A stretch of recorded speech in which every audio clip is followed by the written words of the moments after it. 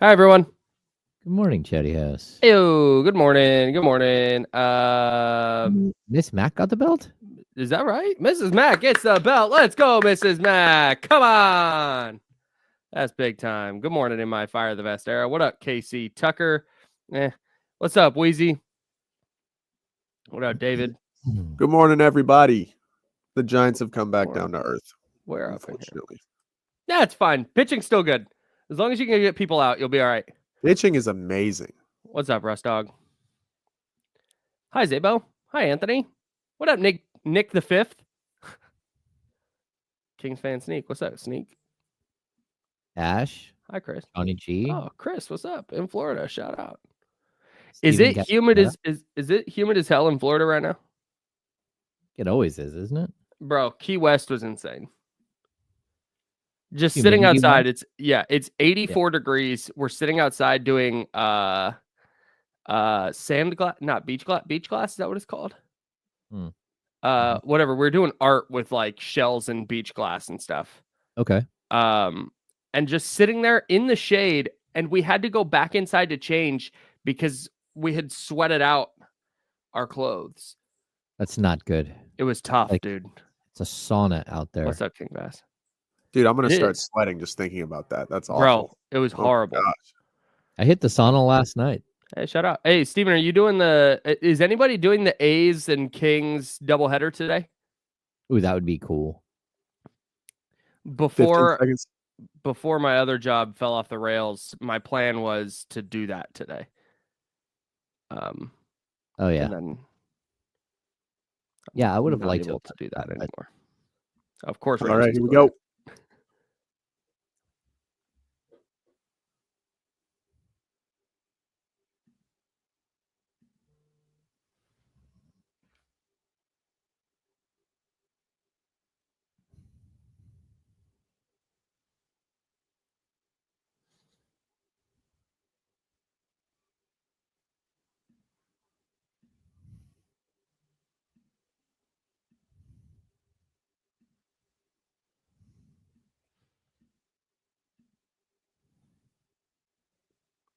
Oh, it's party time on a Wednesday. Hello, good morning. James Ham is there. Joe Brazil is there. I'm Kyle Madsen. We are taking you up to noon. Thank you, everybody listening on the radio on ESPN 1320 AM. Everybody on the free Odyssey app, live around the world. Hello, good morning. If you are watching on YouTube and Twitch, hi, hello, good morning. YouTube.com/ESPN 1320, Twitch.tv/ESPN 1320. And if you're listening on the podcast, the James Ham and Kyle Madsen Show is what it's called. It's the podcast version of this show. Joe does a great job uploading each hour and then the full show. We highly encourage you to subscribe to that. And if you listen to the show via that medium, hello, good morning, or good afternoon. I hope the future is going well. Man, I don't know if I have ever watched a basketball team quit the way I watched the Suns quit last night. It was remarkable, bro. Yeah, they're cooked. Absolutely. So I sit down to watch, and I'm like, all right, so Warriors win, Kings clinch play-in spot. So I think the Suns are going to play with like a little bit of urgency. No Kevin Durant, but you know, we talk about this all the time. We talk about the Kings roster not being a sub 500 roster from a talent perspective. The Suns are certainly in that bucket. Yeah, they've got tons of talent. Yeah. Yeah. So I'm sitting there watching. The Warriors won 133-95. And it was one of those things where it like wasn't even that close. Oh yeah. 7 Warriors scored in double figures, including Kevin Knox and Pat Spencer. That's a thing that happened. Oh my goodness. All 14 Warriors who played scored at least 1 point. Phoenix had 61 points through 3 quarters. Devin Booker, who was the Suns' leading scorer with 21 points, ran a -32. Golden State's guys didn't even play the fourth quarter. He's been doing his best to try to keep that team afloat, but at a certain point, it's like I think we reached the breaking point of what Devin Booker can do. And, you know, they've been losing games with him putting up big numbers. Yeah. But like he's been trying to backpack that team with Durant out, and it's just not been good. It's not working out for him. I saw so many people last night tweeting that the Suns have been eliminated, and they technically haven't.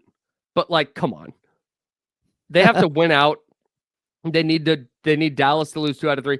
The Suns might not win another game, dude. They looked miserable last night. Like 0 50-50 balls. They're not fighting for rebounds. A ball tips off a guy's hand. And like when a player goes up for a rebound and it kind of tips off his hand and starts to go out of bounds, and like run and try and save it. They just watch it go out of bounds. They're half-heartedly moving around on offense. Like that team's cooked, bro. They're done. It's strange too, because some of their players are like guys that you're going to continue to build around. Right. Yeah, that's not a good thing. It's not like they're running like an entire team of scrubs out on the floor just saying, "Hey, whatever." Yeah, that's ugly. It's rotting from the inside.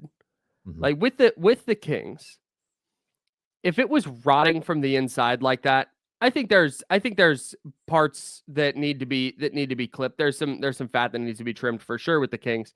But if it was rotting from the inside like that, they're not bouncing back and beating Cleveland or Detroit and really controlling the Detroit game the way they did. Like you see the like foundation of something with the Kings.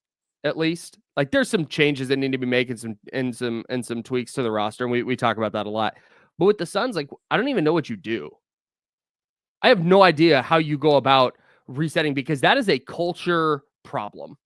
That is a core issue with what's going on in Phoenix. Those dudes hate each other. You've got Bradley Beal. I don't know if you saw this. Steph does a like step back, look away 3 where he hits the 3 and like turns to the Suns bench. And Bradley Beal, who was guarding him on the play and got the 3 dotted in his eye, is celebrating with Steph as he runs back down the court. I've never seen anything like that. These dudes hate playing with each other and playing for the Suns. Man, we talk about, would you rather be the Kings or this team? I'd way rather be the Kings than the Suns, because yikes. Yeah, that was embarrassing to watch. I totally get that. And the problem they have with Bradley Beal is he's owed so much money, and he has the right to refuse to trade anywhere. He has a full no trade clause. So if he just wants to hang out in Phoenix and enjoy golf and like the dry heat, he can just stay there. Like seems like what he's doing. Like, oh, you guys still owe me like 115 million or something. I'm good. I like it here.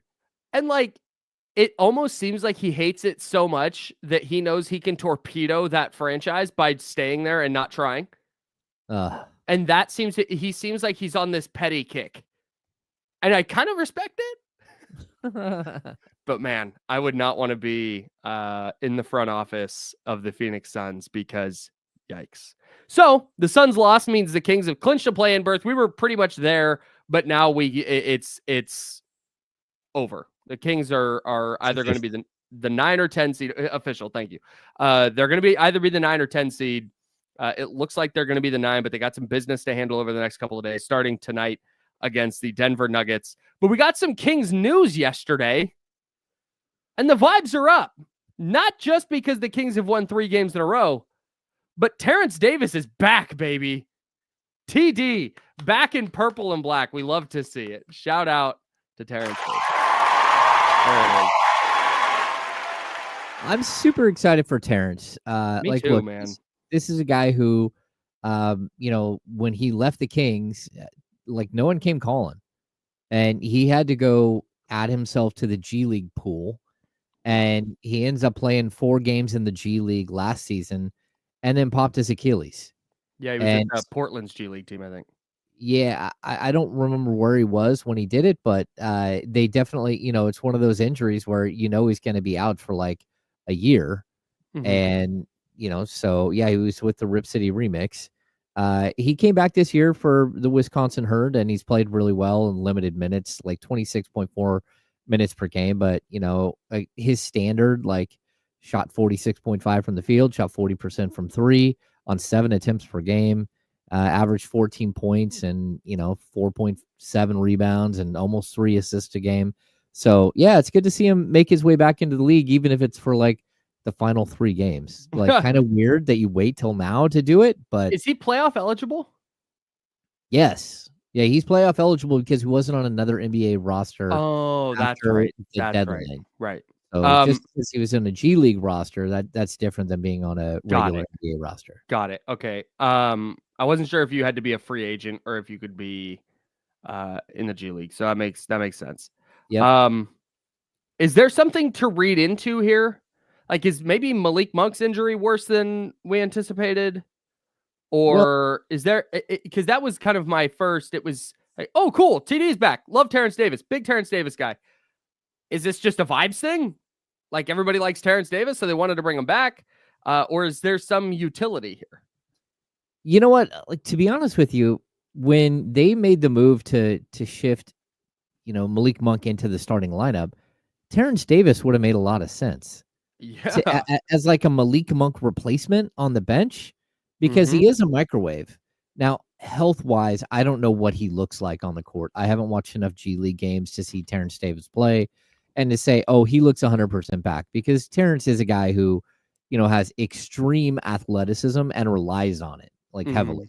So, but either way, like, why not make this move, 3 months ago, bring him in and give him an opportunity? Because, again, if you're going to bring in guys like Doug McDermott or Jay Crowder, the Kings have had open roster spots like almost the entire year, and they didn't have to waive anybody. They didn't have to do anything right here to bring him in. I would have even considered Terrence Davis instead of the Markelle Fultz deal, because Terrence had been playing in the G League the whole time. And one of my concerns with Fultz was that he just wouldn't be in a rhythm and like in basketball shape.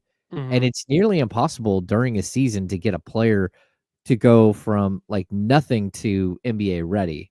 And, again, 9 months off of the game, outside of the game for Markelle Fultz, that's so long. I would have preferred that the Kings shop the G League like this.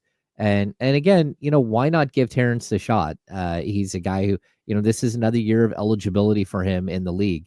The second he steps on the court and plays a minute, he gets another year towards retirement. And those things matter, especially, for guys who are, on the fringe of being in the league, out of the league. But, we'll see how it works out. You didn't, all I heard there, sorry, was that you watched none of the Wisconsin Herd tape I sent you. No. not locked into the Wisconsin Herd. No, that's fine. No, it just, to me, like Terrence Davis, a great vibes guy. I don't know that I'm sure that people are out there, but I don't know that I've ever seen a Kings fan publicly be like, I'm out on Terrence Davis. So if anything, this is great for the vibe. You've won 3 in a row. You bring back a fan favorite who hustles and tries really hard. And Malik Monk out tonight. He might have some use for him in tonight's game against Denver. So shout out to TD, man. I'm really, really happy that he's back with the Kings. Yeah, and I think you asked originally about the Malik Monk situation. Like, Malik has a sore calf. Like, with this, again, I don't know what to make of the injury report anymore with this team. I mean, we had a bone bruise for Jake LaRavia for like a week and a half, and then all of a sudden he's got a fracture in his thumb. I think the same thing with Malik Monk. We won't know until we get an injury report that says MRI says mild calf strain or not a calf strain, just sore calf, no structural damage, whatever it might be. So we don't know, but again, if you need to shut down Malik Monk for 2 or 3 games, when all of a sudden you need one more win to secure the 9 spot and you can't move up to the 8, like, why not? Why not bring in somebody to replace him? Give Malik a couple of days to clear his head and to get ready for a couple of playing games. Unrelated to anything, I'm checking the updated injury report right now. No updates for the Kings. Jake LaRavia, Malik Monk still out. Keegan Murray still questionable. The Jazz and Blazers play tonight. I can only imagine their injury report looks like a CVS receipt, doesn't it? It is like 3 pages. What am I supposed to do with all this? the Blazers have messed around and they're now tied with the Suns, which their front office is just hating. They're so upset that they're 3 games back in the final play-in spot with 3 games to go. But no, that just super jumped out. Jordan Clarkson out. Isaiah Collier questionable. John Collins out. Elijah Harkless out. Taylor Hendricks out. Kessler Walker out. Laurie Markkinen out. KJ Martin out. Cody Williams out. That's Who's just playing? the Jazz. Why don't you just list like who's playing? We have 4 guys. 4 guys are suiting up. We know we need 5. That's okay. We're gonna sign Chris Kaman so he can lay sideways on the bench. It's like we need to get Terrence Davis. No, he's with the Kings. Dang. Oh, Denny Avdia. At least the Blazers are being a little more coy about it. Denny Avdia, questionable. DeAndre Ayton, out. Jeremy Grant, out. Scoot Henderson, out. Bryce McGowan's out. Dwap Reith, questionable. Anthony Simons, questionable. Robert Williams, out. Just a couple of teams trying to out-tank each other. Yeah, I don't think anyone is. The tank is on. The tank is on. Malik Monk is still officially listed with, where are we at? It Malik just Monk says left calf soreness still. Yeah, he's out with calf soreness, but again, we have no idea what that means because, until they get him in the building and they do the MRI, if they're going to do an MRI, which I'm assuming they will, we won't know anything. And if he's got a strain or something else, we'll find out soon. Terrence Davis, not the only Kings legend who's back tonight. Ladies and gentlemen, when you turn on your television tonight, you will hear on the call Sacramento Kings legend Jerry Reynolds. I don't know if we still have the live studio audience to give us an applause and a cheer there, but man, that is super exciting. There they are. Hey, the live studio audience. Jerry Reynolds back, baby. Come on.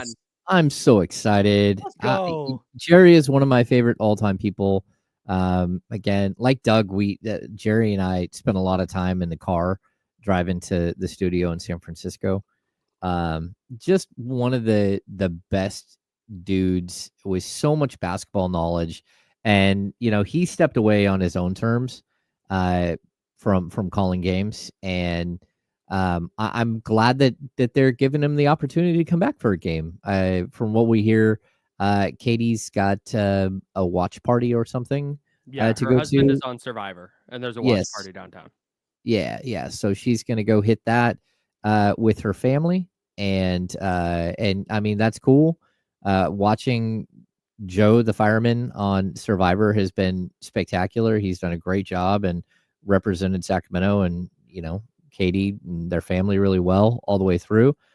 So I think it's a cool thing for her to be able to step aside for a game, and for an absolute legend, franchise legend to step in the building again is awesome. Just incredible. I can't wait to see him. Yeah, shout out to Jerry Reynolds. Cannot wait. There's a lot of times where I'm doing other stuff, and so I'll have games like muted or turned down.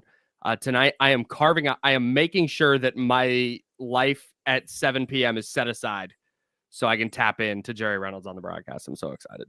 I might have to listen, drop an earbud in and listen to the entire game while we're watching it live.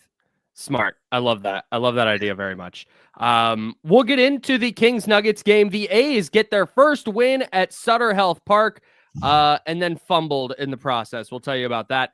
And the West in the NBA has somehow gotten more wild with an epic collapse last night. We've got tons to get into in the next couple hours. James Ham is here. Joe Brazil is here. I'm Kyle Madsen. I'm here as well. We're the Insiders. Jiffy Lube here. Also, they sponsor the program. Shout out to Jiffy Lube. We're the Insiders. It's ESPN 1320, Sacramento Sports Leader.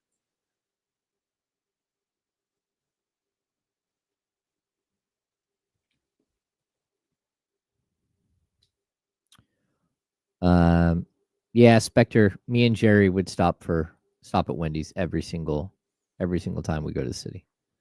And he would get the Wendy's chili, and we'd sit and hang out. And that's amazing. Yeah. And we would go inside and eat. And then we would get back on the road. One night, I knew there was a rainstorm coming in, and it was crazy, crazy windy. And so I decided to drive our Suburban. I had a big Suburban at the time. And I showed up to pick Jerry up in Suburban. He's like, "Oh, this is big," and it's like, "Yeah." So we're on the way home, and literally like 50-mile-an-hour wind gusts trying to blow the Suburban from one lane to the next. We're like white knuckling the whole way home, just hanging out, talking basketball, and somehow figuring out a way to make it safely home, and spending probably $200 on gas.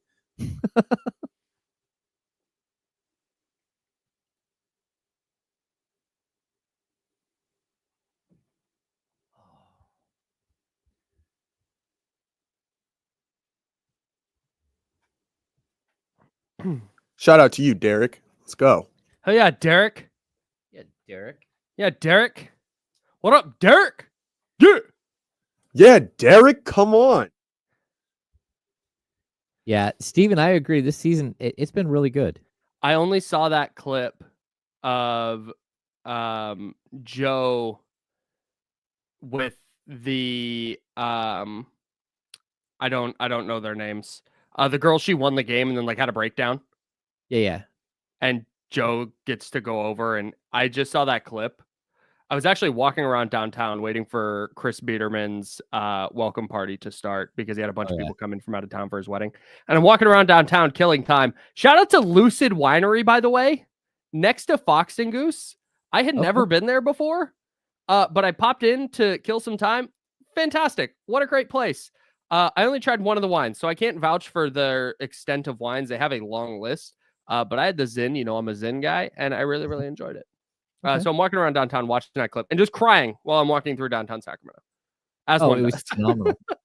Yeah, I mean, the setup to it is just as good because, she's been she wasn't clear with everybody. She didn't tell anybody else that she's on the spectrum and that she has autism and that she has these quirks. And so she had gone to Joe early on and said, "Hey, look, if you see me struggling, please help." Like it was this. So even that moment was spectacular. And then to see it play out in real time. Yeah. Good stuff. Really, really cool. Yeah, dude. It's a good little spot. It's downtown. You can do a tasting. They got a bunch of bottles. I need to check it out. I'm not down very often, though. Outside of games, I'm just not down there. And I don't drink on game days. I think I might on when's the season finale? Sunday? Season finale. I might go up and watch it Mojo's downtown. I can't. Oh, shoot. Did I ever send in? If anybody wants to pull up to Mojo's, let me know. 15 seconds. Dude, I'll take that as an open invitation. Yeah, you pulling up, Joe? Absolutely. Oh, yeah. Bring the homies. All right, here we go.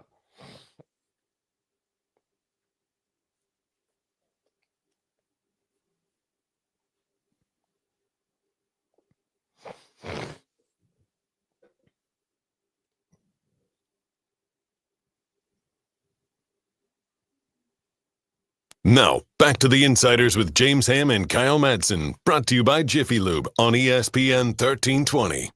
Hey, a big shout out to the Athletics. They got their first win at Sutter Health Park yesterday. They beat the Padres 10-4. Man, Dylan Cease, starter for the Padres, got lit up. He gave up 6 runs in the first inning. He goes 4 innings, 9 hits, 9 runs, 3 walks, and 4 strikeouts.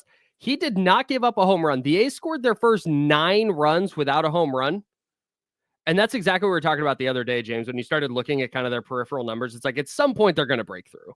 Yeah. At some point they're gonna start getting some hits to fall, and they're gonna start driving in some runs. They're gonna start scoring without needing the long ball. But then JJ Bleday said, "Hey, you know what? We got a home run streak, 11 straight to open the season. Let's make it 12." And he popped one in the 7th to make it 10-4, and to keep the A's home run streak alive. So good for the A's getting that W at Sutter Health Park. We love to see it.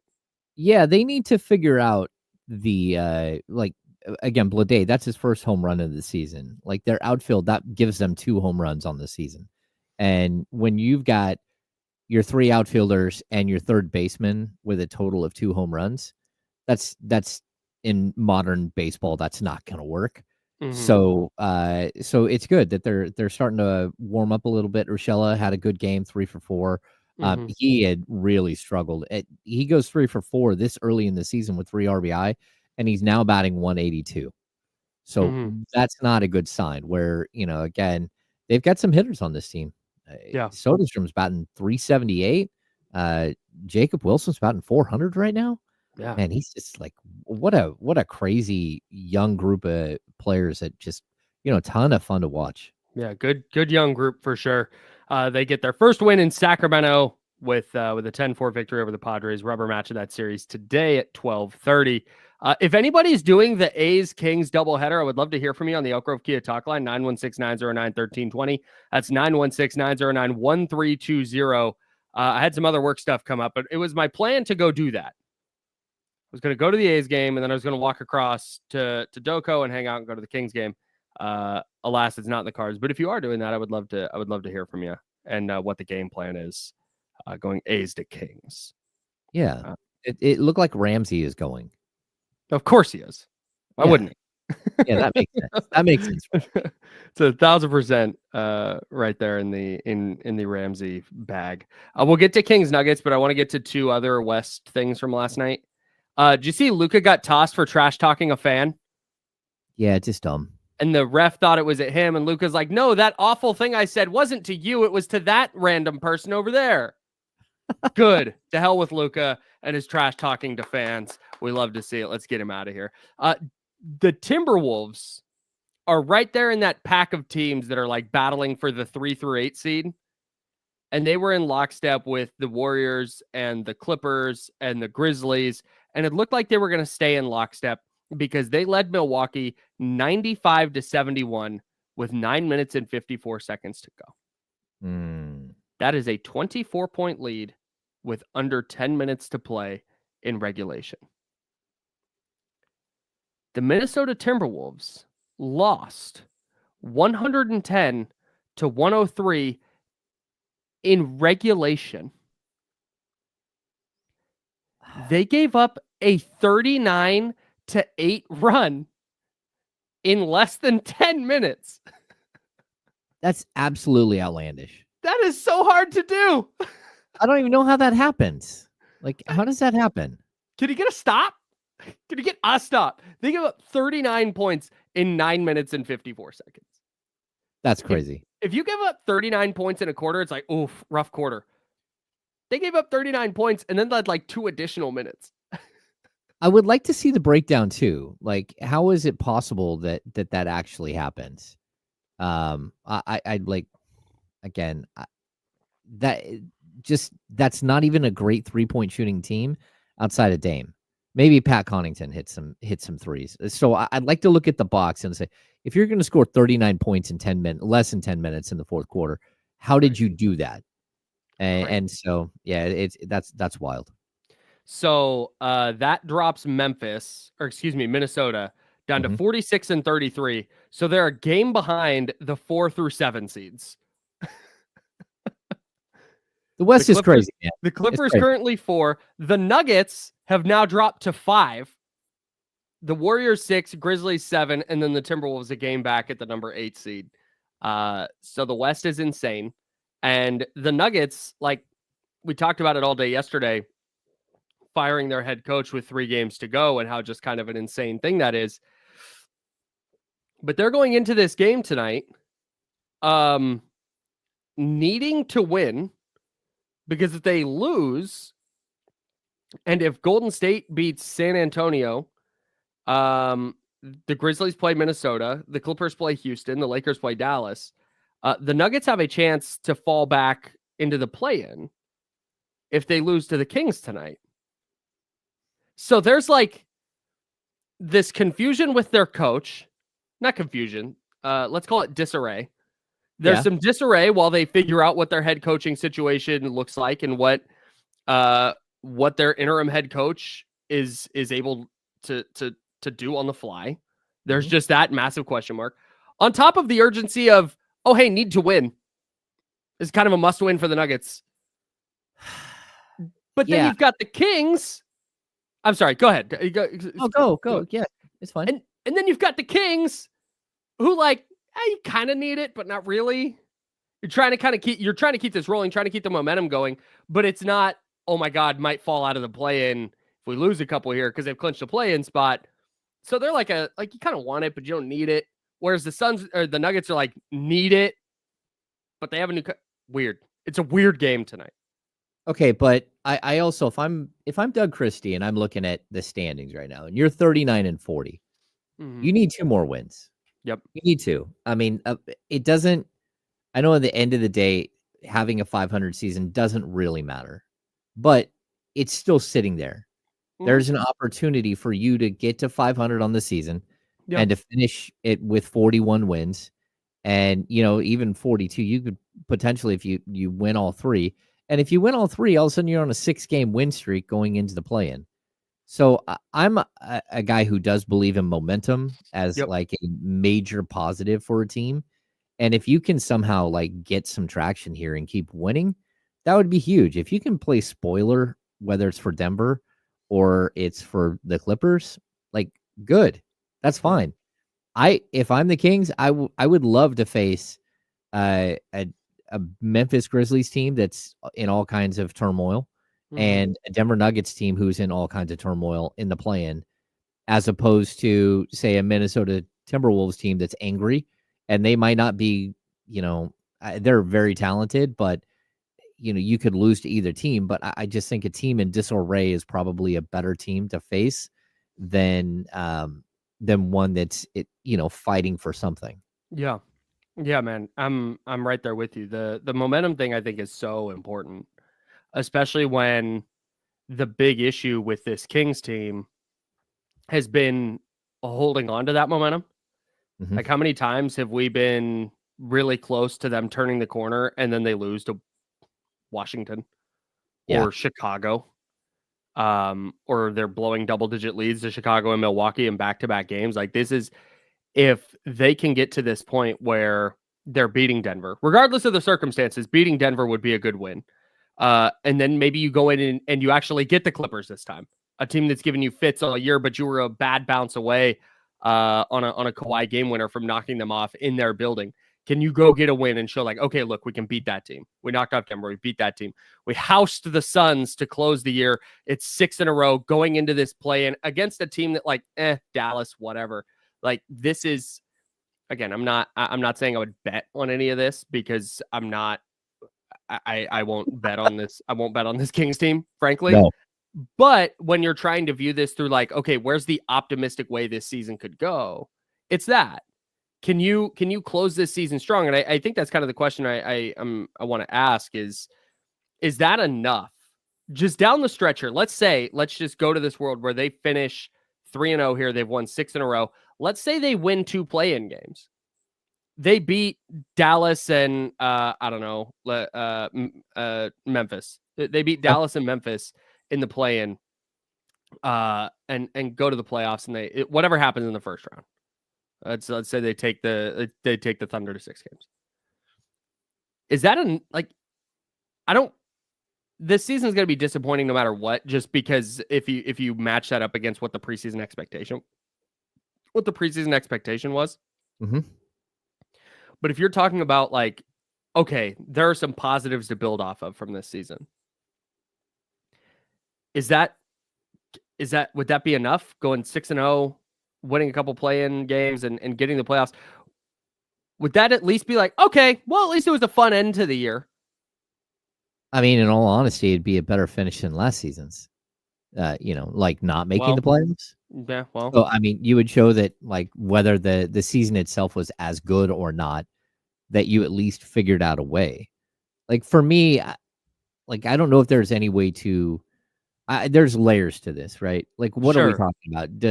If you make it all the way to the playoffs, does that mean that Doug Christie definitely gets the job? Does that mean that Monty McNair keeps his job, or is he still? I think there's layers to what we're talking about here, and that's what we're gonna have to find out. Like, we won't know exactly what's gonna happen with this season until really the first couple of days after.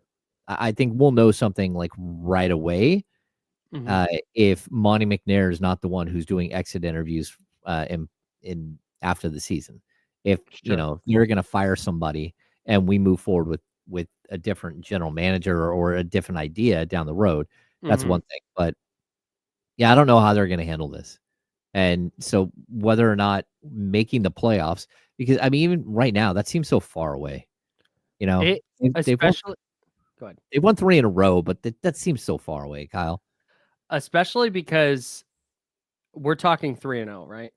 We're talking, all right, Denver game tonight that looks gettable, and you've been playing well. That Clippers game, the Clippers are better record-wise, but I don't think they're so much better than the Kings where you're like, they can't beat them. Yeah. So that's a game. That's a matchup. Again, I don't know if the Kings will be favored, but that's one you can go get. And then the Suns, I think are done playing basketball this season and will be fully checked out by game 82 if they're not fully checked out already. It sure looked like it last night. But you're looking at 3 games that you can go get, but it also wouldn't shock me while we're talking 3-0 if they go 1-2 in those games. Yeah. Like if they lost tonight and lost to the Clippers and beat Phoenix, like that would not surprise me one iota. And that's where when you talk about like we don't know what this looks like and what this means for Doug or what this means for Monty or what it means for, particular players. I really think it's going to go on feel. I don't think Vivek is sitting there and going, well, as long as we do X, Y, and Z, everybody keeps their job. I don't think that's the case at all. No, I don't think so either. I don't think that any of that stuff is decided. I think that there is a whole list of things, or maybe it is decided. They're just not doing it yet. They're not pulling the plug on a season like the Denver Nuggets just did. So, yeah, I mean, I think this is going to be intriguing to see how the Kings handle themselves in the wake of what should be viewed, at least right now, it should be viewed as a very disappointing season. And a season that spun out of control and the change happened and, all kinds of wild and crazy stuff happened. And so, like, for me, I get it that, that there's a possibility that some guys could save their jobs here. But I also look at this as like, you probably need to do what's best for the franchise long-term right now, one way or another. Like, and that decision can't be like, you should not be swayed by the final 6 games of the year, whether or not you're going to actually do that or not. I'm with you, man. The biggest mistake they could make is just, let's say they finish strong this year and they go, let's just say 2-1 down the stretch. They go 5-1 over their final 6. They win a couple playing games and go to the playoffs. The biggest mistake they can make is just going like, oh, okay, let's see what this looks like for 82. Yeah. That would be a mistake. I want to shout out PE Time in the Chatty House, who said that we would be killing the Kings if they did what the Nuggets did. Yeah, we killed the Nuggets yesterday. Yeah, we absolutely fried the Nuggets for like an hour and a half. Yeah, I'm not sure what's missed there. Yeah, we were quite aggressive yesterday on the air. Yeah, when it came to the Nuggets. Yeah. See, Toy Rizzo said Sacramento looks. Time. That's on you. You didn't hear it. That's on you. That's not on us. That's on you, bro. Yeah, we Nuggets got cooked yesterday. Toy Rizzo said Sacramento's organization looks functional compared to Denver, Memphis, and Dallas. Yeah, low key. Like they at least got rid of their head coach at a normal point of the year. What if I told you they're all in the same bucket? Those 4 teams, you just throw them all in the same bucket. Come on. I guess. Like maybe a little, but firing your coach with 3 games left. I know we did this a lot yesterday. It's just bananas. Especially since when I reached out to our sister station in Memphis after Taylor Jenkins got fired, it was like good riddance. Like happy he's gone. This has been coming for a while. They've had this issue X, Y, and Z, and they fired all these assistant coaches before the year and blah, blah, blah. I reached out to some people in Denver and they were like, this is insane. Like nobody, no. And I saw the reporting. I think it was from Matt Moore, our friend of the program, HP Basketball on Twitter, who said like Nikola Jokic didn't know that this was happening and blah, blah, blah. Like, I can't fathom that Denver did this without first consulting Nikola Jokic. I don't know about that. I mean, the Sacramento Kings told DeMarcus Cousins, they were firing Mike Malone before it happened, but like an hour or two before, when he actually found out he was playing Santa Claus at Walmart. Yeah. When it actually happened. But he had heard that it was going to happen before. But yeah, like all of this is crazy. Like it's all crazy. I'm so fat. I'm obviously when I turn the Kings game on tonight, number one, watching for Jerry Reynolds. Two, I have a bunch of stuff, and we'll talk about this coming up. But I have a bunch of stuff I'm watching from the Kings. Right, like there's like DeMar DeRozan has been really good as a like playmaker and distributor, and obviously he's been making a ton of shots too. But Zach LaVine has obviously been sensational. What they're doing with Domas offensively looks like something sustainable that can work. I think defensively they've been a ton of fun. Like Devin Carter's been giving him good minutes. There's all this stuff that I'm watching for tonight. But the most fascinating aspect of this is like, hey, what do the Nuggets look like? What does this Nuggets team? How do they respond to this? Do they just throw their jerseys on the court because they know that the organization just pulled the plug on their season? And the Kings are going to win by 30? Or are we going to get this like really fired up, galvanizing around their new interim head coach Denver team that looks like a title contender? I think all of that is on the table. I think all of it is. I'm so fascinated to see what Denver looks like tonight when they take the floor against the Kings. Because man, you might get a team that looks unbeatable, or you might get one that looks like they've quit. And that's kind of a wild range of outcomes. If I'm Michael Malone, I call Vivek and say, "Hey, is there any way you have that seat open next to you tonight?"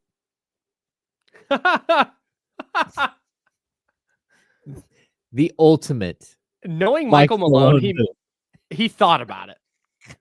He definitely thought about it. The ultimate Michael Malone move would be to sit courtside. Yeah. Do you think Vivek would let him? Oh man, I think he would. I think no, he wouldn't, because that would be so disrespectful to Doug. That's why he wouldn't. You're right. That would suck. You're right. Yeah. You're right. Good call. Yeah. Michael Malone definitely thought about it. I don't think he made the call, but he definitely considered it. Well, that, and he doesn't get to get one last jab in at the Kings. And if Vivek, so just does a media scrum post game. We'll get into the Kings Nuggets game tonight. I mentioned a bunch of the stuff I'm watching for the Kings. We'll talk about that. We'll take a look at who's starting tonight for the Nuggets. What do the injury reports look like? We'll get into all of that next, right here on The Insider, sponsored by Jiffy Lube. That's James Ham. Joe Brazil's here. I'm Kyle Madsen. We're on ESPN 1320. It is Sacramento Sports Leader.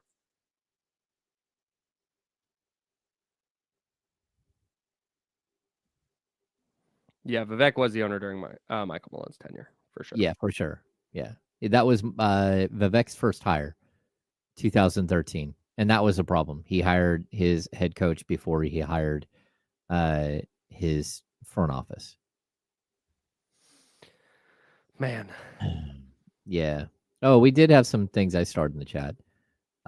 Let's see. I had one too. Jonathan, you asked a question about Nate Goodyear. No truth to what you wrote. That? Oh, I want that to go away. There we go. Okay. Yeah. And then Jim, you don't want to hear how wrong we were firing Mike Brown and being a clown show after what happened with, I'm thinking Mike in Denver. That's what that meant. Or Mike Malone. That's what Mike Malone. But Jim, I don't know if you listened to us, but like I was pretty clear. I'm a big Mike Brown guy. Like Mike Brown is a cool dude, and I think he's a very good coach. But when they lost 5 in a row and that thing was slipping away, like I was very clear that the team looked like he had lost the room. And that, I've said it a million times. If there's a point, like when a coach loses, Memphis. Oh, Memphis. Got it. Yeah. Like when a coach loses the locker room, it's over. It's done. And you have to move ahead accordingly as a franchise. PE time. I don't. I'm just like, yeah, Keon Ellis is playing more minutes now, but a lot of it's because of injury. Like Mike Brown is the one who like kept Keon coming out of training camp and then started playing Keon and then got Keon into the rotation. Like, I know there's this whole thing that Mike Brown didn't play Keon, but like, it's just, did he play him enough? Did he start him enough? Maybe not. It was played. It was really clear when the Kings fired Mike Brown that the Kings needed to do something different at head coach. Like that was they had lost 5 in a row. The vibe was terrible, and that was a move they had to make. The problem was how they went about it. Like he ran a practice and was in the car on the way to the airport, and they called him. Like that's not the way to do that. You bring him in the morning and you have a meeting in your office and you say, this is what we're doing. Yeah. And that was but what the Nuggets have done is insane on a whole different level. The Nuggets and the Grizzlies. Yeah. Bananas. Yeah. And Keon Ellis has had 2 DMPs this year. And I don't know if both of them were health. I know one of them was a DMP CD in the second game of the season. But outside of that, yeah. It's not like he had 17 DMP CDs. His minutes were all over the place, though. Yeah, I mean, I get it. Why did he not? 60 seconds. I don't remember why he didn't play against Houston. That might have been a DMP CD. And if that's the case, that's 2 games where he didn't actually play. Hey, we're not probably going to talk about it a lot on the show, but the other thing I'm really looking forward to tonight is Luka's return to Dallas. Oh. They're giving out shirts that say thank you for everything in Slovenian. The fans are, or the team is? The team is. What the?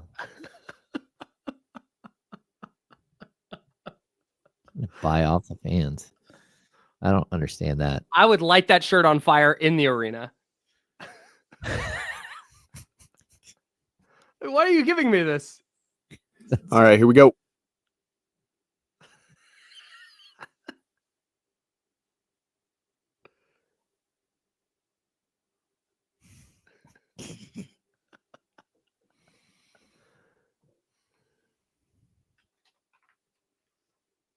Now, back to the Insiders with James Ham and Kyle Madsen, brought to you by Jiffy Lube on ESPN 1320. James Ham is there. I'm Kyle Madsen. Joe Brazil pushing buttons on the 1s and 2s. Kings Nuggets tonight. We're brought to you by Jiffy Lube. So the Kings come into this game, and what a weird game. The Kings enter this game. They've clinched a play-in spot. Mm-hmm. They're trying to secure the 9 seed. They're a game ahead of the Dallas Mavericks right now. Kings trying to secure the number 9 seed to make sure they at least host that 9-10 play-in game. The Nuggets come in having fired their head coach and also in the midst of a battle where they are currently the number 5 seed, but they could finish as high as number 3. They could finish as low as number 8. But they have a new head coach because they've just fired Michael Malone. Yeah, shout out David. And now they're in a spot where they're in like a must-win game, and they have David Adelman making his NBA head coaching debut. What a weird thing. For whatever reason, this season is just odd. And for coaches to get fired for playoff coaches to get fired 9 games remaining in the season or 3 games remaining in the season, it just doesn't make any sense. Like, again, it's just not a way to have a successful finish to the year. And, again, I get it. If you're a team that has no chance of making the playoffs and you're like, hey, we're going to fire this head coach with 10 games left or 8 games left, and we're going to give an interim the job for a couple of weeks. and just say, hey, let's see what you got. Like, show us what you have. Show us like how the players follow you. Show us that you can understand the job, or maybe, just like give someone an opportunity to get some burn and to see what the job looks like.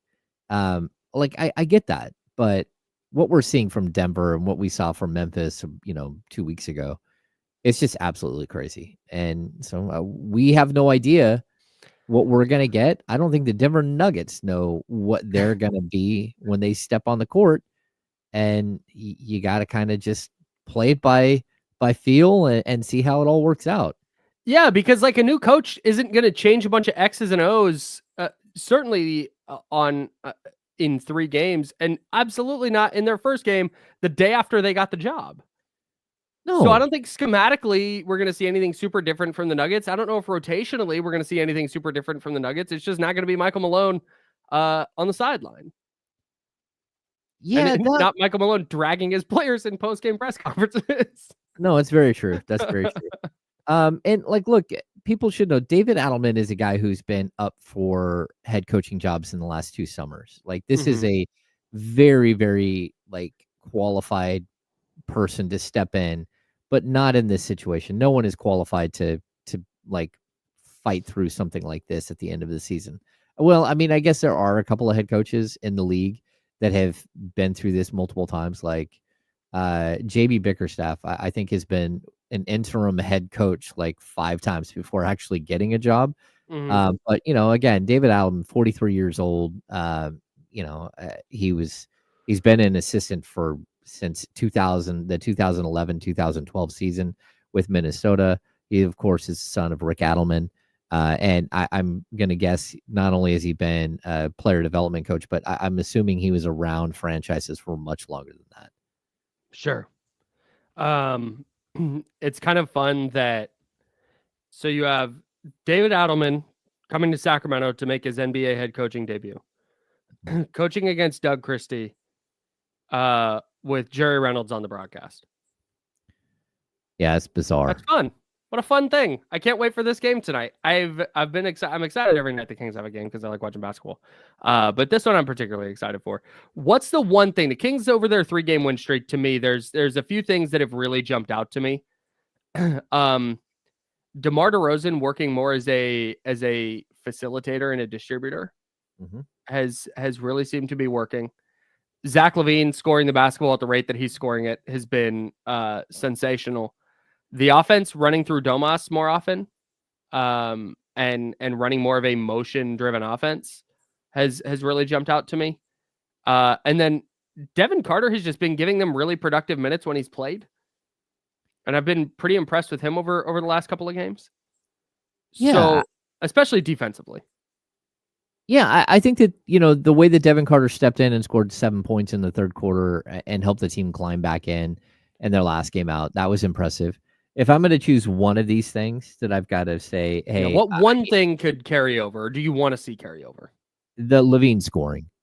Like, if Zach LaVine can, again, we're talking about momentum, right? If you can get Zach LaVine to get 5 or 6 games here in a row where he is this, and it doesn't have to be 37, it doesn't have to be 43, but where he's a threat to score 30, and he's hitting, every single 3-point shot that he pulls up for, which, like, when he starts to roll, you don't think he's going to miss. And it doesn't even matter where he's shooting from. It doesn't matter how close his opponent is. He's just like phenomenal when he starts rolling. I need to see that, because that to me is the one thing that we have left in this season that we could say, if that will translate to next season, the Kings might be okay.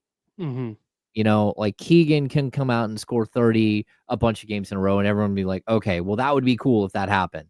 But for me, if this thing is going to work long term, it's got to start with Zach LaVine and Domantas Sabonis as like your high level tandem. Yeah. And if that can be the case, I need to see it, and it's got to be more than 2 games, because we've seen Zach LaVine have 2 games in a row that were good already this season in a Kings uniform, and it did not carry over past that. And you're like, okay, man, who are you, and how can you figure out how to put your stamp on this? And we don't want to hear about how you might not be super happy with your place in the world in Sacramento.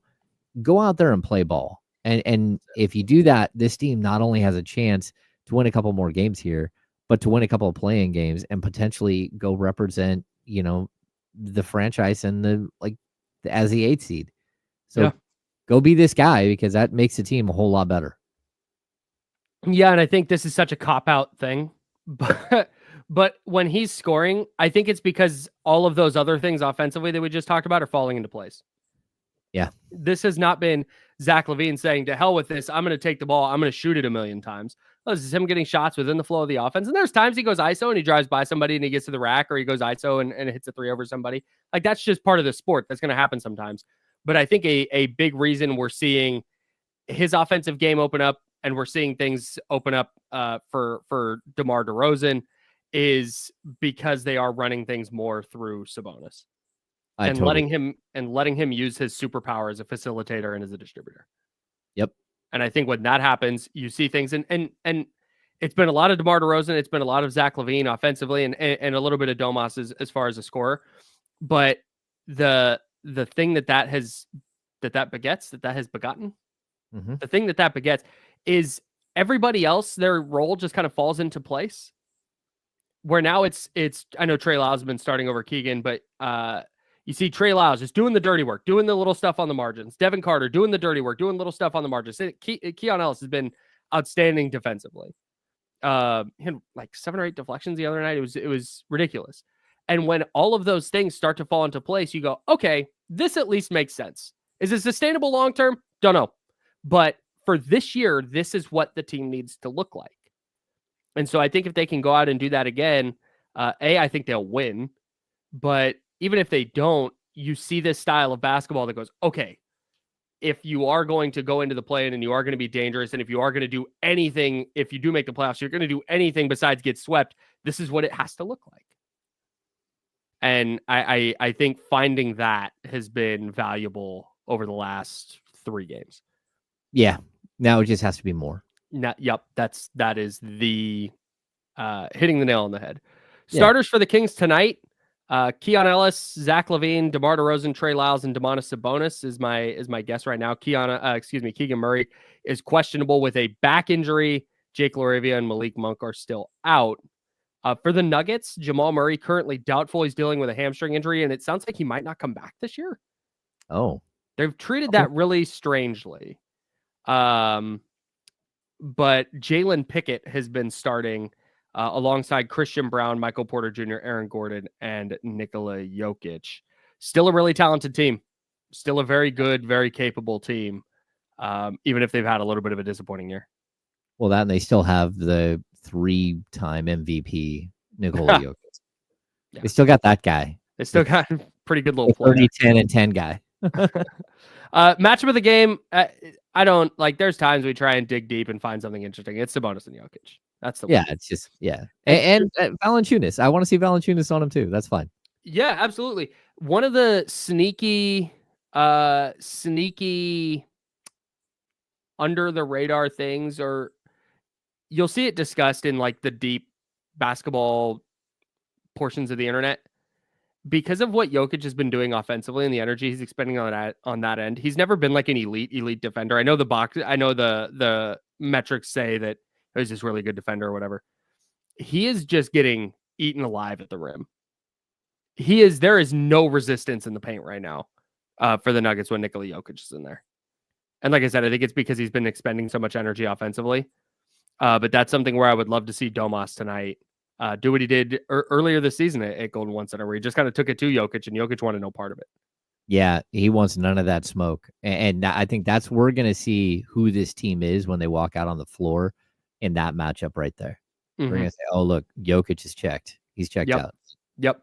I'm right there with you. And if he's checked out, and we say checked out, he might go for like 28, 12, and 8. But if he's in that spot where he's not going for like 30, 15, and 10, I think the rest of the Nuggets will follow. And you might be looking at a situation where the Kings are running away with it.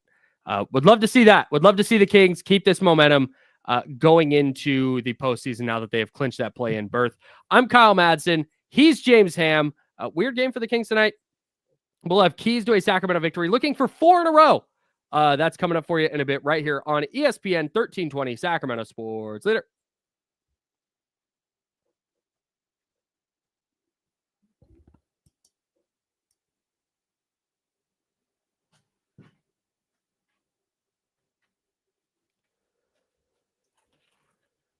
I'm hot.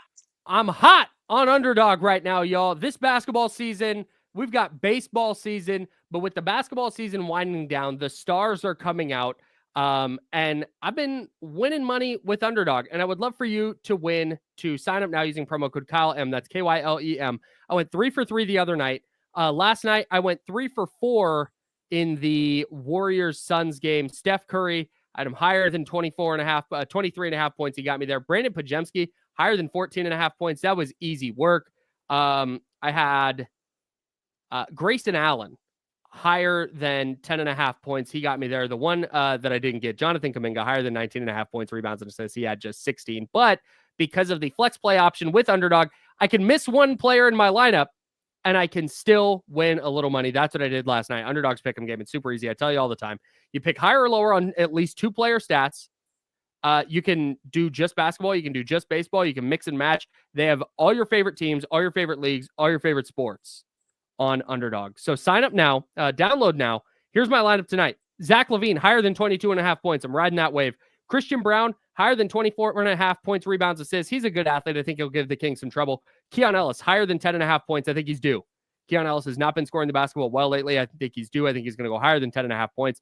Domantas Sabonis, I think the Kings are going to continue running things through him. I'm going higher than 6.5 assists. And DeMar DeRozan has been really good as a distributor lately. I'm going higher than 4.5 assists for him. I'm riding this wave with the Kings. I hope that they continue doing what they've been doing offensively, and I would love for you to play along with me. Download the Underdog app and sign up now using promo code KyleM to unlock a special offer of up to $1,000 in bonus cash when you make your first deposit. Join in on the fun when you sign up with promo code KyleM. That's KyleM, KYLEM. Claim your special offer today and get up to $1,000 in bonus cash instantly upon first deposit. Must be 18 plus and present in a state where Underdog Fantasy operates. Terms apply. Void in Colorado. Concerned with your play? Call 1-800-GAMBLER or visit www.ncpgambling.org. In Arizona, call 1-800-NEXT-STEP or text NEXT-STEP to 53342. In New York, call the 24/7 Hope line at 1-877-8-HOPE-NY or text HOPE-NY. Clear. My bad. Hey, so ran some errands yesterday, and Trader Joe's had the new canvas tote bags. They're mini canvas tote bags in spring colors. Oh. And I had to run to Trader Joe's to grab a couple things. I was like, okay, I'll see if they have these tote bags. I doubt it because it's late, but I saw they were doing a drop at 5 o'clock, and I went over there about 2. I saw they were doing another drop at 5. They did one at 8 a.m. And what you do is you go to the register and you purchase the bags, and then you take your receipt to the manager and show them, because if they just put them out, it's a madhouse and it's chaos. These things are so popular. They're like Beanie Babies. And so I go, okay, I would like to pick one up for my wife. I think that'd be a fun thing. And then Kevin from the Wake Up Call had also said, hey, if you get a chance to get one of these, could you get me one? I was like, bet. I can get 2, one for my wife, one for Kevin from the Wake Up Call. Salute. I'll get over there at like 4 o'clock and try and get ahead of the crowd for the second drop. I pulled up at 4 o'clock for this 5 p.m. miniature canvas tote bag drop. The line was started at the door. It was all the way down this set of buildings. There's like 4, it's like a strip mall. There's like 4 stores there. There's like a Thai place. There's a bow place. There's I think a dry cleaners or a salon or something. And then there's a Crumble Cookies. The line was all the way down past the building and around the corner out toward the street. So I left. I was like, I'm not staying. That's insane. That's the moral of the story. So I left. That's it. I left. I was out. It was insane. It was a madhouse, dude. They are miniature. I don't even functionally know what they do. There's these little mini canvas tote bags. Like this is a like one of those rally towel things they give out at a game. Yeah. It is about this big. Oh, so it's almost like the size of like a what's the Lululemon little bag. Yeah. But it's like a tote. It doesn't even have the functionality of like being a crossbody. It's just like it's a tote. It's a tote. I don't know what you carry in it. That's funny. Hey, salute.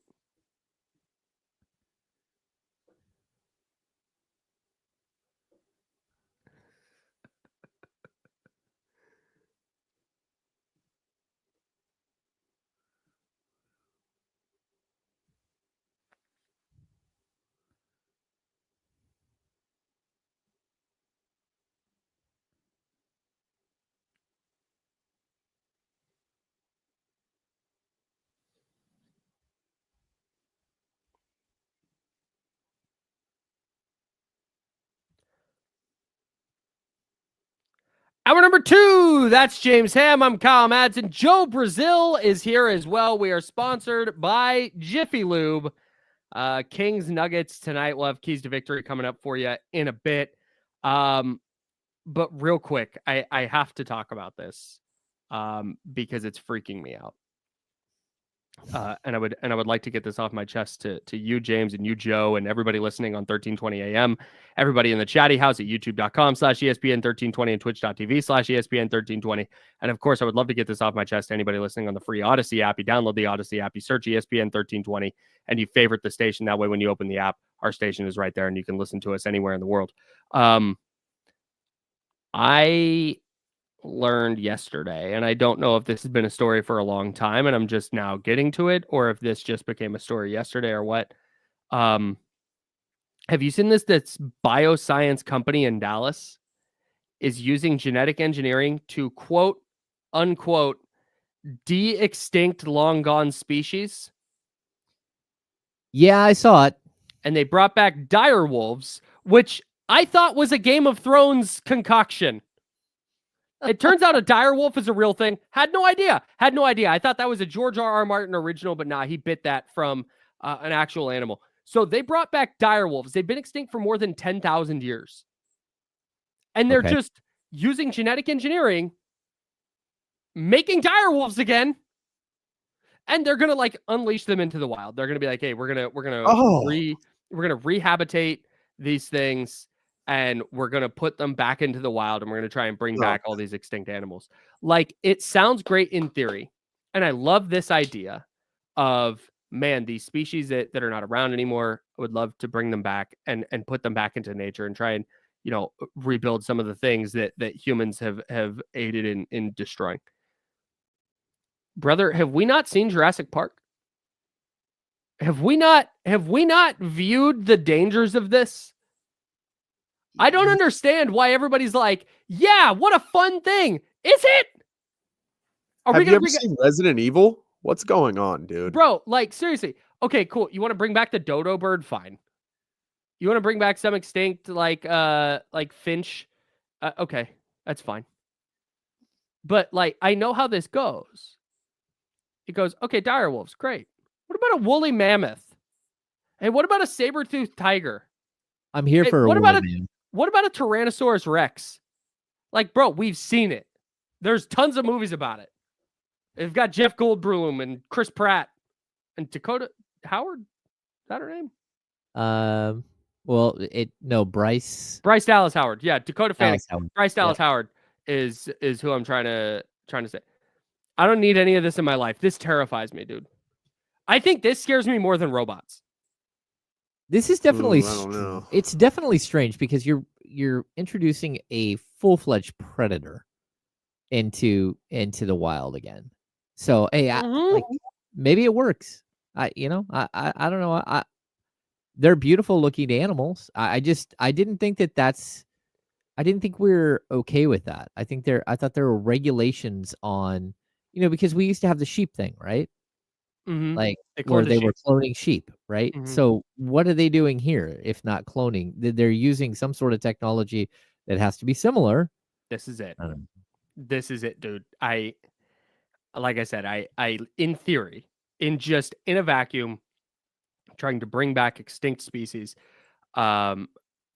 Theoretically, you could, like, with bald eagles or various kinds of tigers that are endangered, I get, like, you can in this way perhaps make it so they are off the endangered species list or whatever.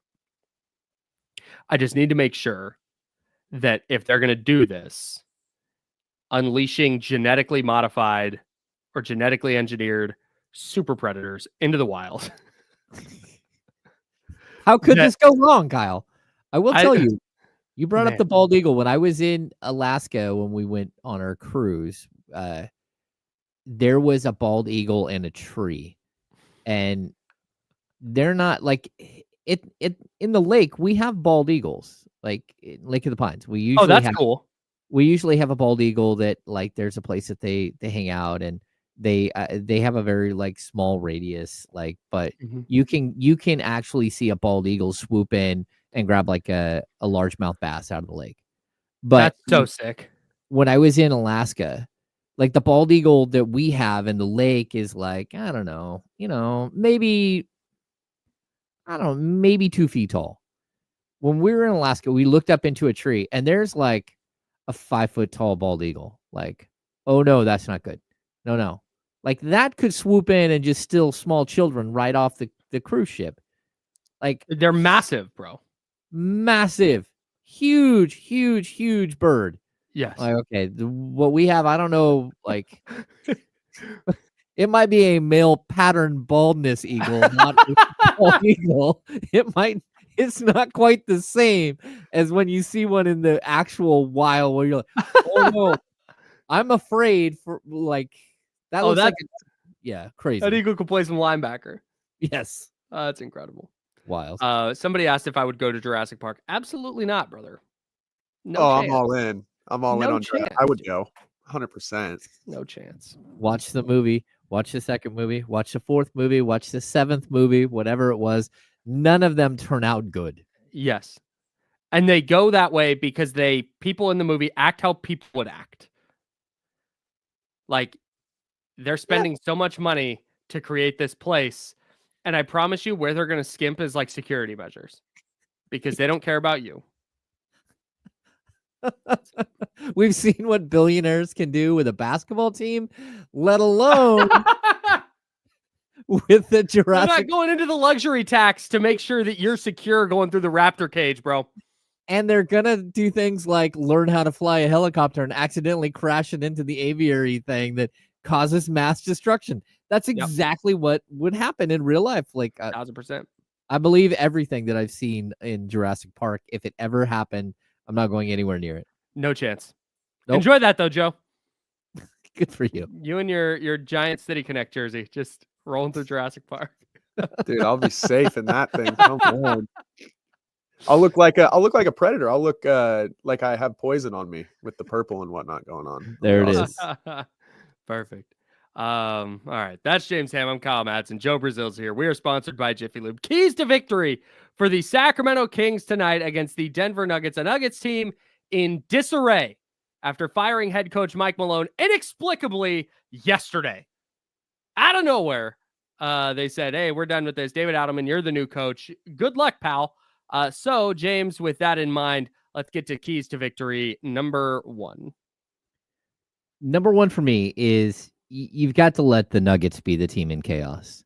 Like the Kings have been the team in chaos from late December on. They have been a team that's up and down that can, again, beat the Cavs one night, but 3 nights earlier or whatever it was, lose to the Washington Wizards.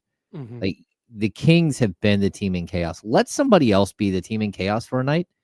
Just go ahead and just beat them up. And while they're wondering what is exactly going on with their franchise, you're walking away with a win. Yep. I'm right there, man. Just go out and play hard. That's it. I think you'll be in a good spot. Number one for me is oh yeah, Joe, come on. Let's go. Number one for me, limit Denver's others. Okay. Nikola Jokic is going to get his. Whether it's early in the game, late in the game, at some point Nikola Jokic is going to take over that game. What you can't have is Christian Brown going for 25. You can't have Peyton Watson getting 15. You can't have Jalen Pickett going for 15. You can't have Aaron Gordon going for 20. Like these are that's where Denver will kill you. Mm-hmm. If you can limit what the others are doing, and again, you're not going to hold everybody scoreless, but if you can limit that group of players and make sure that if Jokic does go for 40, 15, and 9, that his stat line stands out and isn't among, another double-double for Aaron Gordon. And that's a big one for me is I know you got to focus on trying to stop Jokic, but you can't fall asleep on the rest of their weapons. Yeah, so Jokic is, he's so incredibly good, but he's also extremely efficient. Mhm. And the other players that they have, if you limit them the right way, you just make them inefficient. That's the best way to limit what they're doing, because none of them are guys that, outside of maybe Michael Porter Jr., they can jump up and get you for 30 or 40. Yep. I know Aaron Gordon scored 50 in a game, but realistically, that's just such a one-off. And Yeah, the Jokic rest didn't of play this- in that game. Yeah, the rest of this team, if you limit them, it's not taking away everything. It's just making them inefficient as players. And I think you Mhm. can do that. Yeah, I think so too. It's going to be tough because I'm sure that the game plan is going to be to double Jokic and to try and get as many hands around him as you can. And Mhm. that's where he kills you, finding open shooters. But that's where good closeouts, just playing hard, man. That's what's going to matter tonight. Number 2. Don't leave the game close late. That's because that's when Jokic just starts doing these weird little flips in the lane and you just can't stop him. And every single time down he scores and you're wondering what exactly just happened. Yep. Just do not leave the things in question. If you're going to beat this team, be up 12, be up 15 with 4 minutes left and just win the game that way, because he is so good in crunch time. And that's one way you could really lose this game. Yeah, that's literally how they lost the game in Denver. They controlled it, but never really pulled away, and Nikola Jokic took over late. I think that's a great key. Number 2 for me. This goes back a little bit to the first one, but bring that physicality defensively. I think that's something that Sacramento did particularly well against Detroit. They frustrated Detroit because they were so physical. Do that again. Mhm. I know you don't really have the size to hang with Aaron Gordon, and not a lot of teams do. He's just kind of unique in that way. But get a body on Peyton Watson. Get a body on Christian Brown. Don't let their athleticism overwhelm you. And one of the ways you can do that is to be physical. And that's going to be on Keon Ellis. It's going to be on Trey Lyles. If Keegan Murray plays, it's going to be on him. It's going to be on Devin Carter. I would love to see the Kings continue to bring that physicality defensively. Yeah, I'm with you 100%. For me, my final key. Number 3. There it is.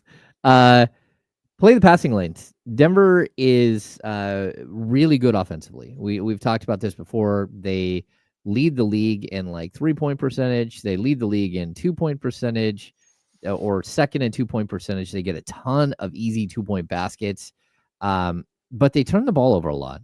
Mm-hmm. And so for me, this is a team that averages 14.4 turnovers per game. They're 17th in the NBA. If you can force them into a bunch of extra turnovers, that's where I think the Kings have been super effective recently, is when Keon Ellis is causing problems, when Devin Carter's causing problems, when you're just jumping the passing lanes. Even DeMar DeRozan has had a couple of games where he just he's not slow to react. He's all over the place.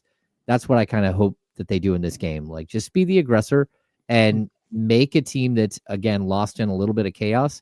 Make them get into a panic mode. Yep. And when that happens, you're going to get a bunch of wide open fast break layups and stuff like that. Yep.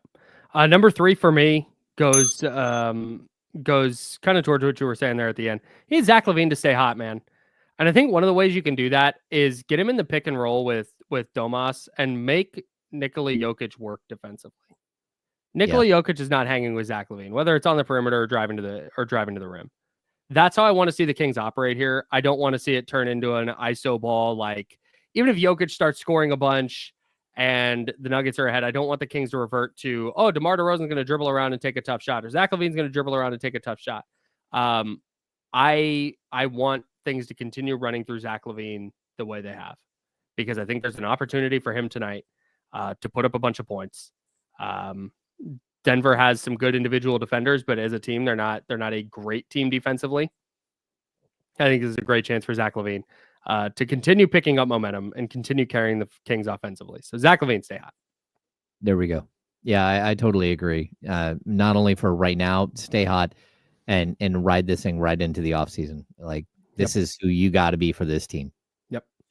I'm Kyle Madsen. That's James Ham. Joe Brazil's on the 1s and 2s. Jiffy Lube's the sponsor. We'll be breaking this Nuggets-Kings game down for you tomorrow on The Insider, starting at 10 a.m. right here on ESPN 1320. That is Sacramento Sports Leader.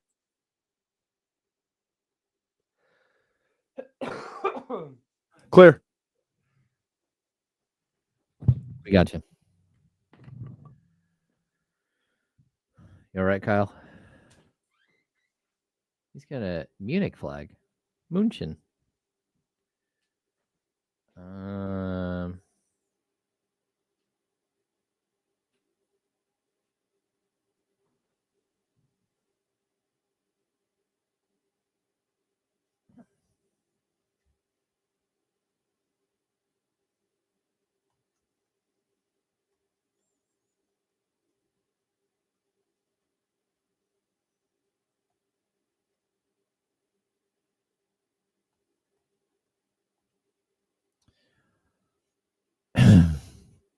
What's going on? Anything happening in the chatty house?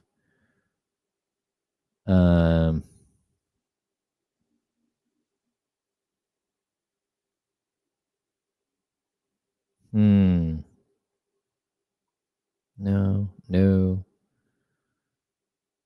Yeah, see, this is good. We could have the Minnesota Dire Wolves. Tyler, we don't know yet on Monk. Again, the team's been gone. So, when they come, they're back now. We should at least know something on Keegan with shoot-around opening up right now. I haven't been tracking, but if he's at shoot-around, I would not be surprised that we start to hear that in the next, 10, 15 minutes.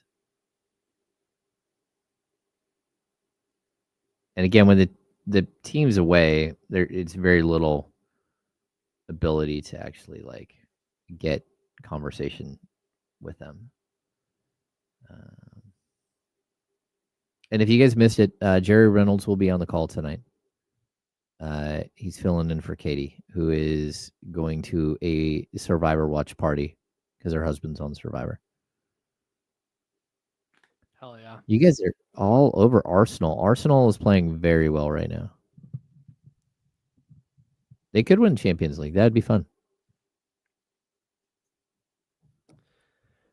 Oh yeah, this was scary last night.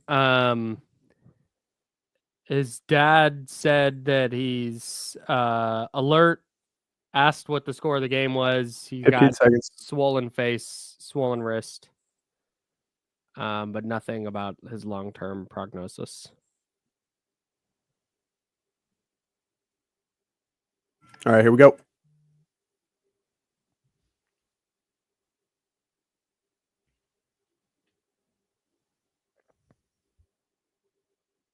Now, back to the Insiders with James Ham and Kyle Madsen, brought to you by Jiffy Lube on ESPN 1320. Hey, you know how Captain Buzzkill took the day off yesterday? Oh, yeah. He's never been more back than he is right now. So the A's get their win at Sutter Health Park last night. And there had been a big question because the A's, when they were in Oakland, after victories, would play Celebration by Kool and the Gang. And there was a question about, okay, when they win in Sacramento, are they going to bring Kool and the Gang? And are they going to play Celebration? Or are they going to play something different? The A's, of course, were 0-4 to open their season at Sutter Health Park. So we didn't learn it until last night when they won. And the song they chose is California Love by Dr. Dre and Tupac. Okay. I can't think of a worse song they could have chosen. Not because I don't love California Love. It's an incredible song. The song in a vacuum is great. They're leaving. They're exiting California on purpose. Nobody's forcing them to move. They actively avoided staying in the state of California so they could go to Las Vegas, Nevada.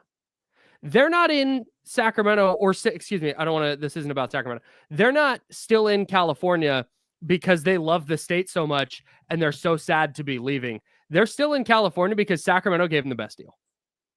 Had the Las Vegas Aviators Stadium worked out better for them, they would be in Las Vegas today. Choosing California Love as their song to it. Play Viva Las Vegas. Like, at least if you're gonna just go be bold about it. No, I'm serious. If you're already wearing the patch on your sleeve. Like, we all know what the deal is. Stop trying to hide this. Stop trying to hide behind some weird, like, you're embracing being in Sacramento, but actually you're not. Like, it is such a weird, tone-deaf choice. And I thought it was a bit when I first saw it, but then the person who tweeted it would not have been doing a bit about that. Nope. And then I saw the video and I was like, oh my God, they're dead serious. This is the thing. Are we going to wear Sacramento on our jersey? No, definitely not. Are we going to be called the Sacramento A's? No, absolutely not. Not doing that. Why would we do that? Okay. Can we get like an alternate or well, how about a patch on the sleeve? Okay, great. There's also going to be a Las Vegas patch on the sleeve. Like, man, what? Like, can we get SAC on the scoreboard? No. It's going to say ATH. You're doing everything you can to not want to be part of this city and part of this state anymore. And then having that be the song? Make it All I Do Is Win. Make it, there's so many different songs you can pick that are like city and state and location neutral. Mm-hmm. I was flabbergasted when I saw that they picked California Love, the team that is leaving California on purpose to go to Las Vegas, Nevada, as their victory song. Just an insane choice. And if it was the players said, hey, we want to do this because this is going to be our way of tipping our hat, then the team needs to make sure to come out and say that. But if this was the team game ops, which again, they're just trying to do their job, not taking shots at anybody in game ops, this is a horrible, horrible choice for a song. I'm not someone who, we've talked about this in the past. Like, I don't care about city jerseys and I don't care about like uniform changes and all that stuff. Mm-hmm. I'm also not like, I don't freak out when someone has a weird walk-up song. Like when I was young, little leaguers didn't have walk-up songs when I was young. So for me, it's always like kind of odd when some of these things are happening. So I get it. I get you being like totally offended. And like, again, it's a brief respite in, Sacramento is for them. That's what they're making it pretty clear. And we're gonna have to see how it all plays out in the end. But I also feel like it is impacting sort of, how many people are showing up at the ballpark. These little things that they're doing right now. I'm surprised that, I said it multiple times. I thought they would sell out every game. They're not selling out every game. Yeah. They're sitting around 10,000 fans. And that might be because a bunch of people don't want to sit on the lawn, or it might be because you jacked up ticket prices so high that a lot of people are like, yeah, well, it might be because, hey, look, there's a bunch of uncertainty in the economy and people aren't just going to go spend a bunch of money right now. That could be it too. But for whatever reason, I think their inability to embrace where they are and just kind of play to being the Sacramento A's is going to end up being like another. I know he's not there anymore, but like another Dave Cavall special. Sure, that's it. Right. He's out of there, but this is it still very much has that vibe. Bro, this city is so ready to embrace the A's, and the A's are stiff-arming people at every turn. Like, you talk about why the announced attendance was 9-something last night, whatever it was around 10,000. Like, that's not because people don't want to go. It's because they're doing nothing to, if they had just said, yep, we're the Sacramento A's for the next 3 to 5 years.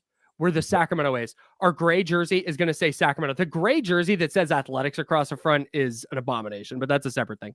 If it just said Sacramento, or you have an alternate jersey, it's Sacktown Tuesdays, and we're going to wear a jersey that says Sacktown across the front, and the hat is going to say Sac or whatever. Mm-hmm. The hat's going to have a bridge on it. Yeah, the Tower Bridge hat. Yeah, right. Like the one the River Cats wear, but different. if you just do that, like it's these little things that I don't understand. The hesitancy is it because you don't want to offend the city of Las Vegas? Yeah. Like what? You're already going there. You've already done everything you can to go there, and now you're making this pit stop. At least embrace your pit stop. If they had done all those things, if they had said, yep, we're the Sacramento A's, it's going to say SAC on the scoreboard. And on Baseball Reference, instead of going from Philadelphia Athletics to Kansas City Athletics to Oakland Athletics to just Athletics, it looks ridiculous. It's going to say Sacramento Athletic. And if they had just done these little things, it's like, okay, cool. The California Love thing and it all makes sense. Great. But they've done nothing to that end. And now when they win, they're going to be like, yeah, hey, California Love, that's what we're doing. Okay. It's insulting. It's like they went, oh, shoot. Let's just do this. Like what a small small crumb to throw at people and go, here. We're so we're thrilled to be here. Totally. It sucks, dude. It sucks because they're doing everything they can. They did this, they're doing everything they can to just make sure that like people in Sacramento know they don't want to be here. That's exactly what they did in Oakland. And that sucks because this city is ready to embrace a major league team. If you don't believe me, go watch opening day. Did the A's lose 18-3? Yes, that's not the point. Go look at the crowd. Go look at the fans. Go listen to them. And they just want nothing to do with it. And then they go, how about California Love?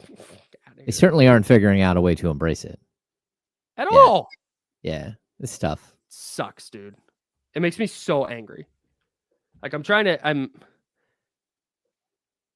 the whole, like, just personally, for me, the whole leaving Oakland thing was heartbreaking. Like, you see, I there's I got a bunch of Oakland A's bobbleheads up there, and I got Oakland A's stuff all around my room and all this stuff. It was heartbreaking for me. But the one consolation I had was like, I love Sacramento. I love the city of Sacramento. I would love to see a Major League Baseball team play in Sacramento. Mm-hmm. If this is that opportunity and people go out there and the A's help show that this is a city that is ready to have a Major League Baseball team, and they're going to do everything they can to help facilitate that and be that for the 3 to 5 years that they're here. Okay, fine. Again, it doesn't undo the pain that I have, but like at least I have that. At least my second home has that. Mm-hmm. At least the baseball fans that I know, they're like, okay, great. And the A's just are doing nothing to help. And yeah. Makes me so mad. Yeah. But hey, California Love, everyone. And I think I'm sorry, I'm when we bring this up, like David here in the chat, if Sacramento doesn't start selling out these games, what little chance Sacramento had for Major League Baseball is gone. They can come up with the excuse, say, well, you couldn't even sell out a park. That's it. And it's the A's fault. Yeah. I mean, at some point, like everyone has to understand that it's the A's fault, everything that's happened here, that it's John Fisher's, like he's done this, but I just don't know. I don't know that they're actually going to actually figure it out or at least acknowledge it. And I don't think they'll acknowledge it because I think they know. Like Major League Baseball knows, commissioner knows. Doesn't matter how bad of a commissioner he is, which he's the worst. But the fact that he just doesn't get it, that, it's just sad. They like promoted John Fisher within the realm of like, oh my God. Yeah, how's that even possible? I have no idea. Runs like a super dirt cheap, low payroll and picks up a team and moves it and literally plays out the entire plot line of Major League the movie. Like, yep. Okay. Real Ben Castillo asks, what would they have done if they went to Salt Lake City? The same thing. The same exact thing. Yeah. They would have done this in Portland. They would have done this in Salt Lake City. The only place they wouldn't have changed anything is probably Oakland. But there was such a little chance that they were staying in that city for the next 3 to 5 years. And to be honest, they probably would have played California Love while they were in Salt Lake City, just because they're just right. It happens. Anyways, I had to rant. Thank you for letting me rant. So who was it in here that said this? I want to make sure to shout them out. MTL said enough baseball talk. Let's talk hoops. All right, we can do that. Well, before we do that, I talk just want hoops. to. We did have a tragedy yesterday. Just like former A's pitcher Octavio Dotel passed away, and what is turning out to be just a horrific accident or whatever. I don't even know what to make of it. Like the ceiling collapsed in a nightclub in the Dominican Republic. At least 113 people were dead this morning with Octavio Dotel and one other former major league player. And I think, who else was it? The sister of, why am I drawing a blank? It'll come to me. But I have not seen the updated story. So yeah, just a horrible tragedy. So hopefully, they figure out what happened there, and everyone, they get the love and Nelson Cruz's sister. Yeah. There we go. Man, what just awful news, man. Everything you have seen about Octavio Dotel, and he played for so many teams, he played with so many players, is everybody's like, he's one of my favorite teammates I ever played with. One of my favorite teammates I ever played with. Man, just a brutal story, man. Yep. Brutal story. So, again, thoughts, prayers, out to all the victims, and like you said, James, the number of victims has just, it seems, continued to climb here over the last couple of days. So, a tragic incident, and hoping that number doesn't continue climbing beyond where it is now. Shifting gears, Kings Nuggets tonight. The Western Conference is out of control. So let's run through this real quick. You have the Lakers at the number 3 seed. They are, I have 38 and 41 written down here. That is not right. They are 48 and 31. Mm-hmm. They are at Dallas. They have Houston, and then they're at Portland. I think the Lakers finished with 50 wins, 51. Yeah, they're going to win 50. I don't know. They might rest players. Of course, Portland's not going to try to win at all in the last game of the season. Not even a small amount. Yeah. I mean, I kind of want to see if Dallas has a little bit left in them to see if they can make a run at the 9 seed and secure their spot. But Anthony Davis playing against the Lakers for the first time, maybe a little extra motivated. Yeah, but also Luka Doncic playing against Dallas for the first time, so maybe a little bit motivation there. I think Luka's return to Dallas is going to be a bunch of Dallas fans rooting for Luka. Like the way that whole thing has gone down, there's no way, like, they're not going to boo him. He didn't do anything wrong. Yeah. You're probably the scene in Dallas tonight is going to be nuts. Like, I bet you get Fire Nico chants. You might get people throwing those free t-shirts they're giving out that say thank you and thank you for everything in Slovenian. You might get people throwing those onto the court. It might get ugly in Dallas, dude. I totally agree. I mean, he was their guy. Oof. And he's one of those players, especially, I think one of the other things that plays against him is that Dirk Nowitzki played his entire career there. Yes. And then in Luka's first game in LA, Dirk went. Oh my God. Yeah. I think, though, if you're a franchise that's used to that, though, used to a player that is great, who embraces you and your fan base and everything else and plays his entire career, I think a lot of people just, like, for whatever reason, they just didn't think that Luka would ever leave and that they would have Luka as, like a lot of people here in Sacramento thought, hey, you're going to have De'Aaron Fox, to talk about for the next 10 years or 8 years, whatever it is he decides to play. And then all of a sudden, poof, they're gone. It's crazy. At least with the Fox thing, there was some writing on the wall. With Luka, it was just out of nowhere. A year after going to the finals. Insane. The Kings did not give away De'Aaron Fox t-shirts for his first game back. No, they sure didn't. No, thank you for everything t-shirts. The Clippers are currently the 4 seed. The Clippers are one of 4 teams that are 47 and 32. By way of tiebreaker, they're the 4 seed right now. They have Houston, then they're at Sacramento and at Golden State to close the year. Oof.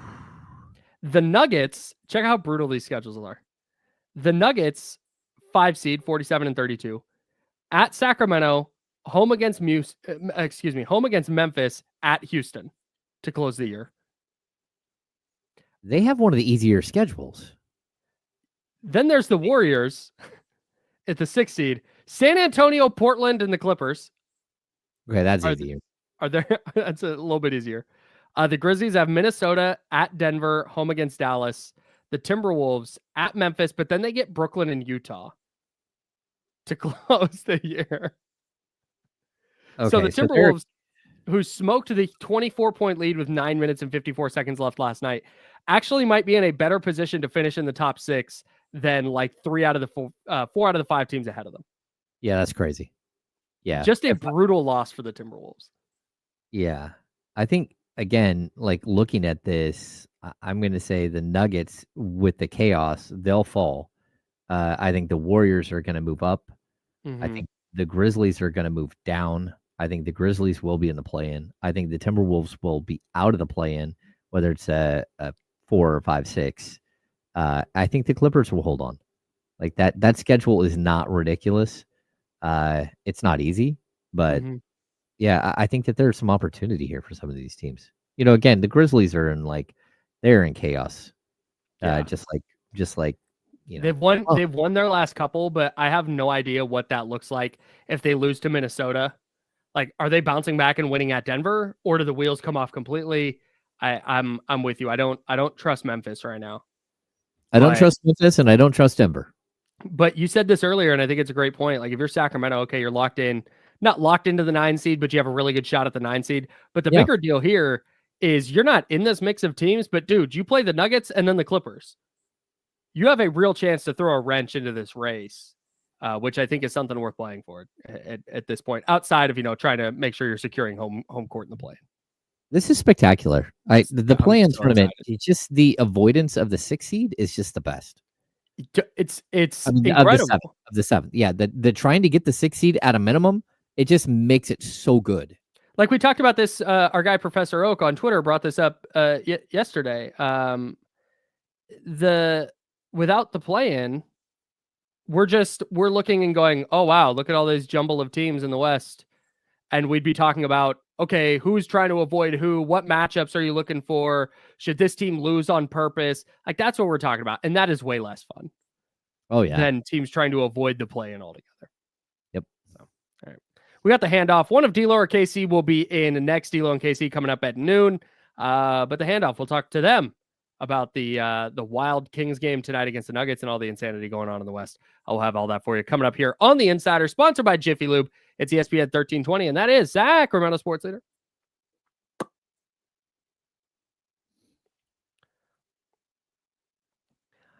I think the way Nico Harrison has treated this whole thing, I think he's showing up tonight. I don't think he's going to be watching at home. Like, he's been there for everything. And I don't think he's going to not, like, I don't want to give him real credit in any of this, but if you are going to give him credit, it's for being out in front of all this. Except for that time he inexplicably left the press conference with Jason Kidd. That was tough.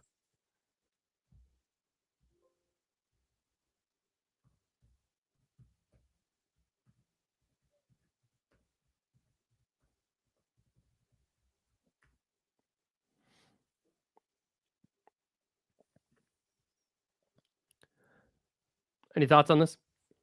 We talked about this a little bit earlier, but in case people weren't around. No, I mean, we're going to have to wait and see what the injury is. I'm not going to put a label on it yet. I mean, they're saying it's calf soreness. They're not saying it's anything more than that at this point. So, it is possible that it's going to cost him, 2 weeks or something. And calf injuries, you always want to be super careful with, but, look, the Kings haven't been, 100% transparent with when it comes to injuries, especially early on in injuries. And so we might get an update tomorrow. We might get an update the next day. But to rule him out pretty quick does mean he's at least like, it's not like Keegan, who's questionable for the third straight game. This is like, hey, he's out. So we'll have to wait and see. I don't know that I'm tying Terrence Davis to it all that much. I think the biggest thing for me is that Terrence Davis kind of fits the bill on something that you could have used for a lot of this season. Number one. Number two, I think that it's kind of an admitting that some of the other moves that you've made haven't really worked out all that well. Whether it's, again, Jay Crowder, Doug McDermott, or Markelle Fultz. I don't know. And you got 3 games left in the season. If there's a possibility to give Malik Monk a couple of days here to get 100% for the play-in tournament, I think that's probably where the Kings are at.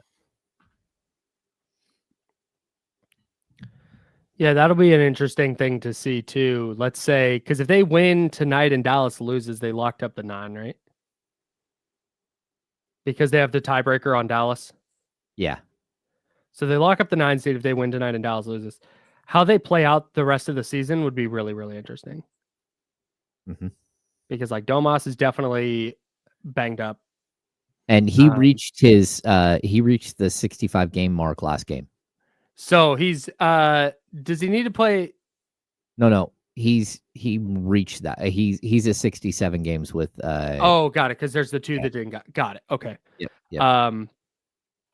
But he's definitely banged up. Like Keegan's got the back, Malik's got the calf. If you clinch that 9 seed tonight, do you just like, hey, get healthy? Yeah. Or do you go, hey, we're trying to keep momentum. We finally got our guys playing together. Well, I think you might push for 500. No. So whether you win 1 or 2, I don't know.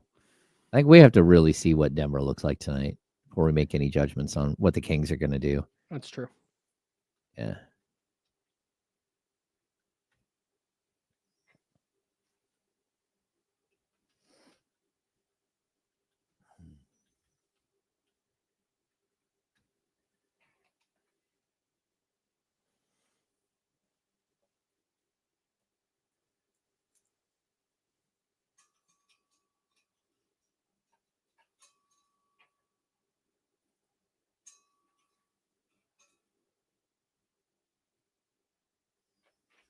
What's going on, Kenny?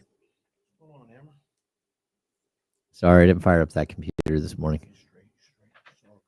Back in town. Where'd Joe run off to?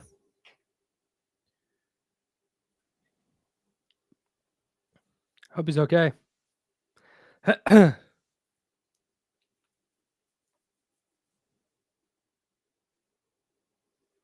Now, back to the Insiders with James Ham and Kyle Madsen, brought to you by Jiffy Lube on ESPN 1320. Kyle Madsen, James Ham, Kenny Caraway here for the handoff. He will be in shortly. Yeah, we were talking about this a little bit at the break. I'm really interested to see how the Kings kind of handle the end of this season. If they win tonight and Dallas loses, then they clinch the number 9 seed.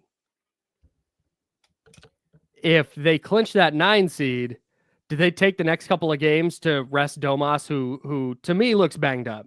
Just kind of the way he's moving around. Malik Monk is obviously dealing with the calf injury. Keegan Murray dealing with the back injury.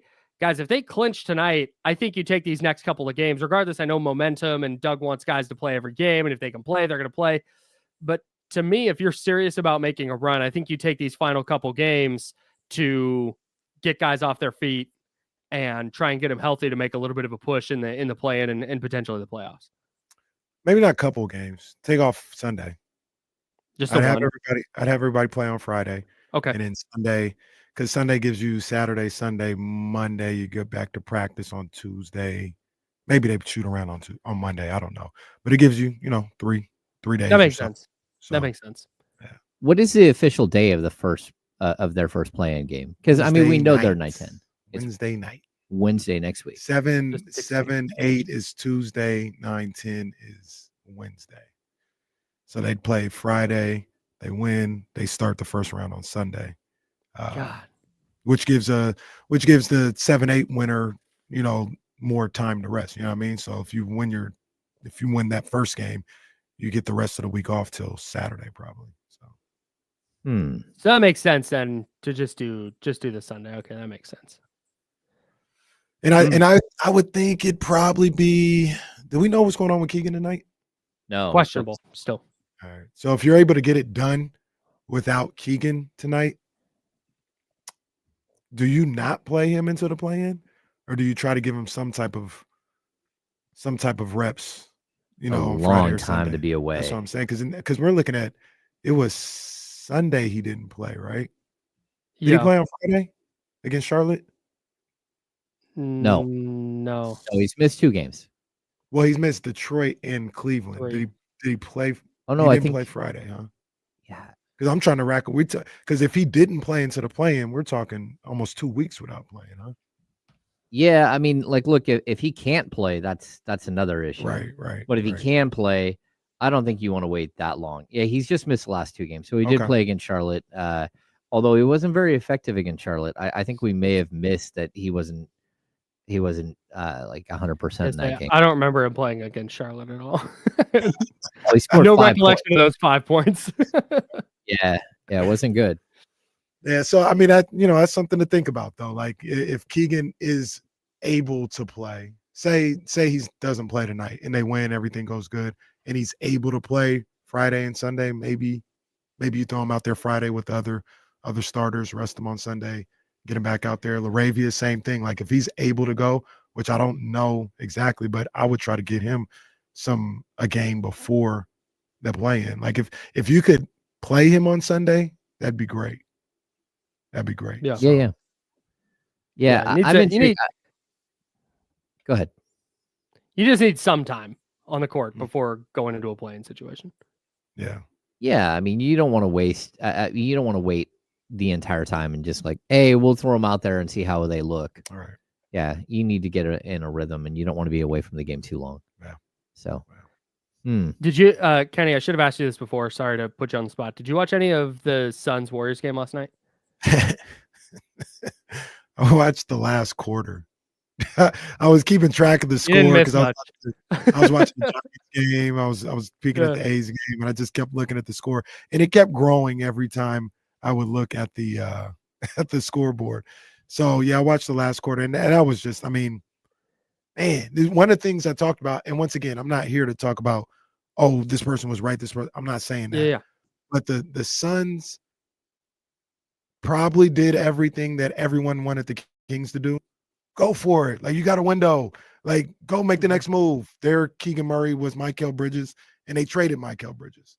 They did everything I think everybody wanted the Kings to do, and it's failed miserably. So I just say that today. You just never know. I'm not saying they did the wrong thing, like going out and getting Kevin Durant. Yeah, you go get KD. You try all this other stuff, and it just didn't work out. The whiff, they're in a terrible situation. The whiff for me was the Beal trade. Oh yeah.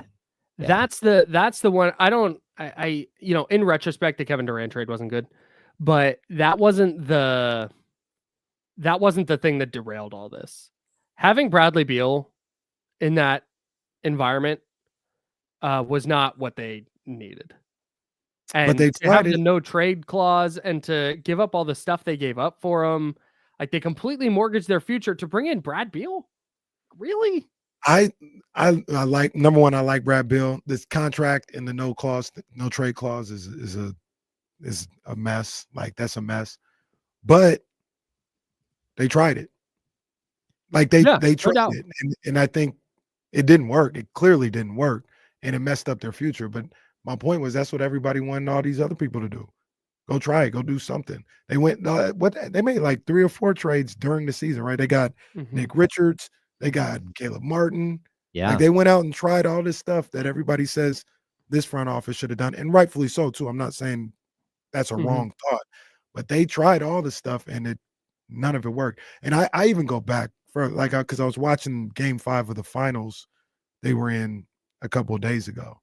And I was like, man, they came out of nowhere, go to the finals with a 26-year-old Devin Booker or something like that, Michael Bridges, and just if I was Belo and JC in Phoenix, I would have. Oh man, we gonna be here for 7-8 years. And what is it? 4 years later, you've got maybe one of the worst situations in basketball. It's just crazy how things happen sometimes. Yeah, I always thought that bringing in Brad Beal was just like it was overkill. I agree. Like you didn't need that, and it reminded me. I remember talking to you guys about this years ago when OKC brought in Paul George to play with Westbrook, and then after that was all settled, they went out and added Carmelo, and was like, oh, that's not going to work. Like that was too much. Like you're trying too hard to create a super team or create something that you didn't need to create. And what you do is if you have three $50+ million players, you're done. Like your role players better be so good. And even if they are, you're paying so much in luxury tax. It's crazy. Like they're probably going to look at getting rid of Martin, but also getting rid of Grayson Allen and getting whatever they can do just to try to not pay $40-50 million in extra in salary, which equates to like 300 millions in luxury tax, and lose their picks and everything else. Cause that's where they don't have any picks. Well, no, but the future, the picks after the picks that they don't have are already in danger because they take your next year. So their 2032 picks are about to be locked up, and they won't be able to touch those at all. It feels like man. Their only move is to trade Booker to the Rockets and get their picks back. I thought you were going to say to the Kings. Well, I mean, the only thing they can do is trade Devin Booker to Sacramento. That wouldn't help them with their picks. Yeah. So that, like, just saying, hey, Houston, take Booker and give us all those picks that we got, or most of those picks we got back. Yeah. Because they have the picks. Houston has all their picks and the pick swaps and stuff. That's tough, man. What a disaster. What a total disaster. And Houston has to want to do that. Right. And they I may wouldn't not do want it. to. I'd be like, no, so it's okay. Even though they really like Devin. And to your point, Kenny, this is just kind of the whole thing with like, okay, you got to make a move. You want to change something up, but it has to be the right one. You have to figure out like, okay, we need to check these boxes to have like a complete, well-rounded team. And just like throwing Bradley Beal into the mix. Bradley Beal, a great play, like really, really, really good player. I'm not trying to disparage Bradley Beal, but I didn't look at the Suns with Kevin Durant and Devin Booker and all the pieces they had and went, do you know what that team needs? That team needs Brad Beal. You know, like it just wasn't that move in itself with that team didn't make sense. What do you guys got coming up on D'Lo and KC? More Kings talk. The NBA was crazy last night, so we'll get into all that as well. James Ham coming up at 3:00. So what happened to Minnesota? We'll talk a little bit of everything, man. What happened to Minnesota? That was crazy. That was tough. That was crazy. 39-8 run to close the tragic. Ouch. D'Lo and KC. The playing game, they'll be like, damn, that was the one that cost us. D'Lo and KC coming up next. Stay locked in. It's going to be a ton of fun. For James Ham and Joe Brazil, I'm Kyle Madsen. We're the Insiders. We're back tomorrow at 10 a.m. We're sponsored by Jiffy Lube at 10 a.m. right here on ESPN 1320 Sacramento Sports Center. Until tomorrow at 10. Drink water. Be nice to people.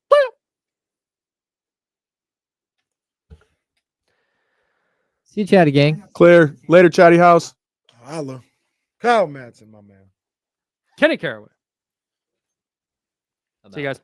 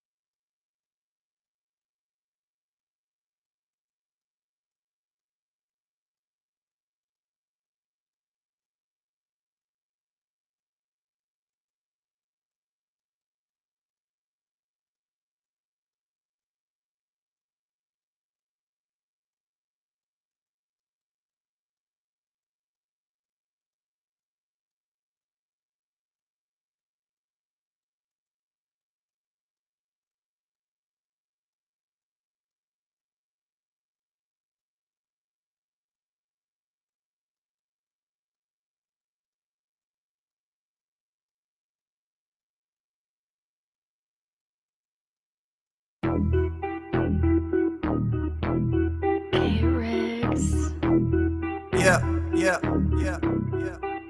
We got them screaming D-Lo, KC, D-Lo, KC, D-Lo, KC, D-Lo. We got them screaming D-Lo, KC, D-Lo, KC, D-Lo, D-Lo. We your number one spot. We your number one spot for some sports, huh? Got the city going crazy when we work, huh? We top 2, but we ain't 2, we in first, huh? And when you need the real, we is who you search, huh?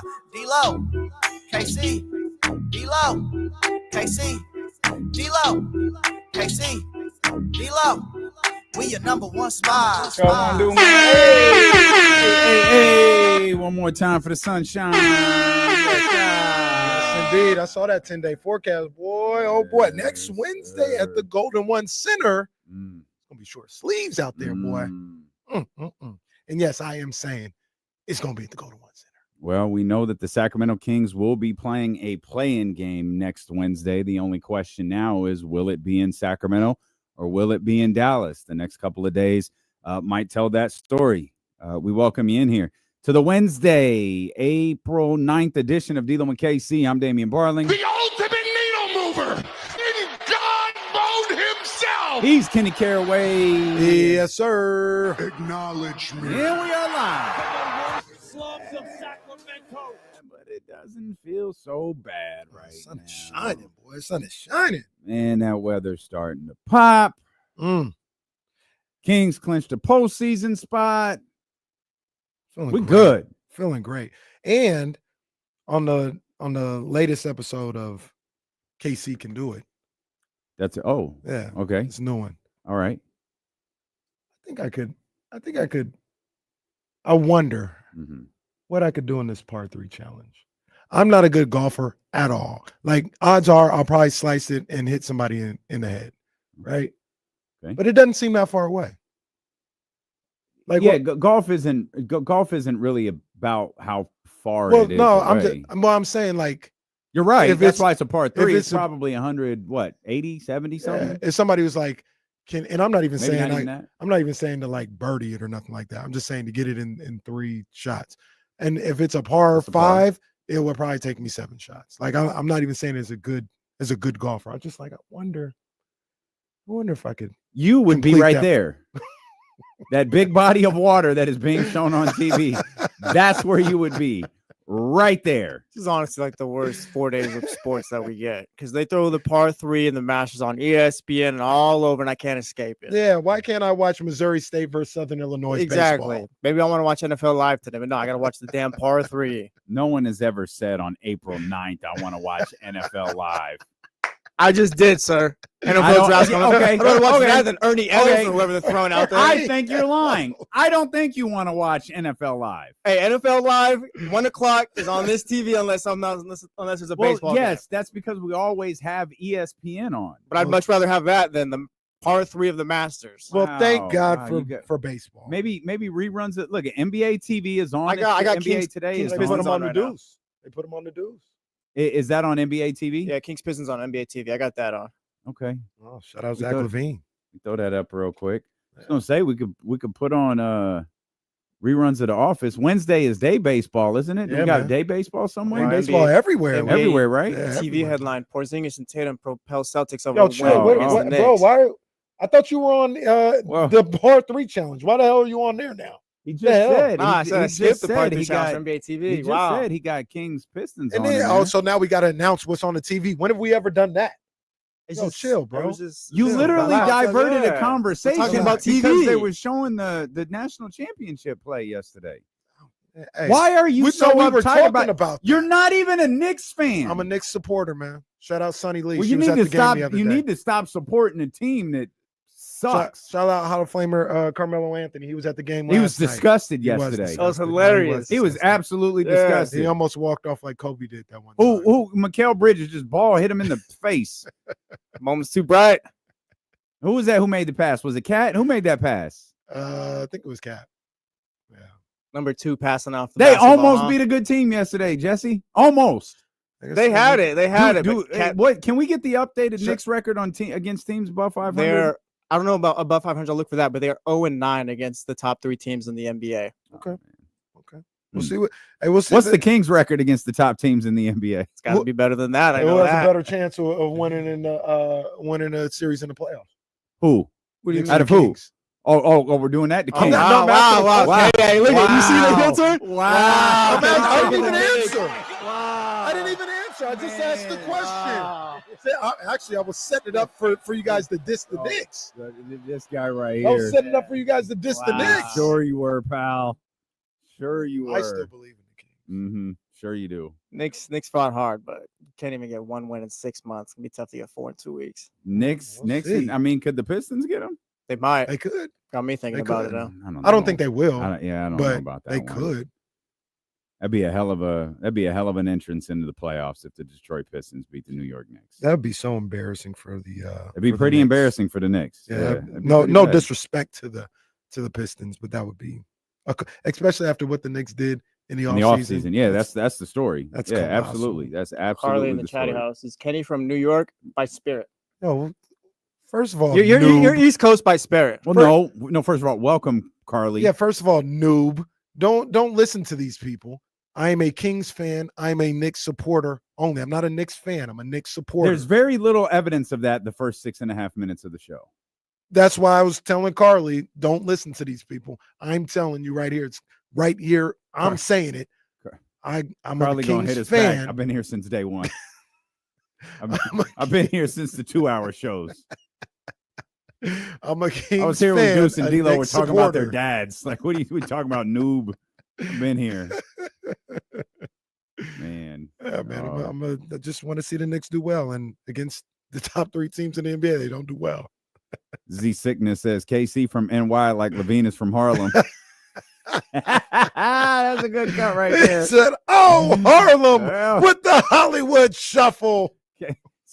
KC does hate Kendrick Lamar. Well, that's Well, that's not accurate. true at all That's- either. Just make. We want to make sure Carly knows. That is not true at all. Don't listen to these people, man. Don't listen to them. Only listen to me. Don't believe the people that hate me. No, what do you say? Don't believe the people that were hired by me, and don't believe the people that were fired by me. Believe the facts. Who said that? Don't worry about it. Oh, I know. Wow. Wow. No, wait. Wow. What are you doing? Am I gonna look it up and be like a redacted No, photo or something? yes, it's Sean. Sean. No, said it wasn't Sean. Don't Oh, who worry about said it. it? Don't worry about it. Now that you don't know. I thought it was Sean. That absolutely sounded like a Sean quote. It's definitely somebody who was redacted. That's for sure.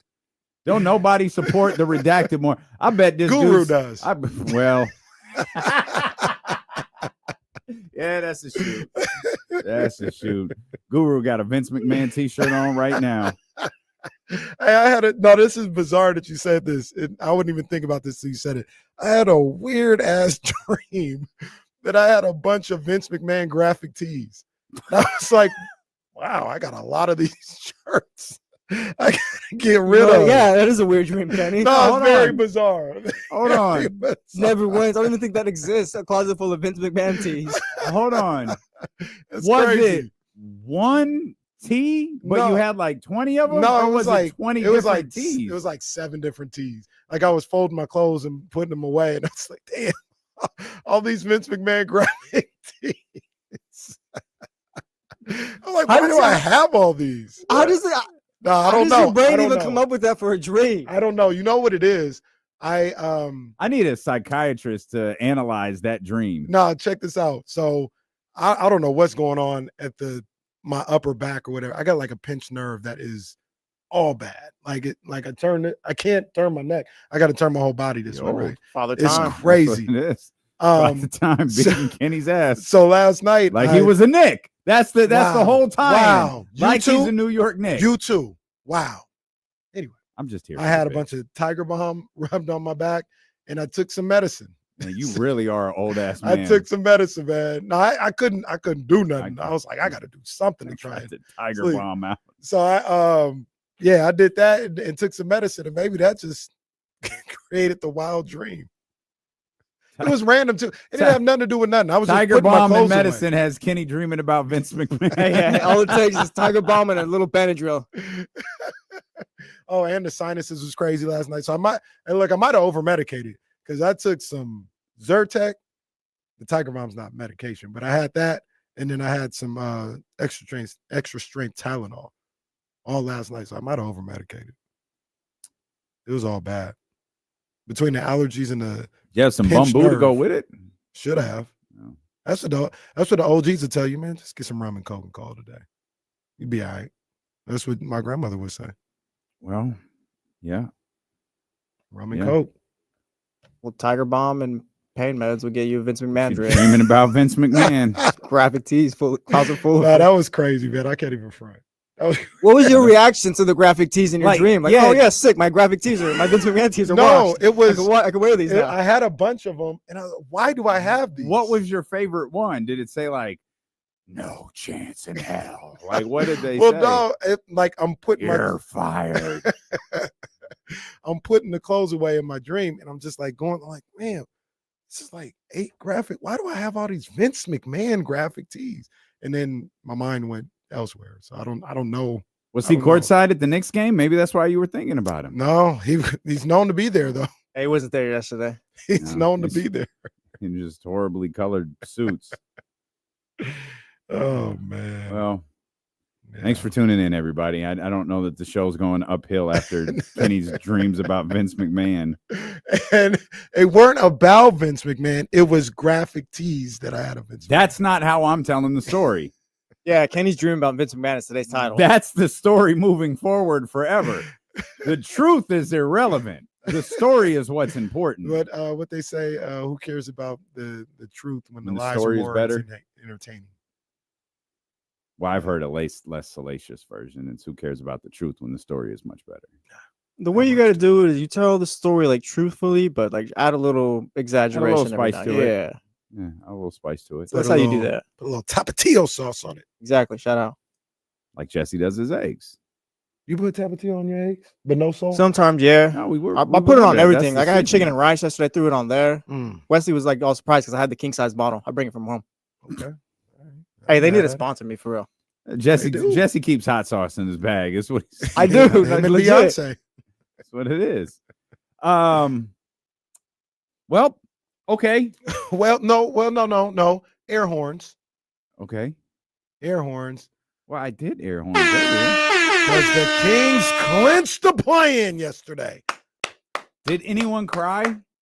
Were there any tears? I don't No. think the cameras caught it. Someone There check was- social media. Did anyone record themselves crying? There was a lot more, I don't want to say celebration because that would be too aggressive, but like posting of them clinching the play-in than I expected. Not just from Sacramento, From the nationally, like Legion of Hoops, the Kings with the little graphic. well, Clinch but the that's- play-in spot. Well, no, I mean, but that's news. Like it's a story. Like clinching. I wouldn't. They wouldn't get. They would. g- Well, as you can see, they clinching weren't a- going to get a graphic Well, clinching a for yeah, clinching the play-in. but clinching a postseason, that's an NBA thing. I don't have a problem with that. I don't have a Especially- problem with it. Especially in a race. I saw more than I thought I would. Okay. Well, Clinch the play-in. in the Vince McMahon dreamer. Oh, I see. Okay, we'll come back. We'll attempt to start this show. Kings, they're headed to the postseason.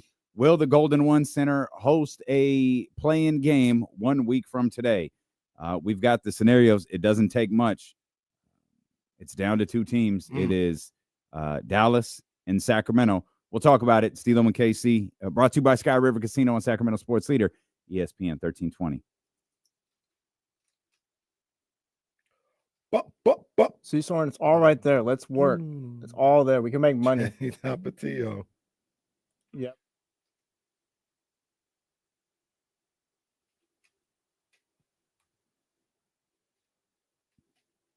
No, hold on. Get out of here.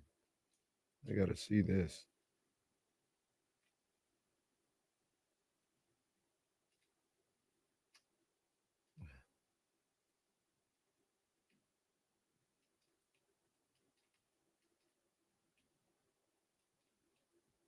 The That's monitor funny. in front of me is dead, and it's really throwing off my workflow today. It's dead? Yeah, like it's just not working at all, I guess. I Is guess it it'll get Jonathan now? replaced. Yeah. Okay. This is funny. Sacramento life on Instagram. made like AI versions of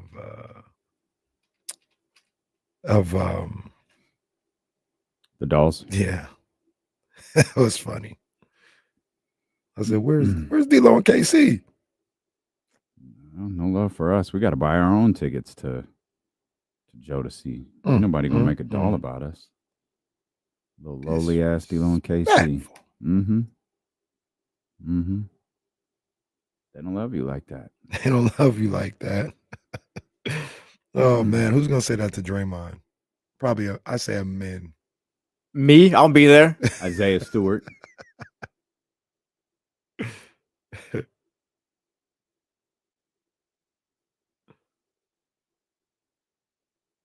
What's the son that was it Nurkic? Who was the son that he hit? It was Yusuf Nurkic. Yeah, Nurkic. Big Nurk. Chris, you already got him in the order for me. That's how I go.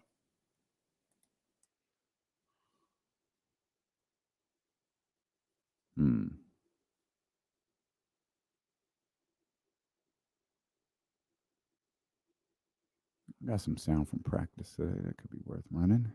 Damn, they in practice in weeks. Doesn't feel like it. Well, certainly not here. Certainly not here.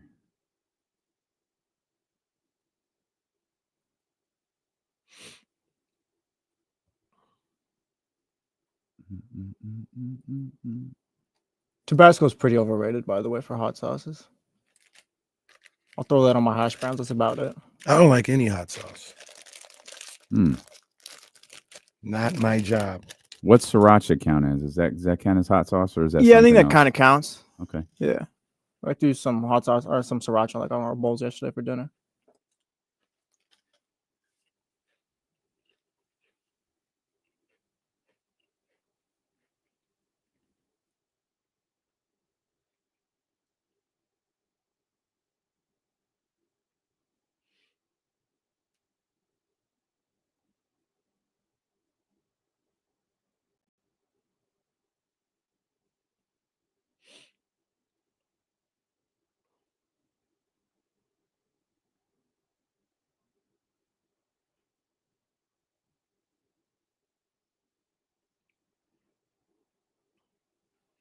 It's funny. I just had to respond to somebody in the building that the Kings qualified for the play-in, and I recognize the person that I'm messaging might not understand what that means. I Like I don't know how you because you can't say the playoffs. So the Kings are in the play-in, so they're going to play a game next week. It doesn't mean they're going to play 2 more weeks, or it just means they will at the very least play one more. And I was like, I'm not typing all of this, so if she asks questions, I'll respond. Right. But I'm just saying the Kings qualified for the play-in, and I'm leaving it at that. I don't think non-basketball people really I have to explain the complex what this means pretty regularly. Like they're in the play-in tournament that could get them into the playoffs. Yeah, I guess the shortest way to do that. I mean, maybe you call it the postseason tournament, the play-in tournament. See, but then the yeah, NFL will be postseason. I know.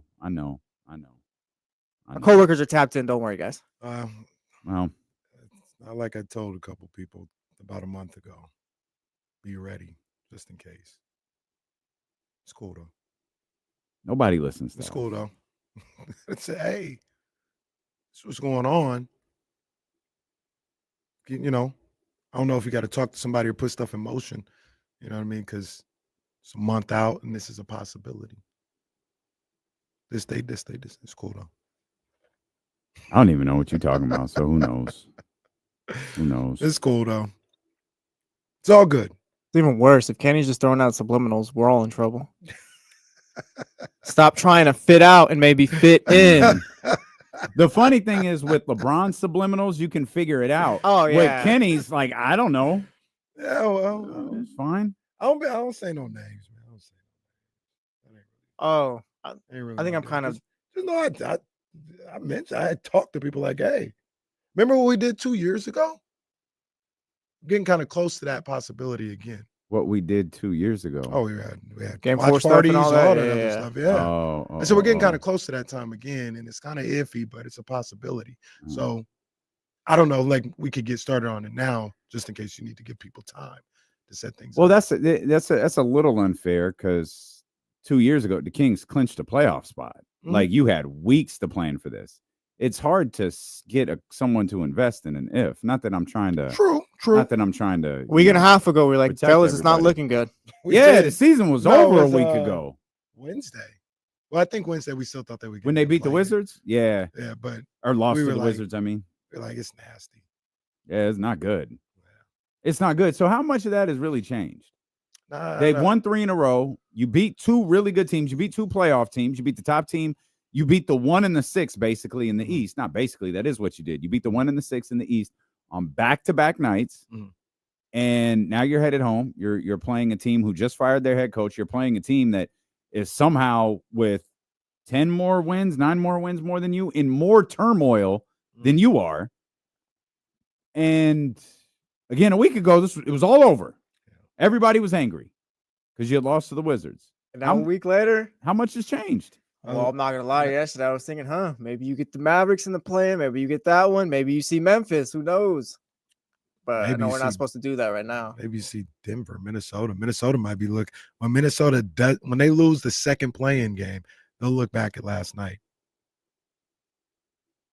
When they lose the second play-in game to the Kings, they'll look at last night and be like, we could have avoided the play-in altogether. I'm talking about Minnesota. Yeah. Yeah, that was a bad one. Yeah. That was an epic collapse. We'll talk about it. But like to answer your question, I don't think much has changed except for the fact it looks like you'll have one of the games at home. When they lost that game, it looked like that had gone away because you had lost to the Wizards. You probably beat Charlotte, but there wasn't no way you were going to win Cleveland and Denver. Probably weren't going to win one of them. And I think that same night they lost to Washington, the Mavericks beat the Hawks, I believe. That's right. So it felt like, all right, you'll probably still be 10 because KD's not in Phoenix. And You got thrown all off the this hell other in a stuff. cell with that Washington Right. loss and the Dallas win. It's like you probably still get 10 because Phoenix just isn't equipped to make you pay for it, but you're probably going to have to win 2 road games. What has changed in that time is you're going to be at home for one of the games. I'm just going to say that. And The got a likelihood little is very momentum. high Yeah. that they're home for one of these. You see a little bit of light now in these 2 games because of, I think mainly because of the way Zach LaVine has played. Because you're like, man, if this is what he's going to be doing for the next week and a half, hell yeah, you can win 2 games and get into the play-in. Absolutely. Or excuse me, get into the playoffs. For me, I think it's less about the Kings because, like, we know they can show up on any given night and play good basketball. Like, we know that already. But some of these teams out west that are kind of like dangling above the play-in, kind of teeter-tottering, are looking kind of weak. I feel like they can be had. Like Memphis, I don't really know about them. And Denver, they just fired their coach. Like, how invested are you guys like as well? Like, it's just kind of there's weak spots I think now. Get well soon, Jalen Wells, man. That was that was tough. awful. Yeah, that was awful, man. Get well That was soon. awful. So I bring him up though because And he is jacked up. Like that picture he posted at the hospital was crazy. Like he is banged up, scratched up. His wrist is broken. I mean, thank God I guess that's all it is. Right. But he looked like he was in a car accident. That was tough. That was tough, man. And to that point a little bit, I feel really bad for the guy who undercut him because he was very, very he was like, I'm sorry. He just kept saying, I'm sorry. I went to social media, said I talked to Jalen, but I just want to tell his family, like, I'm so sorry. I kind of feel bad for him because I don't know how he got in that position, but that clearly wasn't what he was trying to do. Nah, it wasn't. And he was, he's a young man out there trying. Yeah. And that can sometimes be dangerous. Yeah. Inadvertently dangerous, but it can be dangerous. Right. And I think that's what it was last night. Yeah, but get well soon, Jalen. Like you said, it seems like the worst of it is the broken wrist, and that's a great thing because that was scary. That was scary to see. But I'm went on a little bit of tangent. I say that to say Memphis was already in a like kind of downward type spiral, so to speak.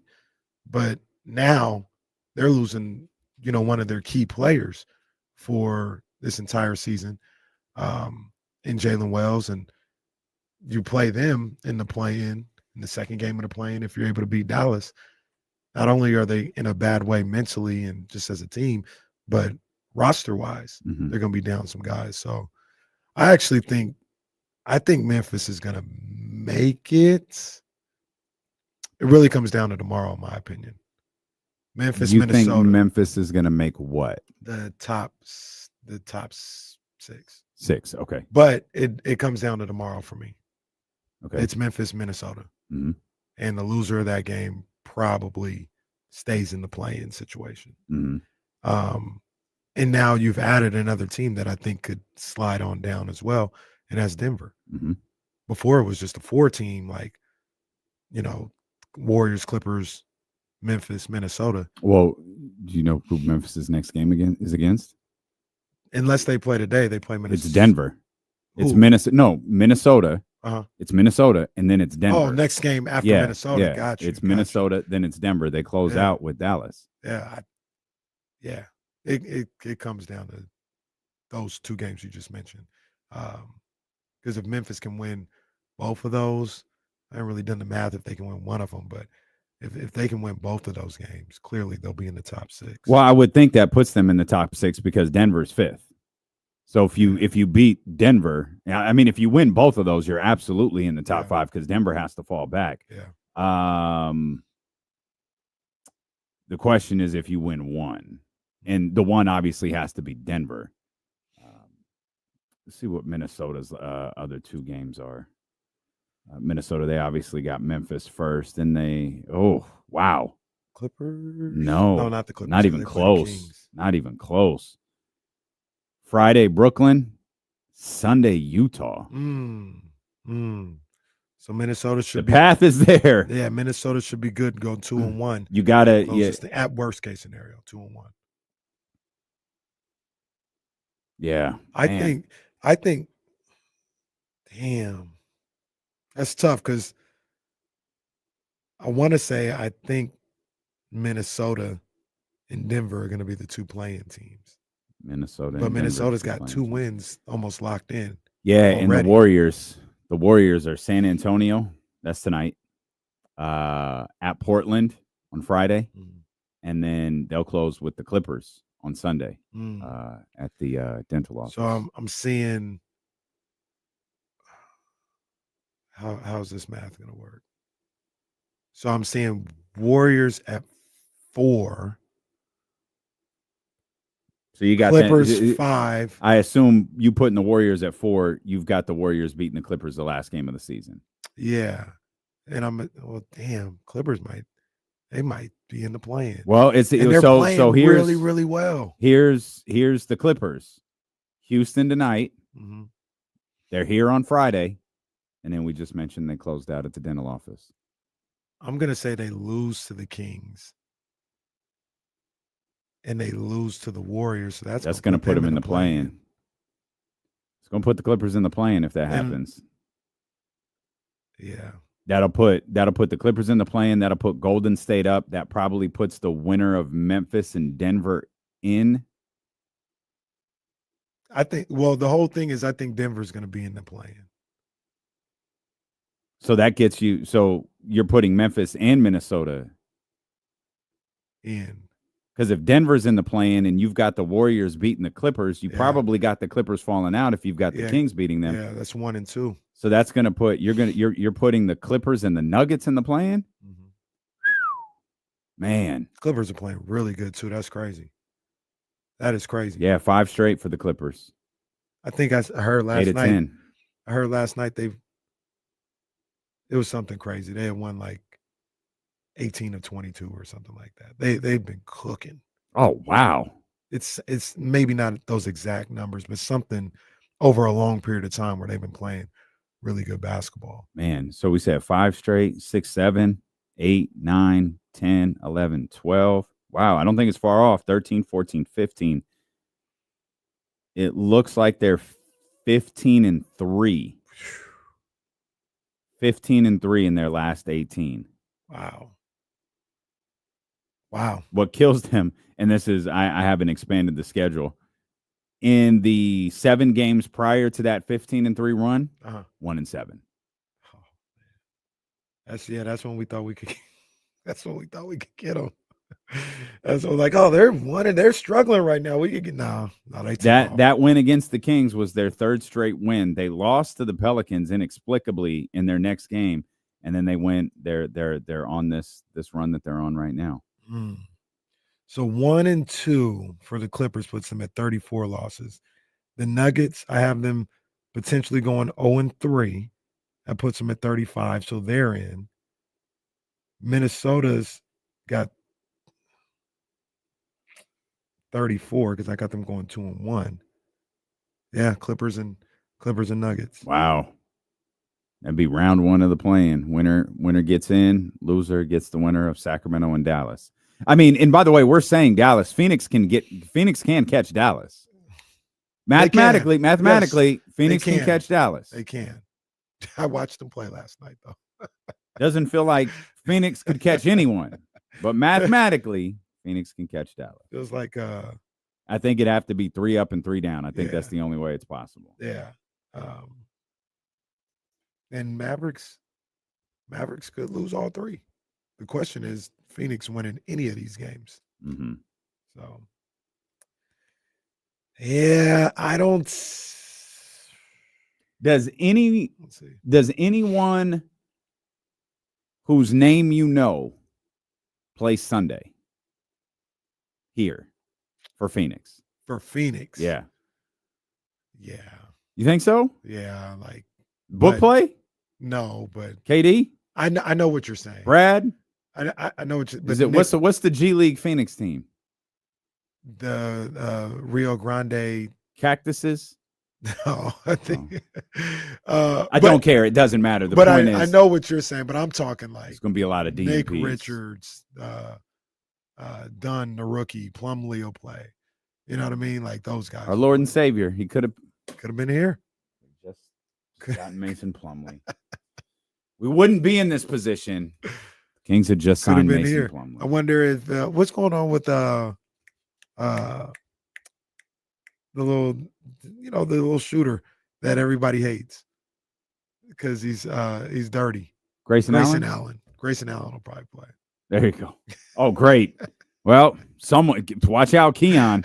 Someone's getting taken out. Grayson Allen playing. Someone's getting taken out. But to your point, though, like I understand your point. I don't know because they could get eliminated tonight, huh? If Dallas were to win. Yeah, they got to be out. Like Dallas can't win again. We might. It's the Lakers and it's Luka's return. Luka, I guess, fresh after getting thrown out late in yesterday's game. That was a trip. And I'm guessing I know what he called the fan. Don't know for sure, but pretty confident I know what he called that fan. Hey, I'm gonna tell you right now.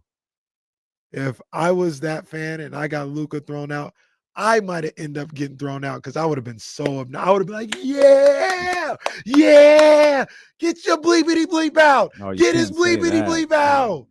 You would. I got his dumb ass thrown out. You would get thrown out. Doug would have to, not Doug the coach, Doug the security guard would have to come over. Hey, come on, Caraway, get out of here, man. Yeah, I would have been hyped. Talking crazy. We're talking about LA and Dallas. Oklahoma City's in Phoenix. Oh, damn. Man, they're gonna put that team out of their misery in just. Do they score more than 80 tonight? This might be an all-time they didn't show up job. Bradley Beal, you thought he didn't care last night. If I'm Brad, I wouldn't care either. Some people have been y'all hoes hate me anyways. If I went for 50, you wouldn't care. Yeah, so I don't have no problem with Bradley Beal. Y'all, they treated him like the problem. They've tried to trade him.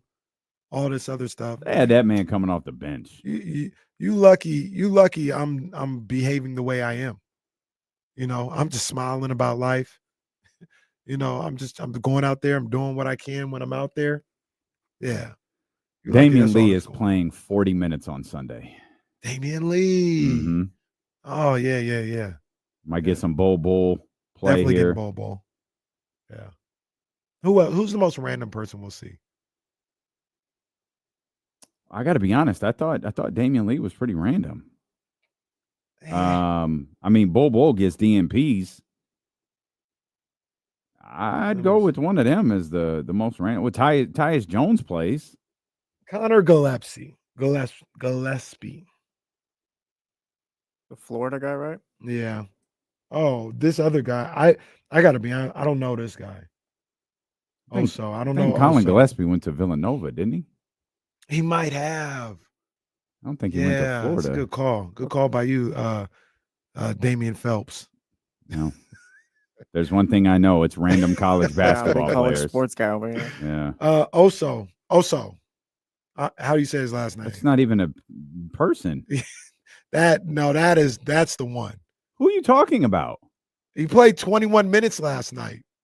His name is Oso? His first name. His last name is Igodaro. You're just making stuff up. Oh, you said Igodaro. His first name is Oso. You're naming Snowfall characters? They do not have a player named Oso. Oso Igodaro. He's playing on Sunday, and he's playing 35 minutes. Okay. I don't even know who Oso is. I don't even think that's a person. I think you're just saying stuff. 21 minutes last night, 2 of 6 from the field. Draymond Green looking for his Defensive Player of the Year award. Oh, he's campaigning again? Oh, you didn't hear? bad. Yeah. He's campaigning tough. What? All right, what he saying? I didn't hear. What he said? He said he's motivated every time he takes the floor because he wants to win another Defensive Player of the Year award. And you know the drill. This is his team's. This is what they do. Man, I know what that does for me. When it I have never. Steve Kerr called him the most whatever defender the other day. I have never heard a player beg publicly and then through their media people to be a Hall of Fame candidate ever. I have never, ever heard an active player beg for their Hall of Fame candidacy the way that Draymond Green does. I agree. Now, look, Draymond's a fine basketball player. And he's a hell of a defender. I have never seen anything like what Draymond has been executing since the 2020 Olympics. Agreed, man. That man is openly begging to make the Hall of Fame. And the crazy thing is, and I don't, hopefully we'll get to it because there's one conversation that I'm interested in having, but the one with Steph and Buddy, that one? No. That was hilarious. That was iconic. Yeah. It's in the rundown. He's already done what he needs to do. Like he's already making the Hall of Fame. Draymond. Oh, yeah, because he's Steph's lackey. Yeah, he's already the campaigning for it. Why, bro? Why? No, let him do his thing. It's whatever. And he's a great defender. He is a great defender. He is every year one of the better defenders in the league. It's interesting that as great as he is and they need him so much and all this other stuff, they were 11th with him there. Mm-hmm.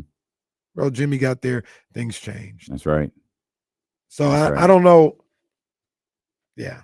Jimmy. I don't know how much of an X factor you are when you're there the entire time and your team stinks.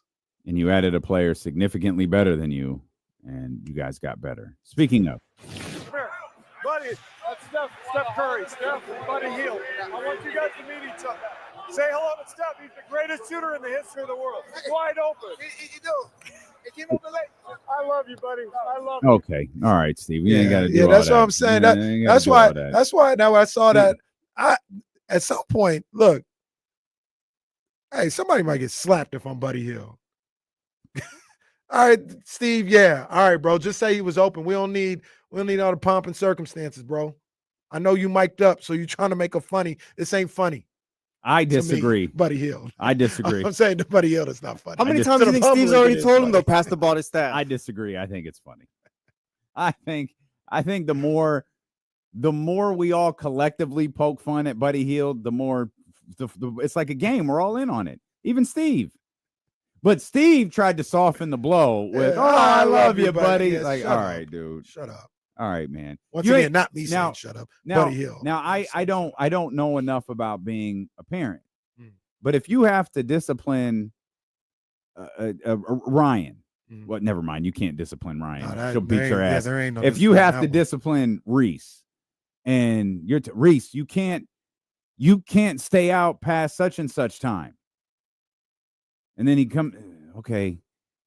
Now here's some cookies, son. I love you. And here's cookies and milk and ice cream. Like that ain't gonna work. Right. That's what Steve just did. Steve, tell your player to pass the ball. You weren't joking. You meant it. Yeah.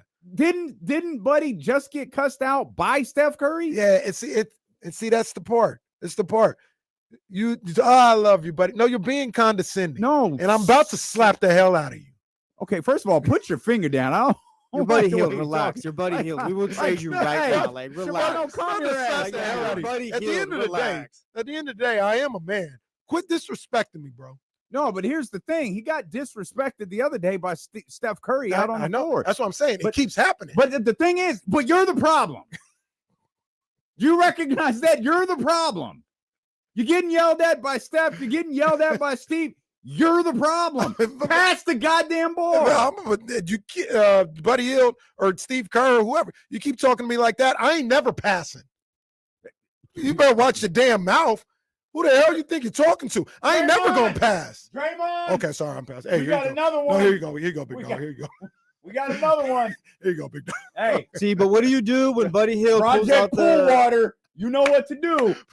If you're Steve Kerr and Steph, what do you do when Buddy Hield pulls out the NBC Sports graphic? Steph, I'm right here, right behind you. Oh, well. Steph, 1 and 2, Steph. 1 and 2. You got to respect it. Look at Steph since December 3rd of 2021. You got to respect it. Nah, man, it's just, no, Buddy Hield. All right, Steve, that last part. You saw it too, the last part. All right, now you messing around. Like, stop talking to me, Steve. Stop talking to me. You're playing around at this point. I'll shoot. I was gonna curse. I'll shoot that shot again. Stop playing with me. Well, then sit your stupid ass down. You ain't playing. Sit me down then. Go ahead, sit me down. You playing the role of Buddy Hield is wild. That was not something I was prepared for today. What was Steve said? I love you, buddy. Well, so no, shut the hell up. Now, Steve, Steve, what are you doing? You just Steve, you didn't make a point there, at all. He was mic'd up. You did not make a point by doing it. Buddy, that's Steph Curry. Steph, Buddy Hield. I want you guys to meet each other. Which was Say looking hello on to Steph. confused. He's the greatest shooter in the history of the world. Wide open. He do. He came over late. I love you, buddy. I love you. Okay. All right, man. This you're right. You know what that was? That was I watched 6 minutes of the gold thing on Netflix or whatever it was. It's that goddamn Steve Kerr, Anthony Edwards moment. It was the most contrived nonsense. You know what, Steve? All right. See, now you're seeing it. All right. Now you're seeing it. Get the hell away from me. Get the hell away from me. Stop putting cameras and microphones on Steve Kerr. His cheesy ass. Come back. Which team missing the playoffs would be the biggest disappointment? KC just laid out some potential play-in scenarios. We'll talk about it. Steelin' with KC, brought to you by Sky River Casino and Sacramento Sports Leader, ESPN 1320.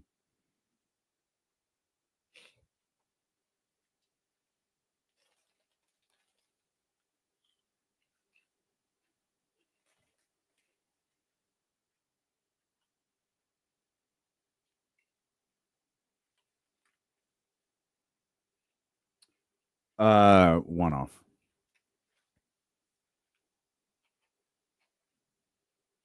Yeah, it's a definite one off.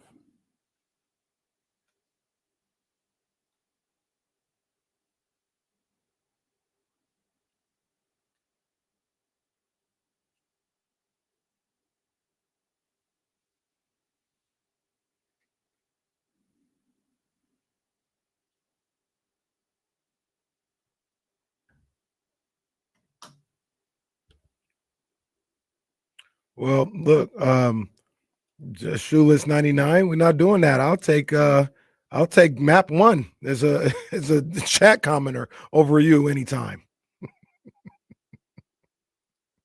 Don't disrespect Doug Christie on here, big dog. I guess I'm one of the few. I actually do think Steve is a good coach. He's just corny. He's just corny.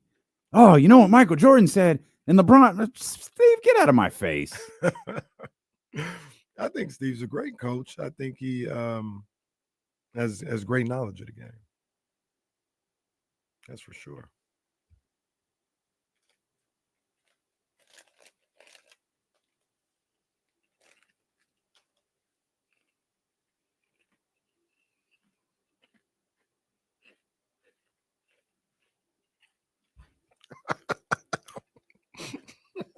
Look at this clown. Oh, stop it. Will you stop picking fights with the chatty house? Okay, big fella. Oh, Shoeless is my guy too. I was making a joke and okay, big fella. All right, buddy.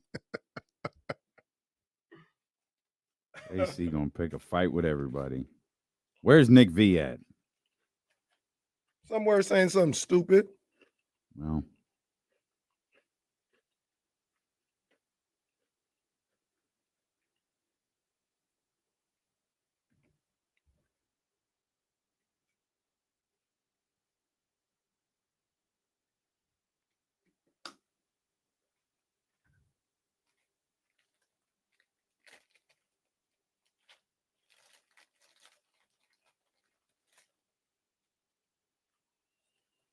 Terrence Davis, TD. Shout out to our boy TD, man, back in Sacramento. Terrence Davis, just in time for a nationally televised game, too. It's on and popping. You know how our boy it's does on and popping with my boy TV. TD. Yeah, man. Big up to him, man. I was glad to see him back in the NBA first and foremost. Mm-hmm. And it's even better that he's with the Kings, man. So that's dope. A lot of people had the same concerns we had yesterday after the signing, where they were worried, that it meant something for Malik, meant something in a bad way as far as that injury. After sleeping on it, it may not be related. Okay, may not be related. I hope they aren't. We still haven't really heard about anything more about Malik's calf strain. Yeah, is it a grade 1? Is it mild? Is it precautionary that they said, we don't know. So we'll see. Yeah, we haven't heard any, nothing at all, right? No, I haven't at least. Yeah. Well, normally some sort of release would go out. Doug, it doesn't look like. I don't know if Doug spoke today or not. I'm following Sean. Sean hasn't posted anything with Doug. Normally the coach talks after practice, so we'll see if we can find that out. And I'm sure the first question would be about Malik. Domantas Sabonis talk, though. Here's what Domas had to say, courtesy of Sean Cunningham, Fox 40 Sports practice today. Oh, man. How did you look back at just the 3-3 trip for you guys? We obviously ended up on a great note, but we obviously could have done a better job as well. But, things are clicking now, so we just want to keep riding the wave. Are you pretty much, you get into the play-in tournament now? Just what you could. Gotta be better than that. Come on, King. Yeah, we got to be better. Probably Matt George. Come on, Matt. Take a lap wherever you are. That wasn't Matt. That looked like it was. How was kind of my ACRA. We just want to play. Damn. I'm gonna find out who caused this. Yeah, no, let them know. Fence him back. Hey, at home, we want to play home in front of our fans. Give them one more game at least, and the goal is to win and carry on going forward. Do you feel like pause that real quick? After those two answers, is the 10-second game back? Oh, good call. Good call. I forgot. It's a 10-second game. I forgot. So does Domas give an answer over 10 seconds? I've got the watch going. When did it change? After Mike's firing or after De'Aaron's trade? After Mike's firing. Hey guys, Okay. what do you want to talk about? Yeah. He's Cody Rhodes cutting a promo out here to start the show. Cody Rhodes. All right. Here we go. I got the clock ready. I'm gonna take the under on his next answer since he's already been talking. Good call. Yeah, I'm going less. Yeah. I'm going less. at this point?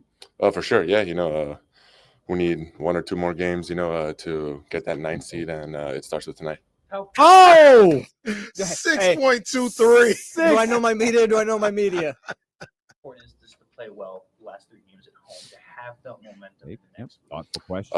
It's big. It's big. Everyone's feeling better or good, so we just got to keep riding this way, like I said before. And we play tough teams. Everyone's fighting for something. Oh, what was it? Nah, What was it? It was close. More or less. It was close. Oh, It had to be less. I don't know. I don't think it was. Snuck it in at the end. It was less. I'm gonna go more. Feels like an I'm 8.7 going to like me. 10.5. 9.32. Domas is a little sick. He's sounding a little nasally. Yeah, he's not spending any extra time here. In the West, this competitive heading into the final. The reporters' questions, Jake, Sean, they're longer than the answers. Yeah, no facts. Poor guy looks like he got punched in the face too again. Also, Domas is Looking going like to need. I'm going to need Porzingis. Domas to get his haircut before tonight's game. Why are you saving it for the play? Domas, you make $40 million a year. Get your haircut tonight. I get you've been on the road.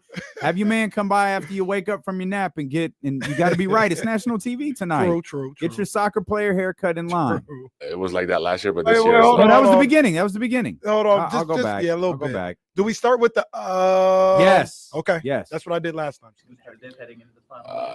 it was like that last year, but this year it's like from top to bottom. So yeah.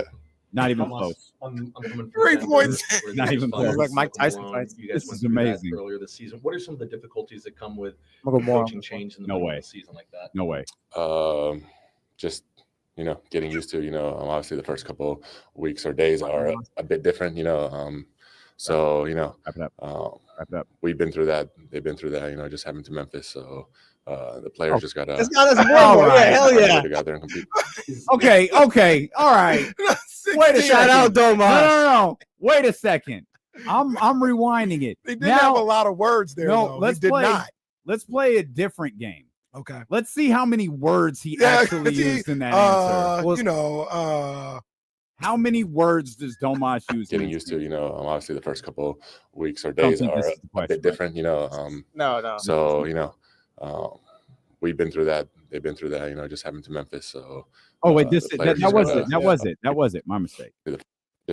just getting used to Where they just fired Michael Malone. You guys went through that earlier this season. What are some of the difficulties that come with a coaching change in the middle of the season like that? Noise. just getting used to obviously the first couple weeks or days are a bit different.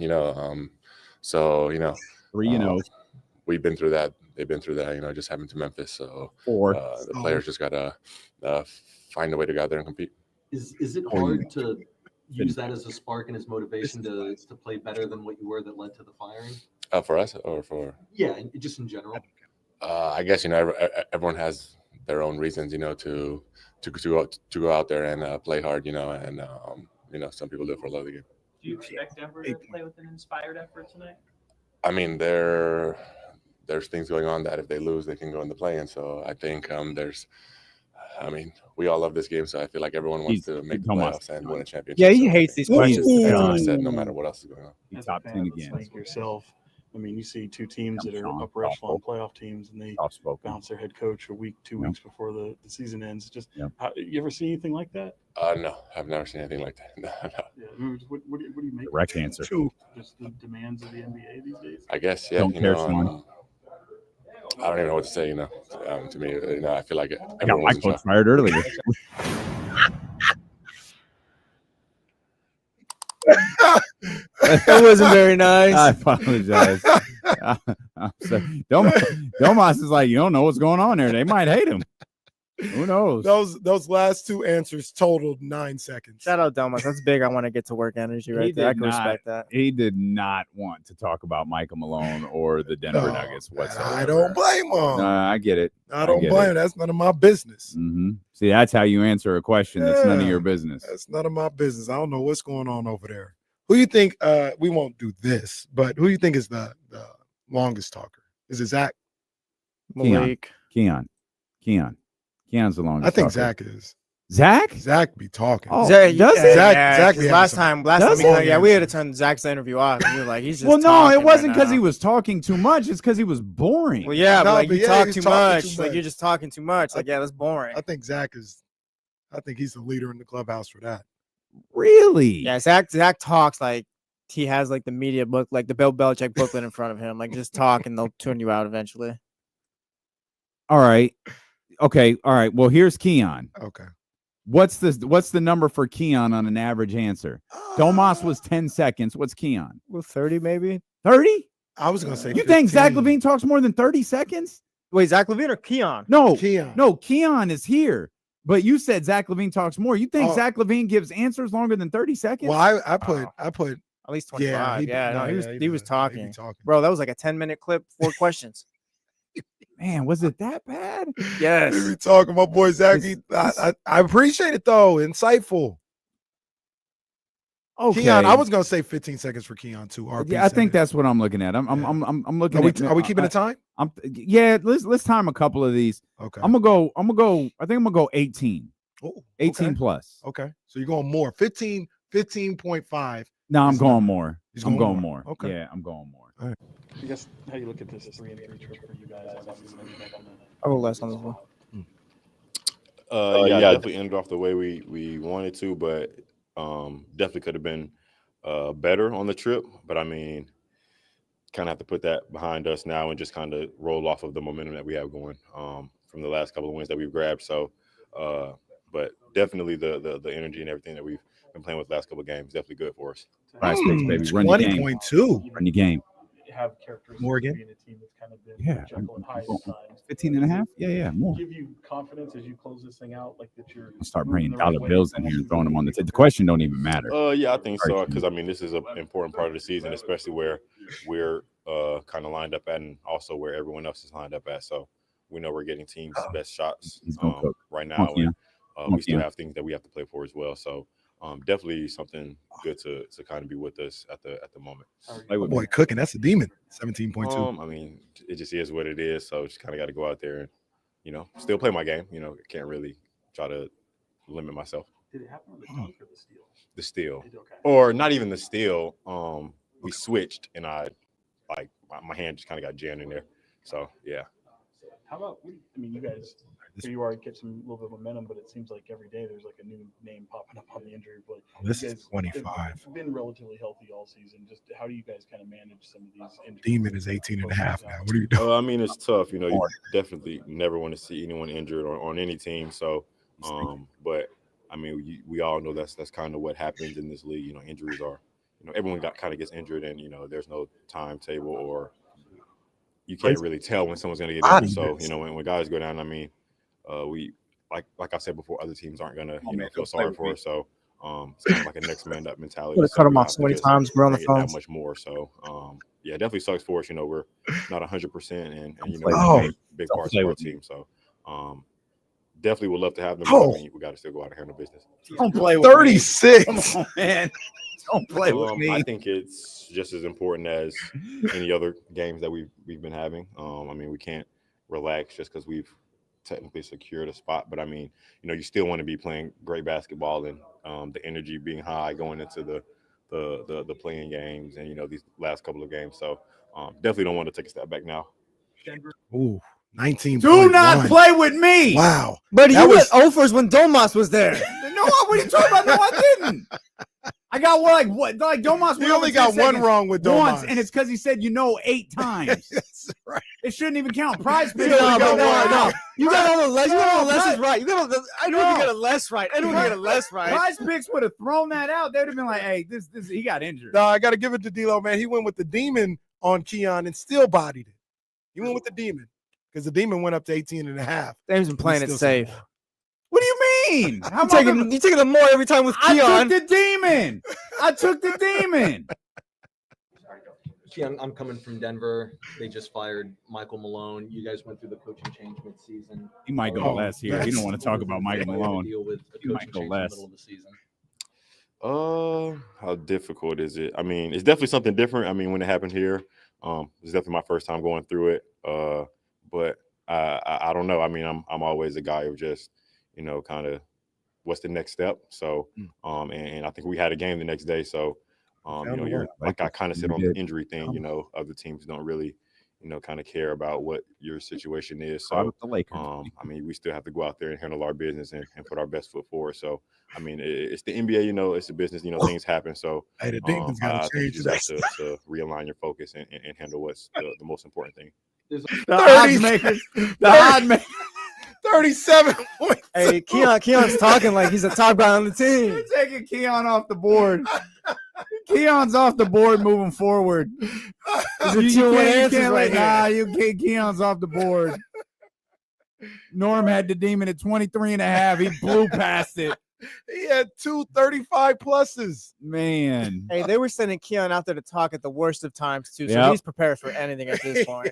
I think y'all are crazy about Zach. You going to find a Zach joint? I'm gonna stay with Sean here. Man. Sean's got so much. About an hour real tears, man. Sean's got so much baseball content. He does. He got the shot of the beam in Sutter Health Park the other night. He did.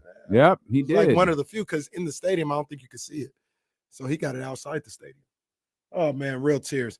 Hey, turn this damn NBA TV off. Oh, what are they talking about? I'm on NFL Live, actually. They're doing the replay. Seem bothered.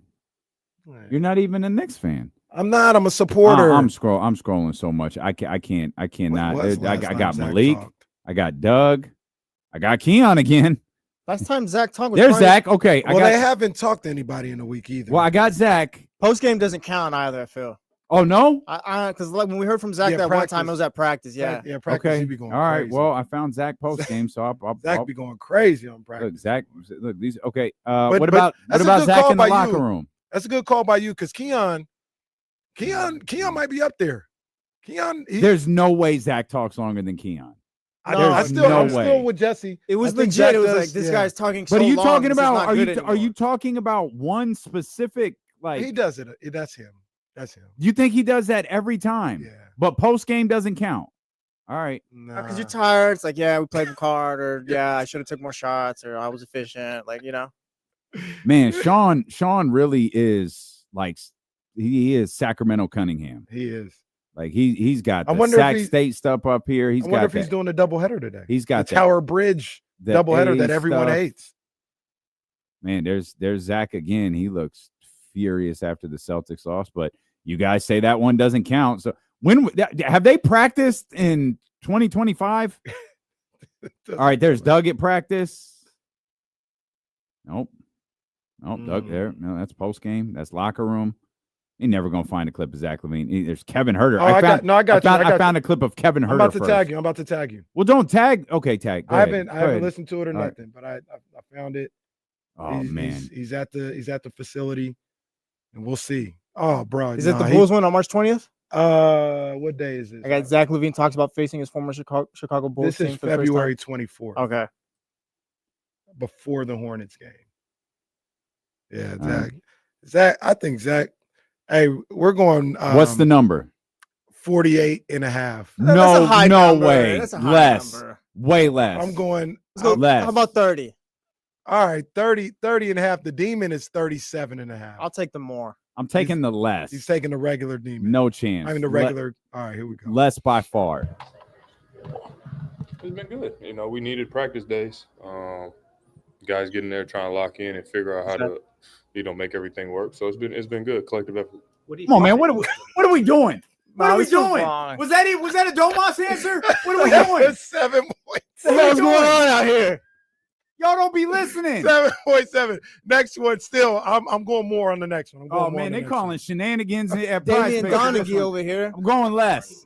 Like Doug was saying yesterday, the green light is kind of going off a little bit in terms of getting everything together. Just where do you feel like that's kind of gone off? I mean, we've had really good moments in spurts, but we need to figure out how to put it together. No one's gonna ever play a perfect game, player, coach, or even stat-wise with you're not gonna make every one of your shots. So how can you figure out how to win games while trying to put new stuff in and involve new guys to make it right?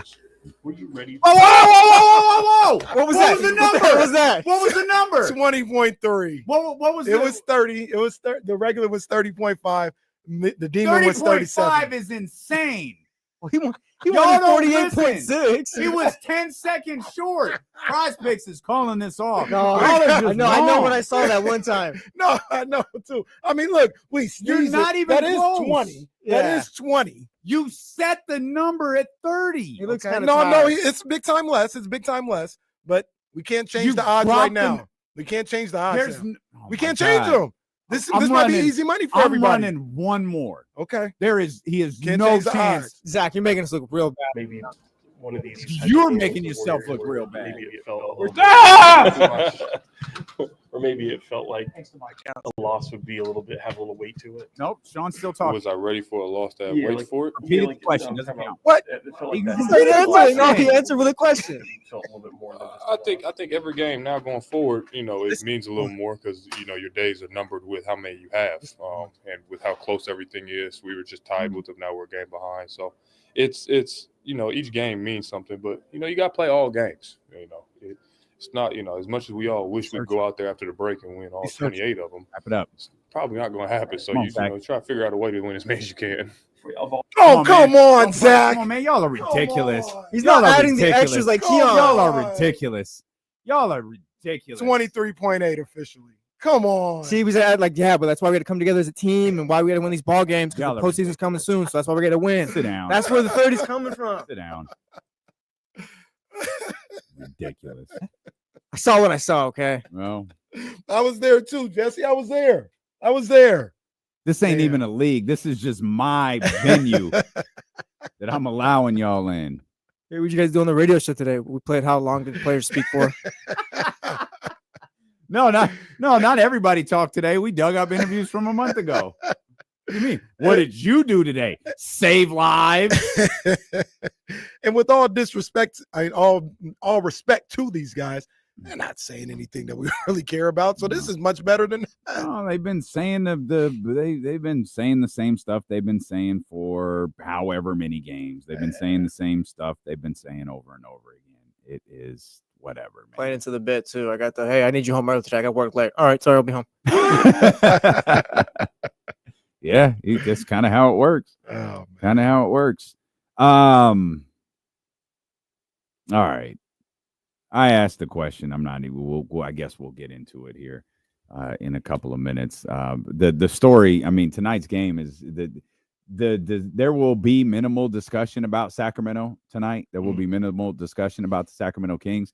And I think the primary focus of tonight's game is obviously going to be Michael Malone. Mm-hmm. But what they talk about in regards to Sacramento is going to be Mike Brown.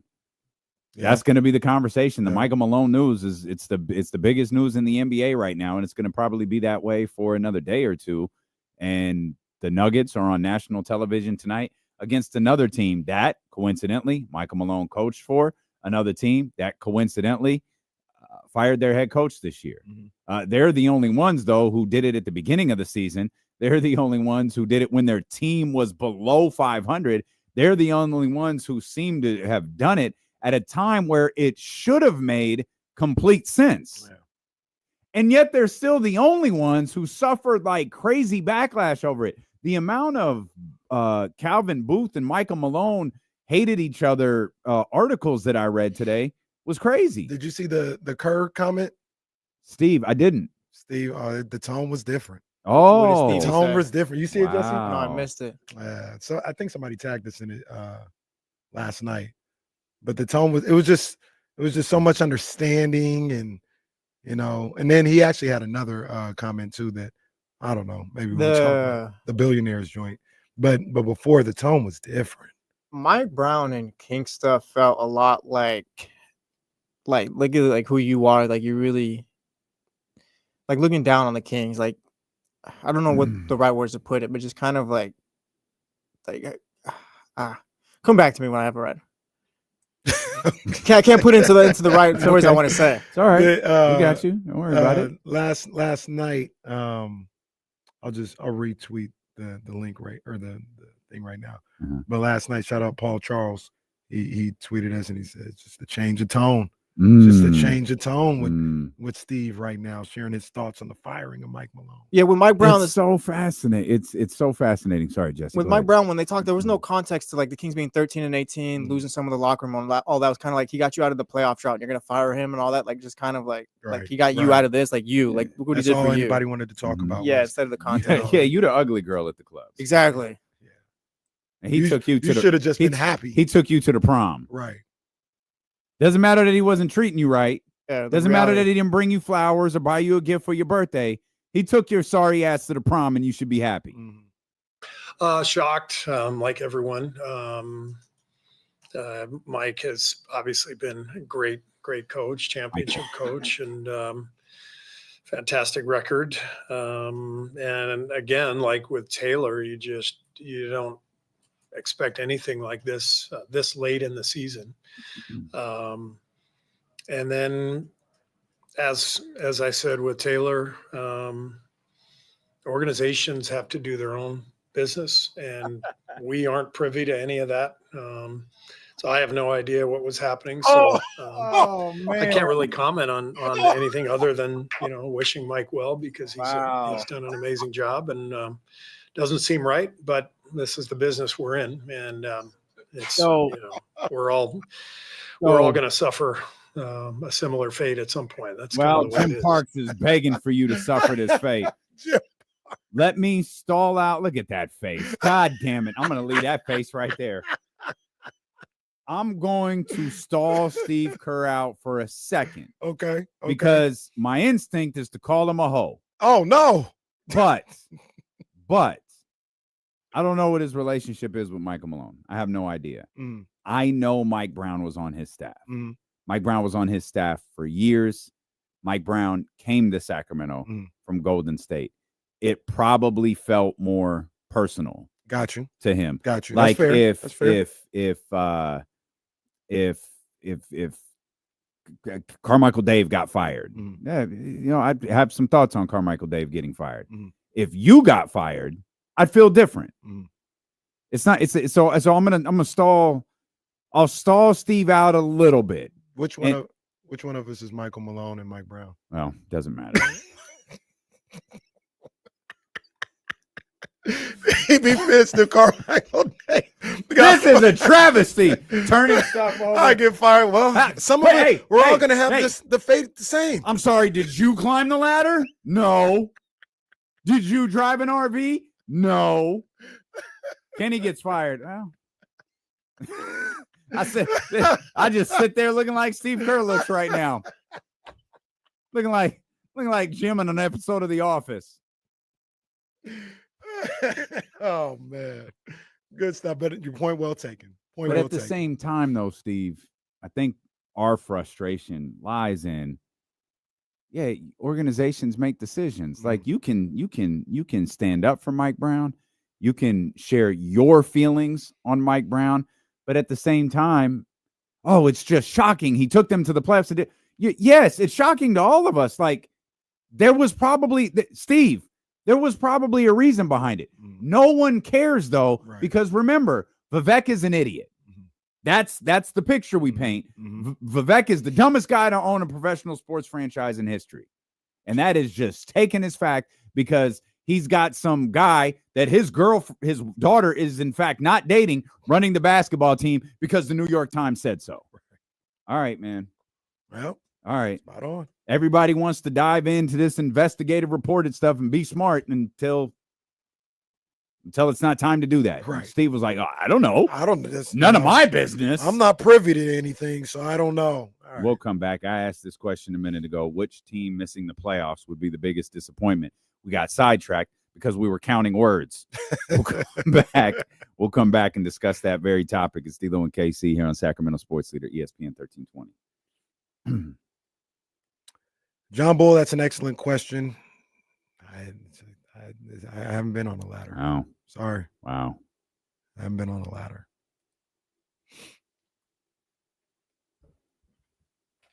What was the last time I was on? It was recent. What was I doing? I saw a preview for that WrestleMania 9 doc or whatever it is. It doesn't look too bad. No, No. I'll definitely tap in. It looks like something like it's not just let me tell you the story about this or whatever. It's like more behind the scenes stuff. It looks like It doesn't. Sorry about it. For me, all that stuff doesn't have to be like super epic. Sometimes just tell me a quick story, like, and if you got enough content to give me an hour, sure. That's what I think. That's what the WWE network. I know it's going to be on Peacock or whatever. But that's what that should be about. Like, give me like I don't need 30 episodes on this feud. On who? Like on any feud or whatever. Just overdoing it all the time. No, you can do that. give me the episode on the feud between. I don't know. What's I'm saying? You can do an episode, but I don't need 30 different clips or episodes. Oh, you on mean this. like yeah, on 9 one parts? Yeah, I got you. Yeah, got yeah, that's you, what I got mean. you. Yeah. I agree with you on that. Them chili dogs y'all eat are up there. Fire. I don't eat them. Fire. Bring back episode 3 or 2 of Icons too. Yes. There are ducks on the field at Sutter Health Park. Somebody get those ducks. That's right. Mike was with the Warriors, wasn't he? Mm-hmm. I forgot. I forgot. He came here from the Warriors, like everybody did.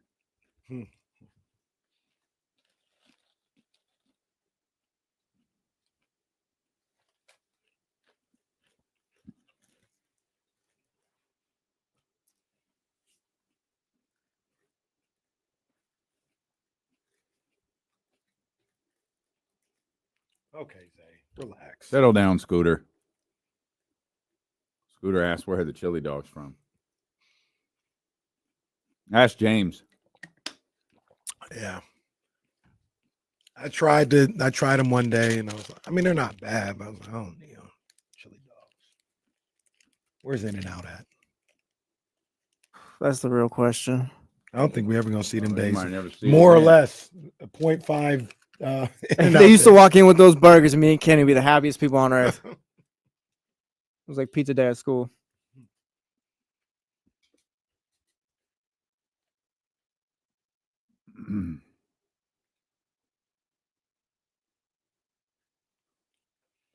Oh, nah, Scooter. I don't think these are good.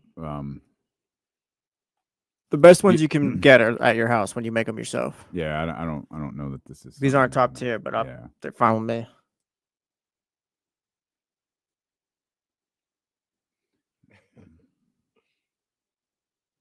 LeBron James playing in his 1,561st game tonight. Not the most all time, but he will move. No, he'll move to number 2. Right now, he has the Kareem Abdul-Jabbar has also played 1,560 games. The all-time leader in games played, is Robert Parrish. Yeah. LeBron should pass him next season, 1,611. Wow. That's crazy to think about, like him passing Robert Parrish. Because remember how we all felt about Robert Parrish, like with the Bulls and stuff, like, bro, this guy's been playing forever. Like, he's so old, all this other stuff, and LeBron's about to pass him. And he like plays games too. Now, LeBron has played. I don't think he's the same. I know he's not the same age as Parrish was, right? Parrish was he in his 40s? Or Robert Parrish, I think, 40s? was 67 when he retired. He was 67 in 88. I think he was 67 when they won the title. I don't know Robert Parrish's last year. I will, or how old he was his last year. I'll look.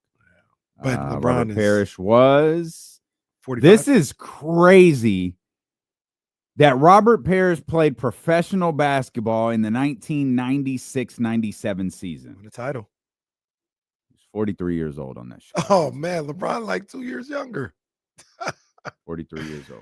And like so out here leading the team. LeBron's 40. He's 40. Right. LeBron just turned 40. Is he 40 or 41? He just turned 40, 40 in December. 41. So he won't quite pass it at he might pass it at 40. Yeah. Because it'll be close. That's gonna be about 30 games or so, maybe 35 games.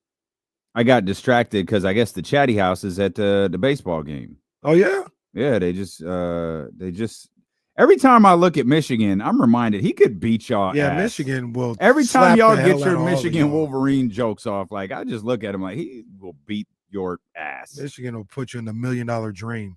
Yeah. The shout out to the Chatty House out at the A's game, man. They live in that sweet life. That's a good look. On December 30th, the Kings had played 33 games. So he'll be 41 in 30, 40, 50 days, something like that. Still, he'll be younger than Robert Parrish was when he played his 1,611. And Robert wasn't even playing like I that. wonder. That's crazy. Because this is always such a weird thing. Who's played the most total NBA games?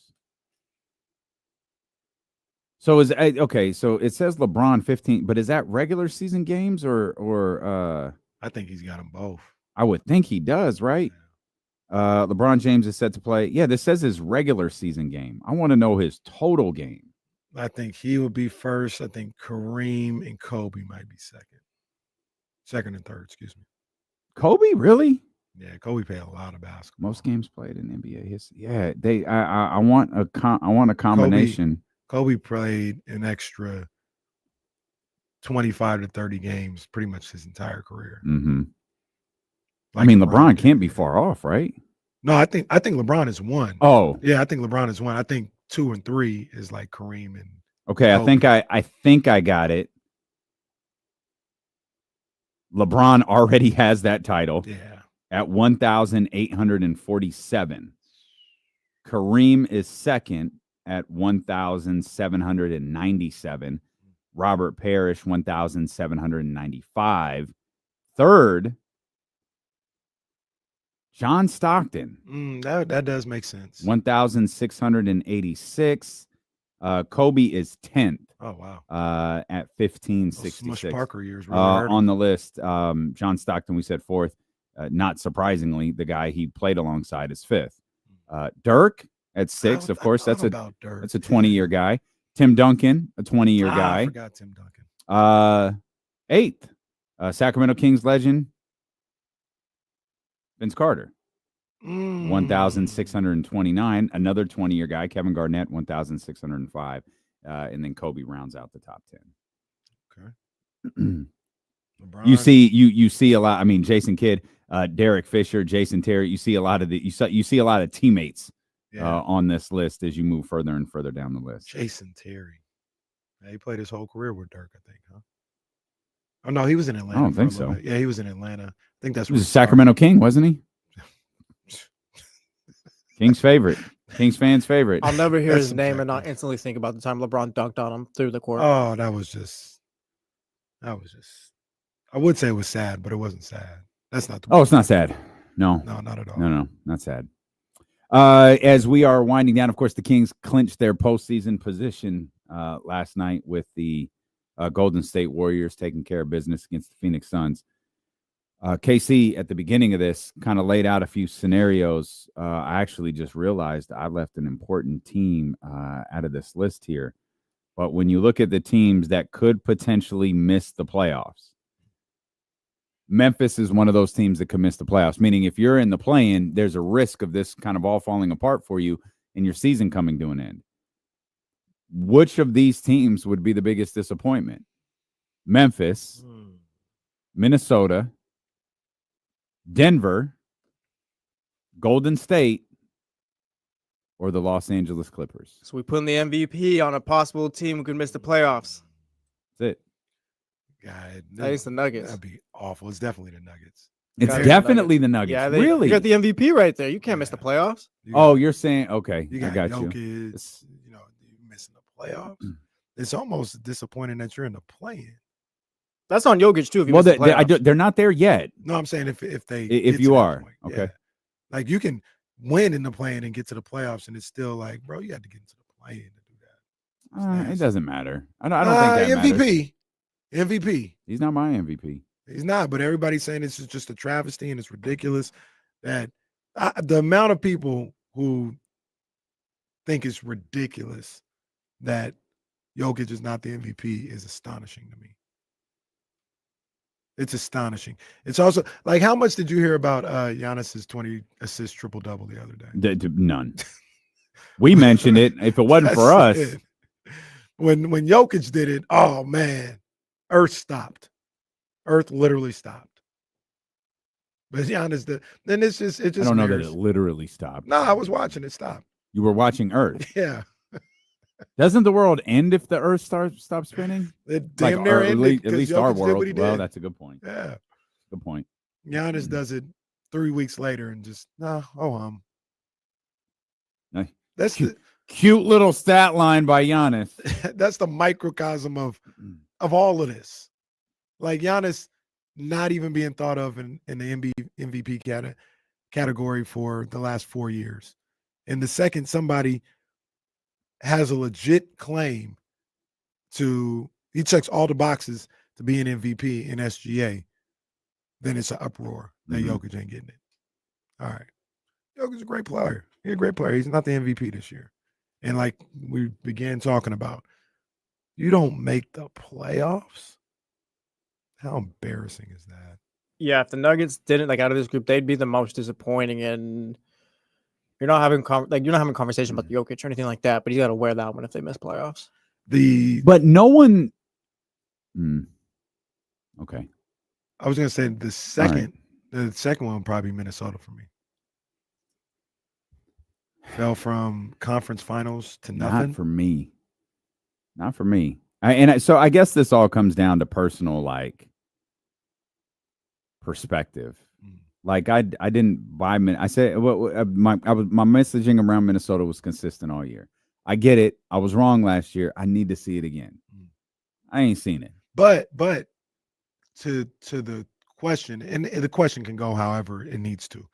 But you didn't believe in them. But Minnesota, if you're Alex Rodriguez, bro, we were just in the conference finals and we missed the playoffs.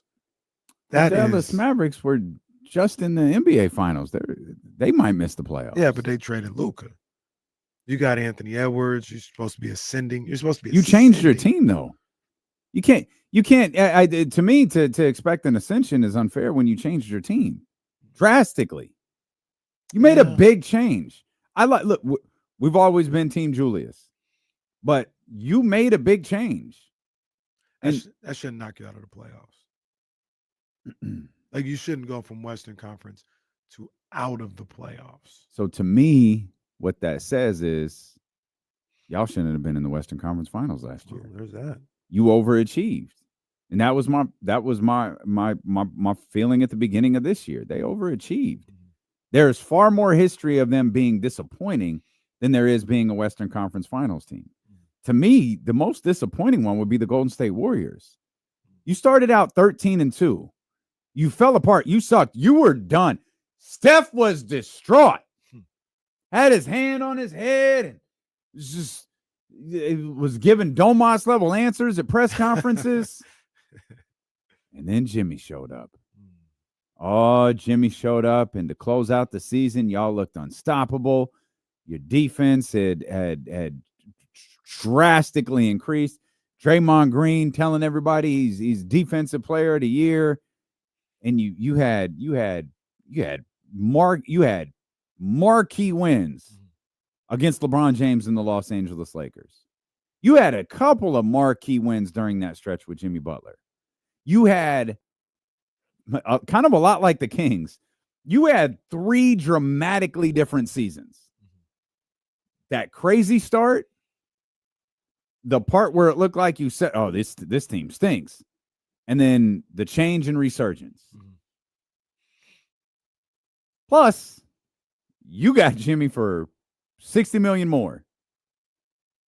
You got a lot of Jimmy Butler left. True. I think falling short for them would be a big disappointment. Now, I recognize as we discussed this, you didn't buy you might not feel that way because you didn't buy the Warriors. And I realized as I was telling you when you said Minnesota, why I didn't think it was Minnesota was because I didn't buy the Timberwolves. So it probably all boils down to what did you think in the beginning? Well, you're right. And that's why I get stuck on Denver. Sorry, last thing. That's why I get stuck on Denver is because you have said, in particularly all year, Denver's not a defensive. Denver's not they're not a championship contender. Yeah, but I think that's why that's why. But I think they're the universal answer. I mean, Denver, really? Denver, yeah, like you don't make the play. That is just not being a contender is different from falling out the playoffs completely with Jokic. The Warriors, I see like that, the 12-3, 13-2, whatever it was. I didn't buy it. Then they were bad after that. Like they've been climbing uphill with Jimmy Butler since they got him. So like if they did miss out, that'd be kind of surprising. Well, I feel like they're not climbing. I feel like they climbed. Still like I mean, I know they can still ascend and all that, but what I mean is like they had a pretty dramatic turnaround when Jimmy got there. They did, but they still had ground to make up. Yeah, they weren't starting from 0-0. Sure. So because you had so much ground to make up, it lends to like where you're at, right? Like you played well, and that just got you to maybe 6. Mm-hmm. You know what I mean? Well, in this case, it would be 7th, yeah. Right. Because they'd have to, yeah. You're right. So there wasn't a whole lot of room for error, I guess. That would be I got you. The thought behind it. Sure. Denver, not only did you not make the playoffs, but you collapsed not to make the playoffs. Yeah. Yeah, I think it's I mean, they probably wouldn't even have been in this conversation 2 weeks ago. I wouldn't have said that 2 weeks ago, but yet here they are. And before I would have said Minnesota. But Denver, I think, is overwhelmingly. And like Jesse mentioned, you got Nikola Jokic. Like you shouldn't be missing the playoffs. But with Nikola Jokic. Okay.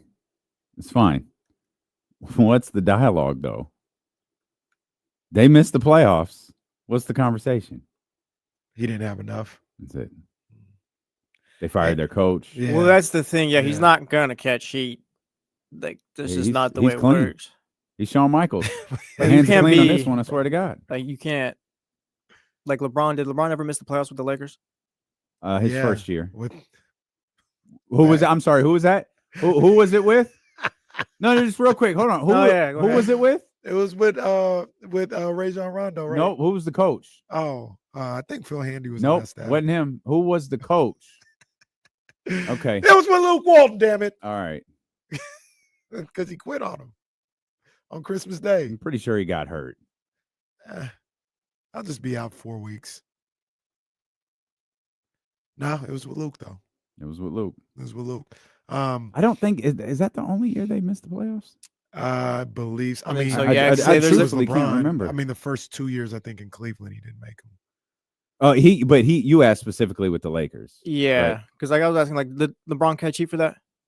Yeah, that's what I'm saying. Like, Jokic should catch the same. Well, Luke caught most of the heat though, and LeBron didn't finish the season. Like LeBron got hurt and essentially didn't come back. Yeah. The point is like Jokic is one of the best players of all time. Like, there's no excuse for missing the playoffs, I feel. No, 100%. And this is one of the arguments I'd have in all-time NBA conversations with like Kobe, LeBron, Mike, or something like that. Kobe missed the playoffs. You can't miss the playoffs. Half the league literally gets in the postseason. You, at that level, we're talking Jokic, LeBron, MVP, all. You can't miss the playoffs. He played 55 games that year, so he got hurt. He came back a little bit. They weren't very good, and then he wound up shutting it down. I just can't remember the time frame in which he came back after that. Was it a hamstring? Growing. No, just keep going. Just keep playing. Just keep playing. Did I say it right that time? No, you didn't. No, you didn't. Growing. No. Why is it so difficult for you? Why is it so what? Why is it so difficult? Why is it so what? I said. Why is it so what? Why is it so difficult? No, the flag. The flag. We saw it. Right. We saw it. That's a flag. That's a flag. That is. Yeah, that's holding. Why is it so difficult? No, that's defensive holding. We saw it. No, it's that all kind of, but we saw it was beyond 5 yards. Yo, this league is rigged. It's beyond 5 yards. Yo, this league is rigged. LeBron was talking about this league. That was a crazy 15 seconds. I went for the jersey and I put my hands up. You grabbed the jersey at 6 yards still. There was hand fighting. Trash. Absolute trash. But yeah, he got hurt on Christmas Day.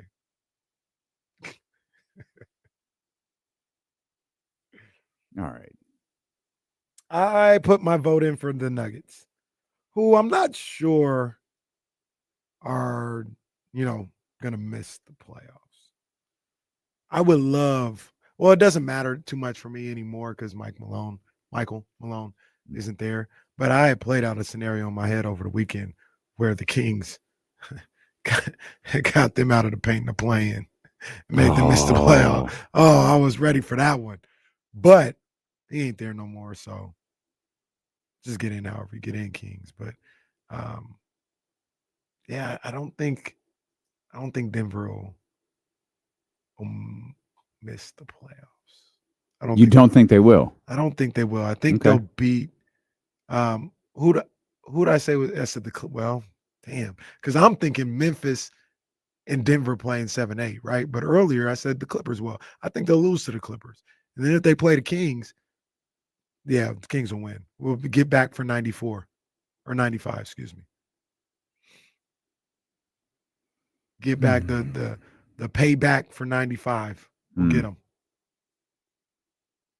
All right.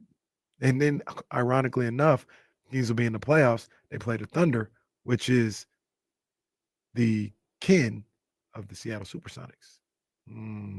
It's all connected. Okay. Rattle Seattle. Did you have one of those in your room? No. You didn't have one of those things in your room? No. I did. Remember them well, but no, I did not. Well, let's let the Kings beat Dallas first. Let's do that. Let's make sure the Kings get a home game first. In reality, none of those teams we just discussed could miss the playoffs. Like, it could wind up a situation where, let's say right now Memphis and Minnesota's out. One's going to win. The other's going to move on if they beat Sacramento. All those teams that we just referenced are in the playoffs. That's true. Denver winds up making it. Minnesota makes it. Memphis makes it. Like, it's up to Sacramento or Dallas. Kings to are keep getting them out. in the playoffs, though, so somebody's got to go. Somebody's got to go. Kings are getting in the playoffs, man. I want this to happen, man. I do too. But what does the Kings getting into the playoffs do for this season? I think it does give a little bit of, like, how do I put it? You can, I'm speaking as a fan here, not the team building and all that other stuff, but you might be able to say, all right, well, at least they made the playoffs, right? Like, we got to experience that. Absolutely. It doesn't wash away that people need to go. It doesn't wash away the disappointment that the season ended up being because of the expectations we had going into the season. That's all still there. And that's part of the reason why some people will have to go, because we didn't forget those expectations. But there is a level of, and I guess this is maybe just for me, I got into the playoffs, man. You got to, you got the city, an extra 2 weeks of basketball, couple home games, in the playoffs. Cool. You can take a little bit of a sigh of relief with that. I think that's what it gets you. I don't know I'm not here to say that makes everything okay or anything, but it does get you a couple extra weeks of talking about Kings basketball, playoff basketball. Like I said, one of the reasons last week people were so upset and so disgusted with this team and that Wizards loss, as I mentioned it at the time, I think a lot of people, regardless if they feel this way, after a loss or not, they still want to see the Kings play basketball. Mm-hmm. And it felt like the players didn't want to play basketball no more. Mm-hmm. And that's what angered a lot of people. Mm-hmm. And I think that still remains the same. I still think people want to see the Kings here in the city. They want to see the Kings continue to play basketball. What's changed with this team? Like, obviously that assessment, the original assessment, and we can break this down further and say that was an assessment of a particular game. Mm-hmm. You said it very clearly the day after that Wizards game is the Sacramento Kings looked like they were tired of playing basketball with each other. They do not want to play basketball with each other anymore. And I think in the context of that singular game, or maybe in the context of the hell, you could probably stretch it to 10 to 15 games or so, because their record is atrocious in that time frame. What changed? You had Charlotte next. Okay, no one cares about Charlotte. That's fine. You took no one cares about them until you lose to them. Right. So you took care of business. No one really cared about that. It was never discussed because you went on to beat Cleveland. I think it was on that Sunday. Yep. And then you followed it up with a win against Detroit on Monday. Yeah. You beat the 1, you beat the 6. Now all of a sudden it feels different. Now you got a Denver team that is the leading headline across the NBA channels and in sports channels and all of that coming into your house with an opportunity here. You could, I think, if I have this right, solidify your home court tonight. Yeah. If you win, you would need Dallas to lose. Right. But they play tonight. Right. So you would need Dallas to lose. And if you were able to beat Denver, you're playing for something tonight. You're playing for a home playing game, just like you had last year. Yep. You're playing for a home playing game tonight. Yeah. And you asked what changed with these guys. I don't know. I don't know if it was like this big come to Jesus meeting, but didn't Doug say something about they communicated with each other? I don't know how he classified it, but they talked to each other. They communicated. They were open with each other. The players. After the Wizards game. I thought he said something like that. After the Cavs game. Okay. I thought he said something to that nature. And I don't know, maybe they did have, clear the air session or, communicated like, hey, what are we doing here? Like, what do we want the rest of this season to be about? And maybe band it together in that way. Not sure, but yeah, they looked DOA a week ago. That was just pitiful. And they've been able to bounce back. So I could have been 100% wrong with my assessment of them. It could have just been a bad night. But it felt like they were tired of each other. You don't necessarily have to be wrong in your assessment. It just could be a single game assessment rather than a season-long assessment. Yeah. We'll come back. We'll talk more about the Sacramento Kings. They can clinch their spot in the play-in tournament. We kind of referenced this. We'll dive into this a little bit further. The Bucks had an epic comeback last night, and it was against one of the teams we've been talking about here this morning. Plus, don't show up to A's games late. Hey, bro. All right, I'm glad you see the same thing. It's crazy, bro. Do not show up to A's games late. We'll talk about it. Steeler and KC brought to you by Sky River Casino on Sacramento Sports Leader, ESPN 1320. Drew Down, I think that is right. A starters only meeting after the Warriors beat down. First Warriors beat down, that is. Second one, they just let it go. So the second one was just like, fuck it. It's fine. It's whatever.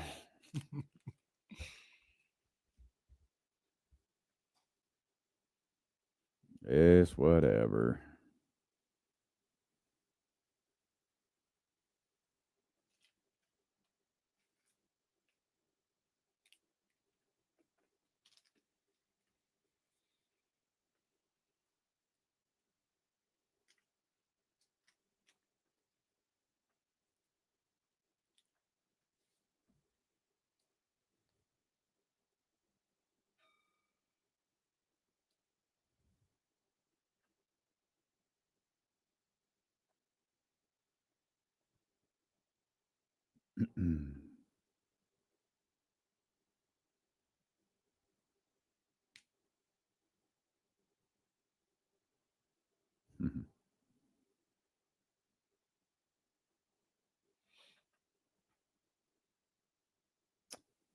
No, I think it was the first beat down because the first one was at home, wasn't it? That wasn't the second one at the Chase Center. And he talked to the starters after the first one because The media members were aware of it. Yeah. Because everyone was late. Mm-hmm. There's a duck in the pool. Oh, so now you got ducks that come. I guess. It's just hanging out. Okay, so you got ducks in your backyard? No, sir. No, sir. Best we got in my apartment is a turkey every now and then. Well, I don't know. You got a pool and a pond in your backyard, huh? No, it's one and the same at this point.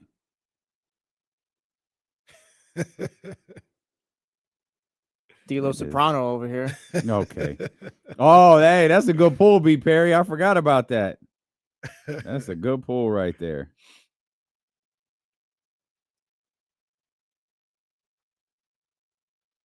Is Sopranos a top 5 all-time show for you? Yeah. Yeah. I've never seen it. Nah, that's a classic. I think it kind of teeters on that line for me. There's a couple of episodes that drag, but overall, yeah, that show's an absolute classic.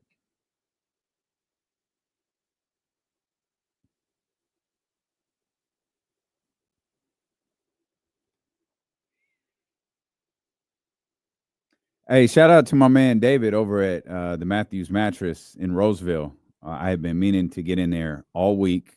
Kept running out of time. We've had some hiccups with KSFM. Complex hasn't been feeling well. It's thrown my schedule off a little bit, and I was like, I'm not going to get in there. So I called Matthews Mattress, and I was like, hey, man, I'm sorry to do this. Can I place an order through the phone? Like, I know what I want. I've been in there a million times. And David was like, yeah, absolutely.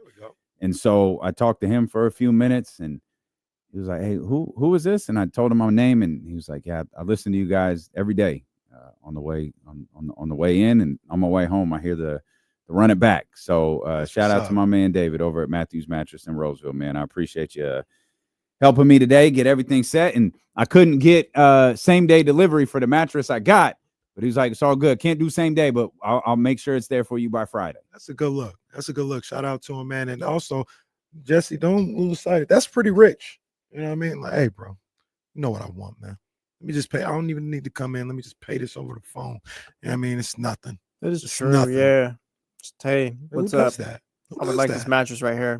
Don't you just sell me because I already know what I I want. already know what I want. I already know the vibe. Well, I do know what Here, I just want because I know what type take of the mattress card. I know, but everyone for likes. us regulars, you got to go like maybe Yeah. to one store and the others. You got to compare prices and You know what I stuff. mean? Yeah. You're No, just like, like, hey, yeah, man, just no, take no, the no. I want card. that no, one. No, I don't have to compare prices I because know, I've been to 'cause you're Matthews rich. Mattress 10 times, and I buy all of my mattresses from Matthews Mattress. Well, I'm sure Matthews Mattress has more than one mattress in the store. And correct? they did, and my man David was like, I was like, hey, I got Beauty Rest pillow tops in every room in the house. You know, these beds are a little bit smaller, but I want them to be soft. He said, on a scale from 1 to 10, like, what are we looking at? Like 10 being the softest. I said, well, these pillow tops is probably about a 7 or 8. He said, I got you. I know exactly what we're going to do. He gave me the Matthews Mattress price, and then he gave me the D'Lo and KC Matthews Mattress price, and I said, my man, we good. That's what's up. I mean, he still was just like, here, man, here's the money. If it's more than what it costs, just keep it for yourself. You want the usual, I don't Mr. even Barling? care. I don't even care. I found this in my car. You know what, man? This is why prior to a week ago, I didn't share any personal experiences with you guys. You get it because delivered. How this do you get the mattress to your house? You get it delivered from there? Yeah. Okay. That's what Matthews Mattress does. That is what they do. They That is what deliver the mattress to you. He was like, how soon you need it? I said, honestly, I need it right away. He said, all right, I'm gonna see if I can get it to you today. He was like, hey, for this mattress, I could get it to you Friday, but if you need something today, here's what we could do. I was like, no, you said this is the one. We can wait till Friday. It's fine. Come on, man. Look at D'Lo being understanding of the little people. Facts. That's one thing. Like, very nice. Never working with D'Lo, I've been like, wow, this guy stinks. Like, he's such a jerk. Like other talent and stuff. He's a good guy. Straight up. Straight up. Looks out for the little people. Are you two finished?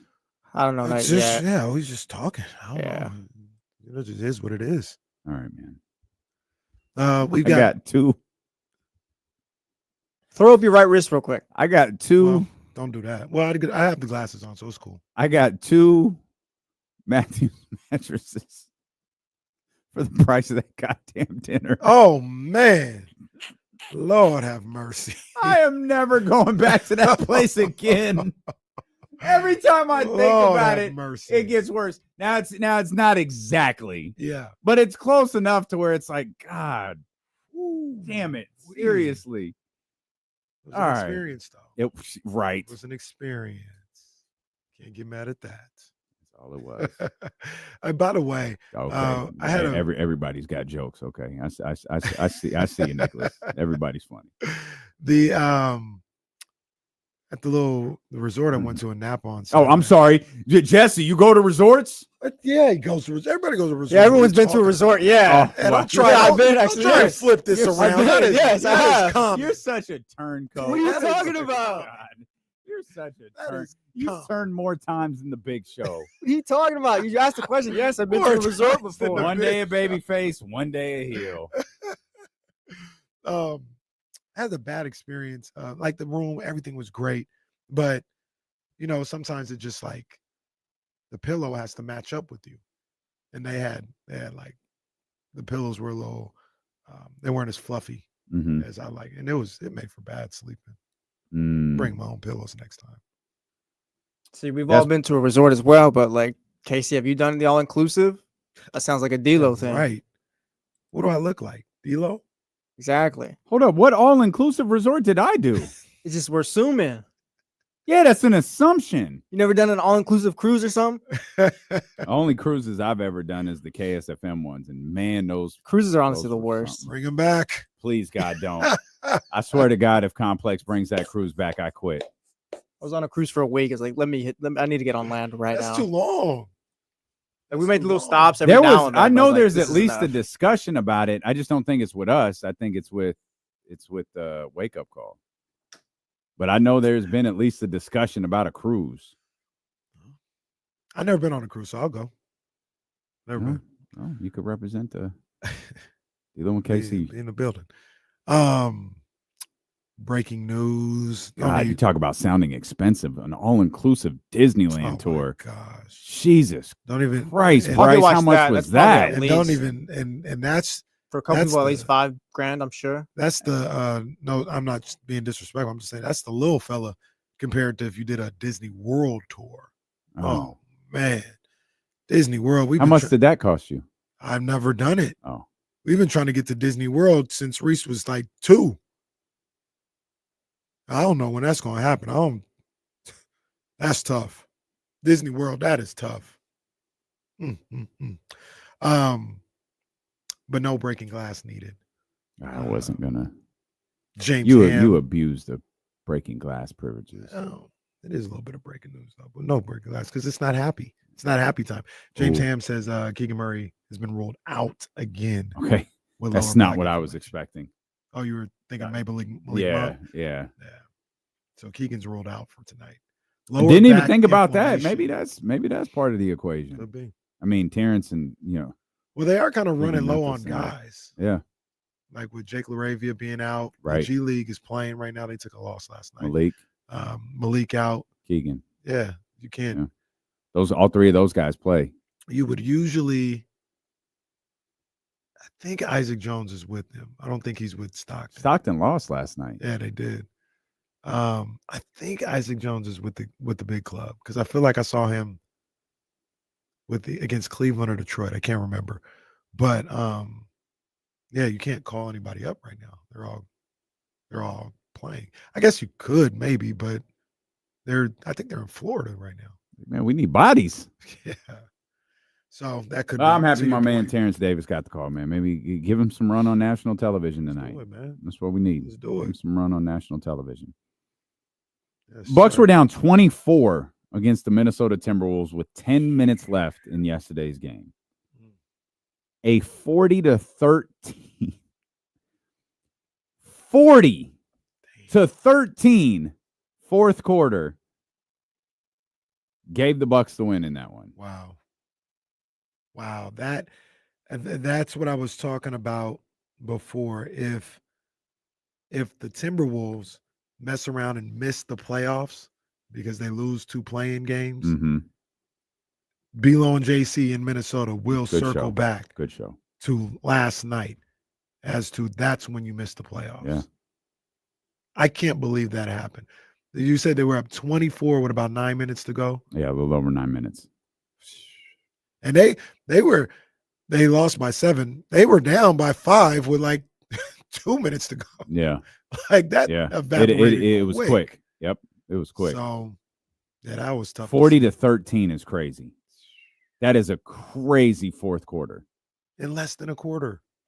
Yeah, right. The Bucks do have that spurt ability though. Why? That's what it's called. Don't do that. That's what Stan Van Gundy says. Look, the ref ain't even paying attention. No, play on spurt ability is not a penalty. I think because a spurt is not even that's not a flag. Bro, we're just throwing that word around, huh? we got to get through the rule book at some point. You assessed the double technical on hard release the other day. Yeah, double tech means you get ejected. You're out of the game. But spurt is fine. What is spurt? Yeah, spurt is okay. It's not like it's close. That's not, but it's not it. Yeah, it's not like the soda. That's a flag. Good call. That's what I said. It's close, but it's not it. Oh man. But I said Milwaukee did it to the Kings in that first quarter in Milwaukee. Remember they went crazy. Yeah. Yeah. So, but I think Dame Lillard was playing. Dame wasn't playing last night, and they were able to do that. He Kevin wasn't. Porter Yeah. Jr. I don't know if Dame's gonna. I'm not sure if Dame's. They're gonna make it back. Has there been any kind of report? I don't. Feel Not like I've seen not anything. in the not in the last week or so. Yeah, not in the last week or so. That sucks. They but they had what's my man's name? AJ Wilson pulling up from the logo. Yeah. I said, wait a minute, hold on. You lucky you made that, buddy. Because I don't know what we're doing if you taking that shot, thinking it's all good. But yeah, they were cooking. That is a terrible loss for Minnesota. Yeah, that's tough. That is tough. I feel like they've had a couple of those. I think we talked about which one would be the most disappointing. Memphis, Minnesota, Denver, Golden State, Clippers. Sorry, AJ Green. I think I called him AJ Wilson. Which would the how am I phrasing this? What would spark the biggest offseason movement? Because I feel like it's Minnesota. Because what Memphis has already fired their coach. You have the John Morant factor if they missed. Do that. There's already rumblings and rumors and thoughts and reports and all of this different stuff about Josh's future in Memphis. Golden State is a wash, like it's nothing. Denver, it already feels like the change is coming. LA, I don't think it's nothing. It's whatever. The Clippers, meaning it's nothing. I feel like having the discussion about if we change, hey, who would be the biggest disappointment if they missed the playoffs to who missing the playoffs sparks the biggest internal reaction, I think it might be Minnesota. Are you firing the coach then? Yeah, I don't think they have too many moves. I'm not sure. Like, I don't know what you're doing. I don't think you could trade Rudy. Yeah. Julius is kind of there for right now. Julius expiring? I'll look that Julius is expiring. Yeah, Julius is expiring. Yeah, that's kind of the only move. But you don't have a move to make unless you're re-signing him. Right. Or signing but just trade, I guess. Moving on from not re-signing him, I guess, is the move. Man. Yeah, he's got a $30 million player option next season. Julius will be with the 31 years old next season. Now, okay, man. He'll be on the Timberwolves next year. Okay, you might have just answered my question. Is 30 for Julius low? It's about I know people hate him. I think that's it's about right. Yeah. It's a good number. It's a fair number. All right. Domas makes like 40 and Julius is 30. Domas on average is about 45, I think. 45. Yeah, it goes. I think it goes up to like 40. Man, I'm looking it up right and now. Julius Domas, and Julius is 30. Domas on average is all the money divided by the years or whatever. Yeah, it's 46 per. 46.5 per. And Julius is a $30 million a year player. Yeah, because I mean, we really gonna say the words? Say it, Jesse. You say it. Wait, I'll say it, but what do you want me to say? Julius is 29, like 30 per year. What do you want me to say? We say Domas is overpaid. Yeah, for what you're getting, yeah. I'll read it off again. Hold on. And that's the league, bro. So that's the league. But I understand that's the league. But we're dealing in like, is that a good contract? Okay. Julius's contract is good. That's probably about where Julius Domas can't get Julius can't get 3 and 100 next year, or 3 and 95 next year, or this offseason, I should say. He might. Yeah, he might be able to. From someone other than Minnesota. Should he? It's not my question. I don't. That doesn't matter. I don't. Should he? Doesn't matter. I don't think so. You don't think he I can? don't think a team is going to want to give Julius Randle $30 million at 34 years old, or however many million. Yeah, I think we think about that last year too often. I think every team realizes they're probably eating that last year on a 30-plus-year-old player, unless you're one of the special ones. Or I take that back, unless you're a guard, because Julius isn't always relatively healthy, right? He's dealt with last couple of years. He's dealt with some injury issues. Yeah, last couple. But they're not knocking him out for the year. He missed a lot of time last year, though. I think for New York, but that was part of their reason to move on from him, because they did all that without him. And he missed a good amount of time this year. I want to say maybe 20 plus games. Yeah, I could see not this team, because I think they've already even had him at one point, but like I could see the Pelicans giving him 30 or 3 and 100. You know what I mean? Or 3 and 120. A team like that. Phoenix, if they have money, or they moved on from KD, so they don't really do sign and trades no more, but something like that. So I could see it happening. But we're talking about, we think 30 is about right for the type of player he is. I hear you with Domas, but Domas is probably a $35 million player. So him and Julius are about on the same wavelength. Now, like you said, I think we like Julius a little bit more than most. Some will look at Julius at $35 million a year and be like, that's too much. He's not that good. He's not a winning player. All this other calling stuff. You. Okay. Ring, I'm calling you. You're hello. You're the general manager for the Minnesota Timberwolves. What's going on? Hey, Rod, put that down. Okay, yeah, this is hey, ask for the most you can get right now. Right. Yeah, this is Sam Presti. This is Sam Presti calling. Okay. And let's be honest. You got new ownership. Your team stinks. You're a disappointment. You missed the playoffs. Okay. You haven't been good virtually ever since Kevin Garnett was there. You don't have to keep going. You can have room. Okay. All right. Why don't we cut this charade?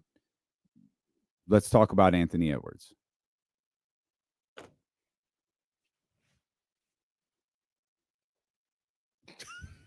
Hello? You don't entertain a conversation about Anthony Edwards? No, not Anthony Edwards.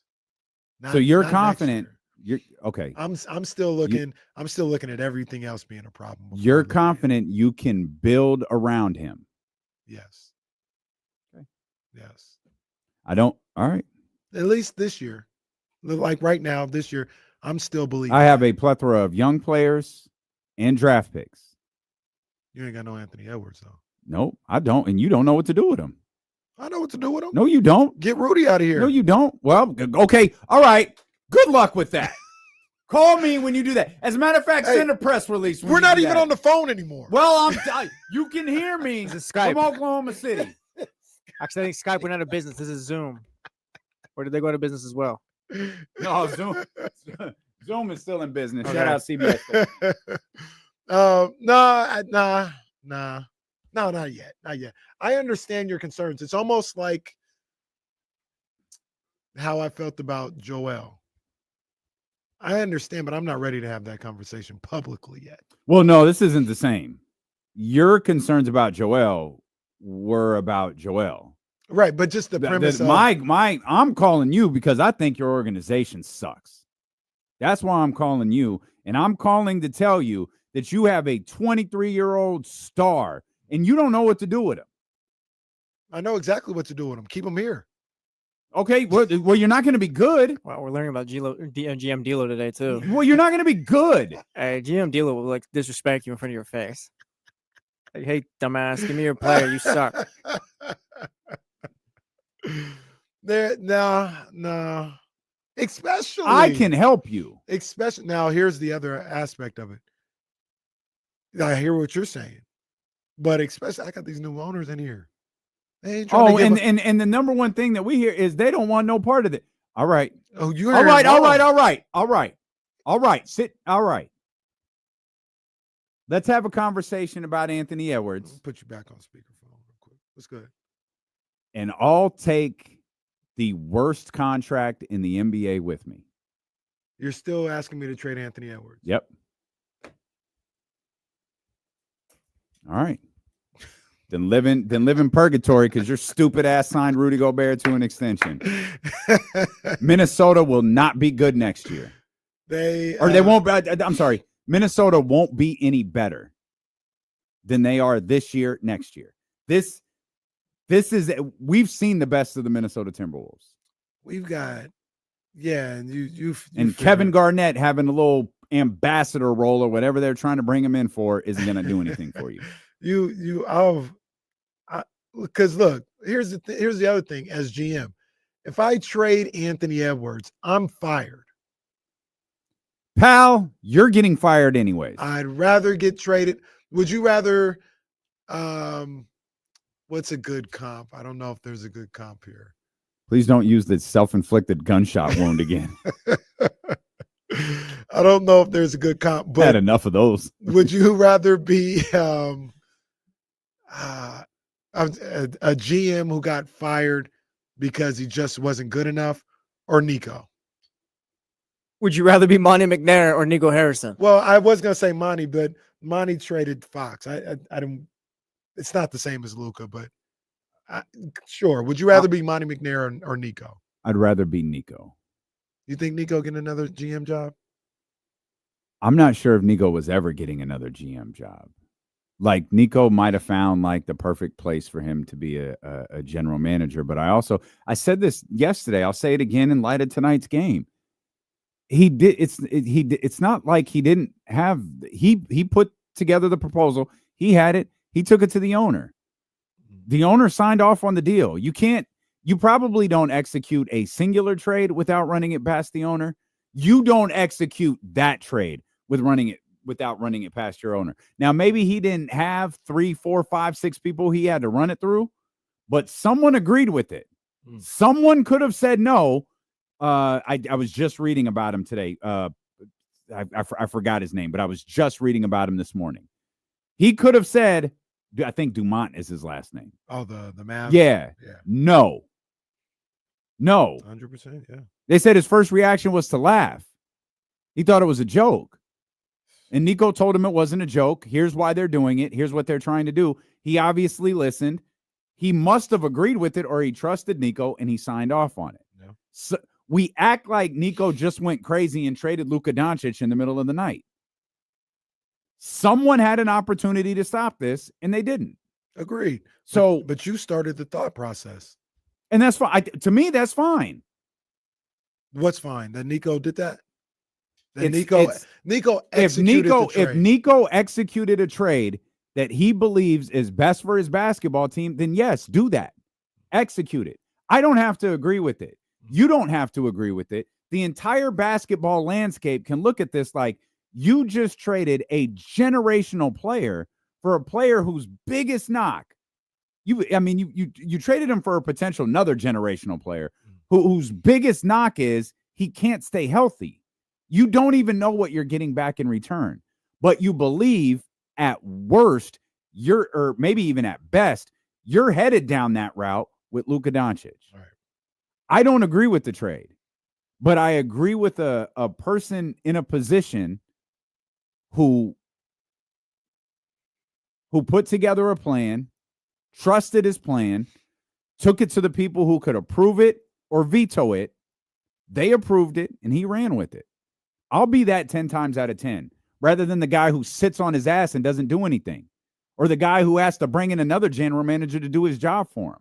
I'd rather die the way of Nico Harrison than die the way of Monty McNair or the Kings front office or whatever.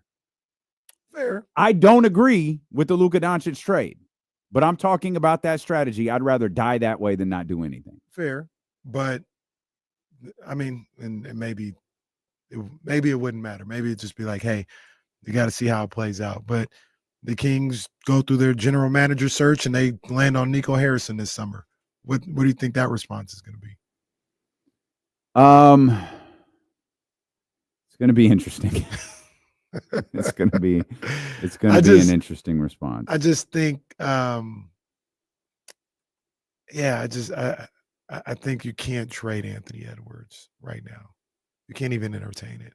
Okay. I look, I get it. Like I understand. And what you're saying, I understand. as Presti it may be 100% correct. Like, you're not going to be good next year. You're not going to improve. But I can't trade Anthony Edwards yet. And to be clear, if I'm is it Tim? Is it who is it? I don't think it's Tim Conley. Is it Garrison? Who the hell is the Timberwolves general manager? I forgot. Jill. Oh, it is Tim Conley. There you go. See, don't doubt yourself. Yeah, it is Tim Conley, according to AI. The only general manager I'd even field a phone call from regarding Anthony Edwards is Sam Presti. There, and I don't even think I'd talk to the Bucks general manager. Because I don't think that doesn't get me anywhere. Giannis is going to come to Minnesota and not be happy. That trade gets me nowhere. Right. I'm not talking to Phoenix and Kevin Durant. No.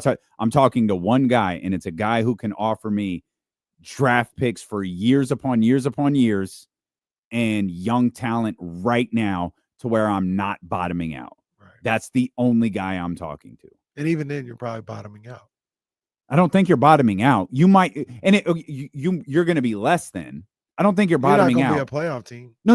You might not be, but 2 years. That's it. That's it right there. It's not 5 years. You're not Philadelphia. It's a year or two that you're rebuilding if you pluck that roster correctly. But see, that would be a sucker's bet, because if you are saying you got Anthony Edwards and you don't know what to do with them, then if you're the Presti, like, this guy won't know what to do with any of these picks anyway. Just give them to him. He doesn't know what he's doing. So it don't matter if we give him picks or not. He'll get it wrong. That's how I'd feel. And A-Rod over there kissing a mirror, talking about, why aren't we in the playoffs? Well, all right. That felt unnecessary. No, you know that's my boy. A-Rod is my boy. Remember when a James's initial rants on this show was about Alex Rodriguez and his fake tan and kissing the mirror? He lit Alex Rodriguez, and I'm talking 2 hours, goatee, James Ham in the Dr. Pepper shirt at the house. That version of James Ham was just lighting Alex Rodriguez up. Yeah, and now he's an owner. Now he's the owner of the Timberwolves. Shout out to that boy, Alex Rodriguez. That's my man's in him. Took steroids. Allegedly. Yeah. Allegedly. He said so. Did he? Yeah, he did an interview on ESPN. I think he did. Said he was insecure. Oh, so am I. Where do you get the steroids? We'll come back. James Ham is going to join us right near the top of the hour. And how close is Domantas Sabonis to a Hall of Famer? Well, this was an interesting list KC found on Hoop Central. We'll talk about that. Steeler and KC, brought to you by Sky River Casino on Sacramento Sports Leader, ESPN 1320. Let's go 13th round. Hey, Big Poppy never snitched on himself. Oh, Big Poppy. Yeah. Don't forget about Manny. What about Manny? Don't forget about Manny. What about him? He was on that juice too. 13th round with your main man, Kenny Caraway. Big ups to the dope ones. Big ups to Jordan Brand. They locked in. You know what it is. I saw an article the other day that said Top Rank, who is going to be off of ESPN soon, but Top Rank in PBC, your Bob Arams, your Al Heyman-led company, may soon be working together to make fights, to combat the Endeavor, TKO, UFC, Raya season faction, and His Excellency. They're looking to combat that and team up to make some great cards. It's long overdue, and it is definitely much needed. And I think I've said it a little bit before. I know they've got money. They've got endless money. So that's going to talk for a lot of people. But if Top Rank and PBC can work together, I think they might be able to mitigate this takeover, at least with the people that are there right now. The next generation of boxers, I'm not sure. Maybe that's a lost cause. Maybe, there's going to be just so much money thrown at those guys that they'll be signing out of the amateurs with that group. But right now, with your Tanks, with your Benavidez, your Shakurs, all those guys, I think if they put the fights together that are big money fights, they can hold that off for just a little bit.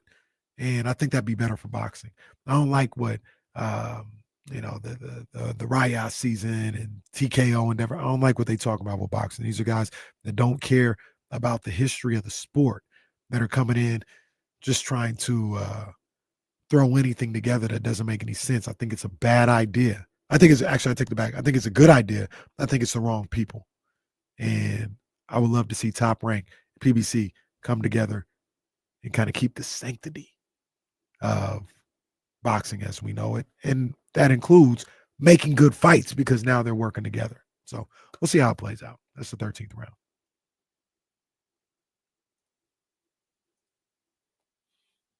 See the turnout at Days game today? Oh, yeah, just, it's not 45,000. So I guess, these dudes, man. These dudes. And the crazy thing about it was, we talked about it yesterday.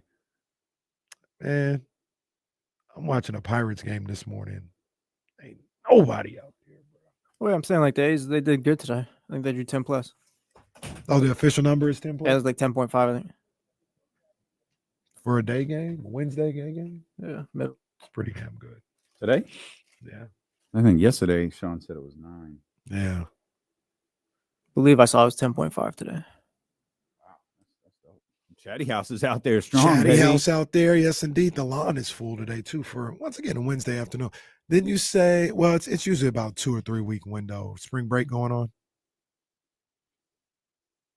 Oh, you said spring break. Yeah. The one I know of starts next week. Yeah, and I was saying that to say usually in the Sacramento area, these school districts rotate for about a 3-week span of who's on spring break, who's off, all this other stuff. So and none of this means anything to you because Reese has a different schedule than everybody. He does. He'll be going to a regular schedule next year, though. How old's Ryan again? She's 2. 2. Yeah, she about to be going to school. I was going to say getting 2 years or a year. Yeah, 2. Maybe in the next 6 months or so. What school do you go to in 6 months? They got them. Little kindergarten type places. Oh. She needs them though, man. It's good for their development, being around other people, being around other kids and stuff. So, okay.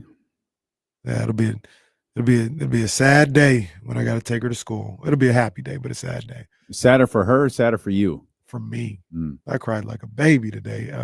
We took Reese to school for the first day. Oh man, kindergarten. My parents told the story. I told them to leave. Come on, Dad, be up. I told him I'm good. Reese goes to school for the first time. We drop him off. We walk out. He's on the school grounds, and we sit there in the car because we can see through the fence or whatever. And literally within the first 45 seconds, this kid, came up to him, and I don't know what the kid didn't do anything. He had a toy, and just came up to Reese, and Reese slapped him, and then he started crying. He slapped him, and Reese started crying. Like, well, what? You hit him. What you crying for? Oh man, you must have thought that kid was me. I don't know why Reese got beef with me now. Reese ain't got no beef, man. Reese always got something smart to say when he come in. That's just him. Hey, D-Lo, why did you dress like that in that picture? What was the decision going into that? Damn. That's true. I don't remember that one. Yeah, he did. Ask him. I bet you he'd tell you. He's like, yeah. I think Wednesday's a short day today, too. He might be out of school. Man. Reese acted like he wanted to throw hands with me. He was like, I know you didn't hold me when I was a baby. I recognize one Sacramento legend here, and his name is Dave, not D-Lo. He got that picture on it as his screensaver. Dave and I forgot my other man's name. What was his name? I don't remember. Was it Sean? I think it was Sean. Yeah, I didn't know that, brother, but I think it was Sean. Shout out to all the LA kids. Live. I gotta go to school at 7:30 or 8. I'll be firing up. I'm gonna be the show in the morning, whatever. Seeing those kids go to school, like, sucks to be you guys. What time did you go to school? Used to have to go to school like 8 back then. What time did you go to school? About 8 o'clock. Yeah. I was on my way to school at 7:30. Yeah. I think school was like 8 to 2. Yeah, I never got to 2 o'clock. What did you get? You get 3:30? Yeah. That's tough. Yeah. Yeah. That's tough. I feel like the window for me is like 8:30 out in my area. It's the start time because I know if I have drop off, it's 8:10. Yeah, I have to be there at 8:10. And if I'm walking Sprout, that if I'm not past that school at 8:10, I'm just waiting for e-bikes and cars and we have to time that walk to where I'm past the 2 schools. Or it's crazy with the curtains with the drop offs at schools because I used to when I worked at the middle school. One of the jobs was making sure greeting the people when they drove in, and it's only like a 7-minute window, but it is chaotic. Yeah, right. Yeah, right. Yep. Crazy. Yeah, like it's a crazy 7 minutes. So, Did you buy? I can't remember. I know Jazz FaceTimed me once. Was that an e-bike? What did y'all get? Oh, the little scooter. It was just a scooter. Yeah. Little scooter. I hate them e-bikes. Electric scooter. I hate those the e-bikes. So right. Pedal the wheels. Stop. If you are a parent who bought your child an e-bike, I think I hate you too. Oh, wait. What's wrong with the e-bikes? Can you say to pedal the wheels? How One, do you do it? they're What two. are you talking about, they're man? electric bikes. They like fly. Oh. They go hella fast. They do. Just ride a bike. Yeah, there is no I'm pedaling. thinking something else. Yeah, they just riding. And I know there's one bike, there's like an e-bike, and then there's like another one, and one of them is faster. Mm-hmm. And it's like, come on, man. Them things be flying. Yeah, they be moving. They need a driver's license to have those. Yeah. But the scooters are different. Got these 12-year-olds, 11-year-olds, 10-year-olds, 8-year-olds, riding these bikes around. Like, how do you not have to have like a permit or something for this? That's a motorcycle. Damn, poor John Bull. I broke my collarbone, ribs, and a wrist on a new scooter. Oh, damn. Careful, brother. Of course, John Bull hits with the LMAFO. Guys, I'm no worries, guys. I'm all good though. Shout out, John. I almost broke my damn ankle on one of those scooters early, like when they first started, coming out. Mm-hmm. Yeah, I would like slow down. I remember I was going across the Tower Bridge. I remember you telling this story. Yeah, slowed down. And it was during the time of the show, right? I remember you telling this story that you were going across the bridge, and then did you go off like the edge or something? Well, I almost did, and to combat that, like your first thought was, I'll just put my foot down, and I had some Vapor Maxes on, so that didn't help either, and I like messed up a $900 pair of shoes too, Jesse. Well, no, just the regular Vapor Maxes. Those are actually pretty expensive too. It was almost $200. I went $200 for them damn Vapor Maxes. But anyway, I put my foot down, rolled my ankle. It was almost all bad. Like it could have been bad. I was okay, but it could have been bad. Be careful on those scooters. X Games KC over here. X game at Kel Expo. You'll see me out there. KC gonna be credentialed. Where's KC today, man? He had to talking to Sean White. I think that's wrong. X Games. One time, yeah, he winner. But he skates too. He used to skate. He did some regular X Games. Did he really? Yeah. He started in winter, and then he started doing. I know my X Games knowledge. You gonna be out there, Jesse? If Tony Hawk's there, I'll be there. I'll go out there one of those days. I will. Yeah, I wouldn't mind seeing it. Yeah, check it out. I one time in LA, I went to the box.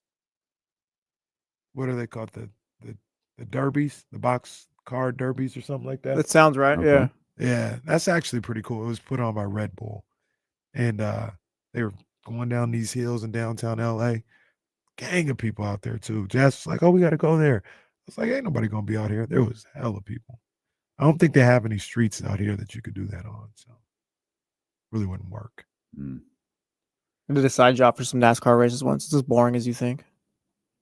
That sounds boring. Did you say you did a side job? Yeah. Yeah. What did you Like, do? did what? Doing what? Just helping this little catering company or whatever fill up little buckets with drinks, make some money for the weekend, and chill out.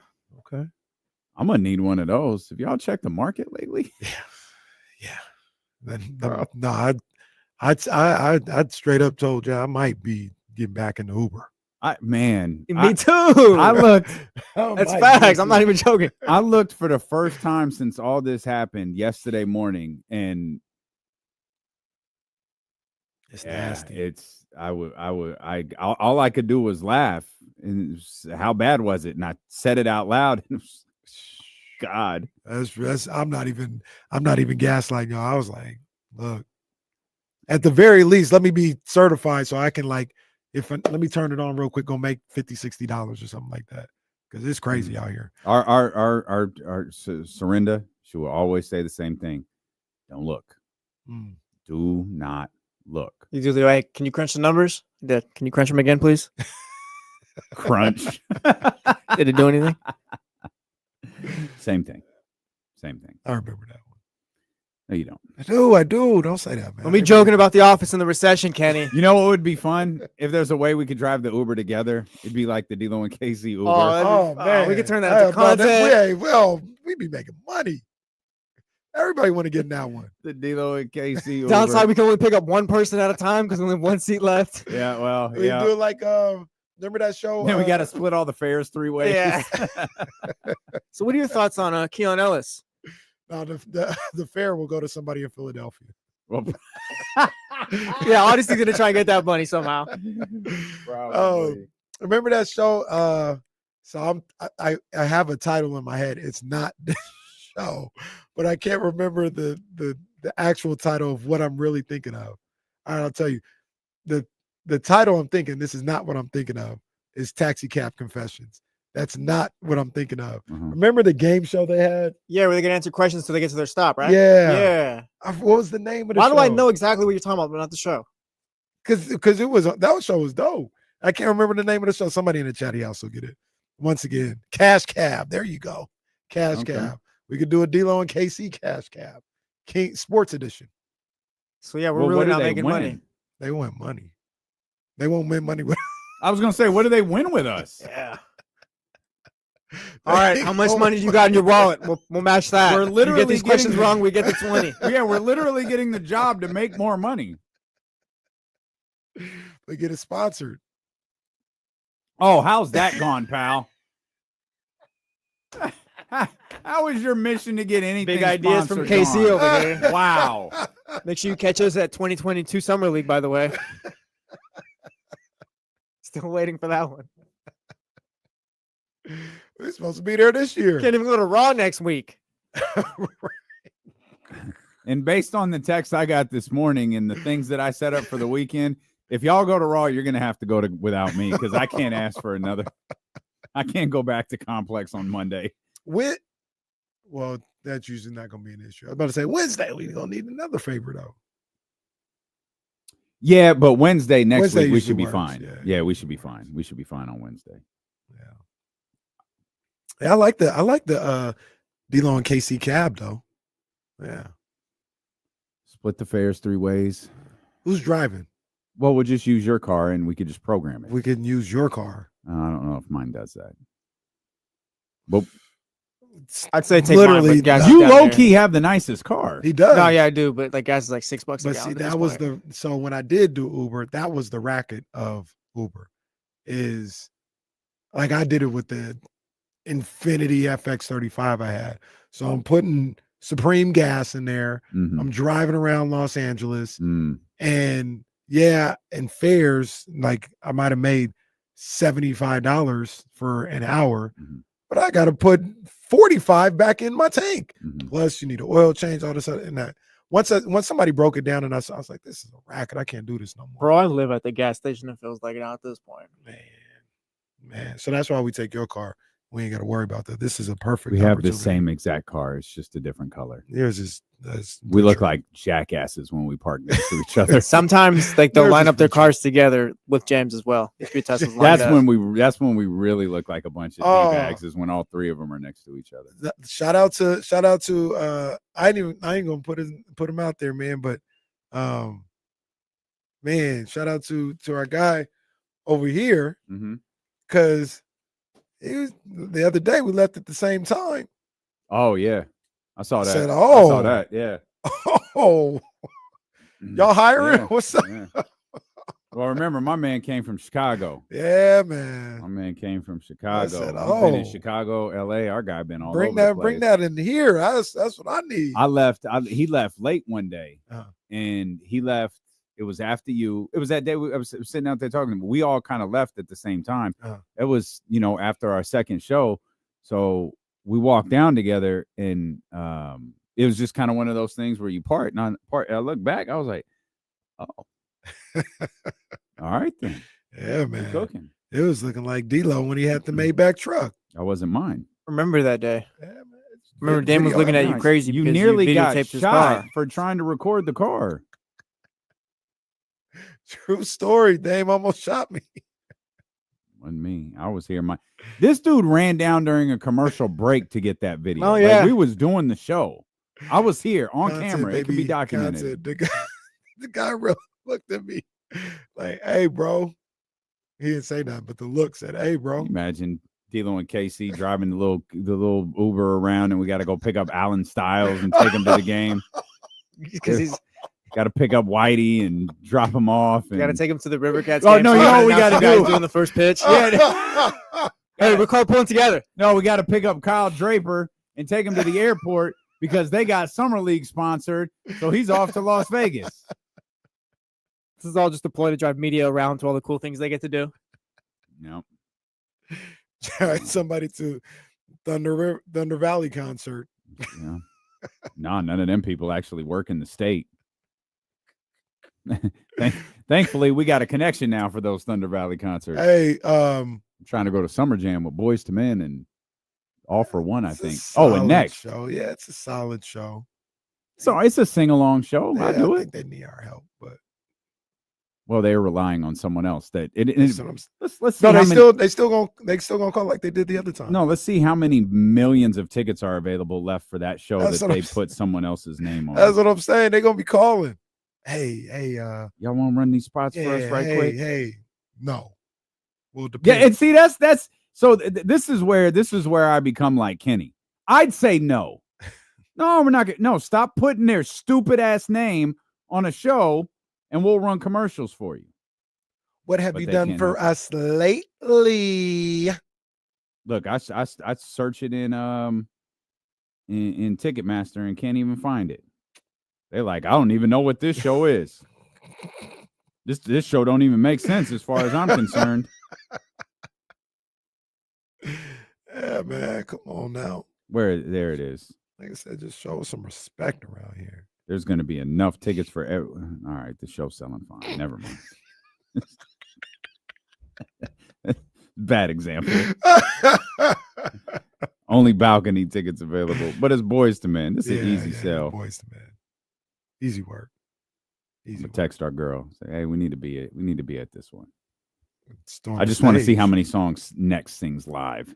They're gonna sing 5. I think it's 4 to. Well, I think there's 4 to 5 good ones. They're gonna sing a couple no one wants to hear. They're going to sing. Actually, I take that back. They're going to sing a lot more because In Vogue sang a lot more songs than I thought. Well, yeah, but In Vogue did a tribute. That's true too. And I mean, they did their records, but like I think the longest part of their set was the tribute to women in R&B. Yeah, that's true. I didn't think they were going to be on stage that long. Oh, I didn't either. Yeah.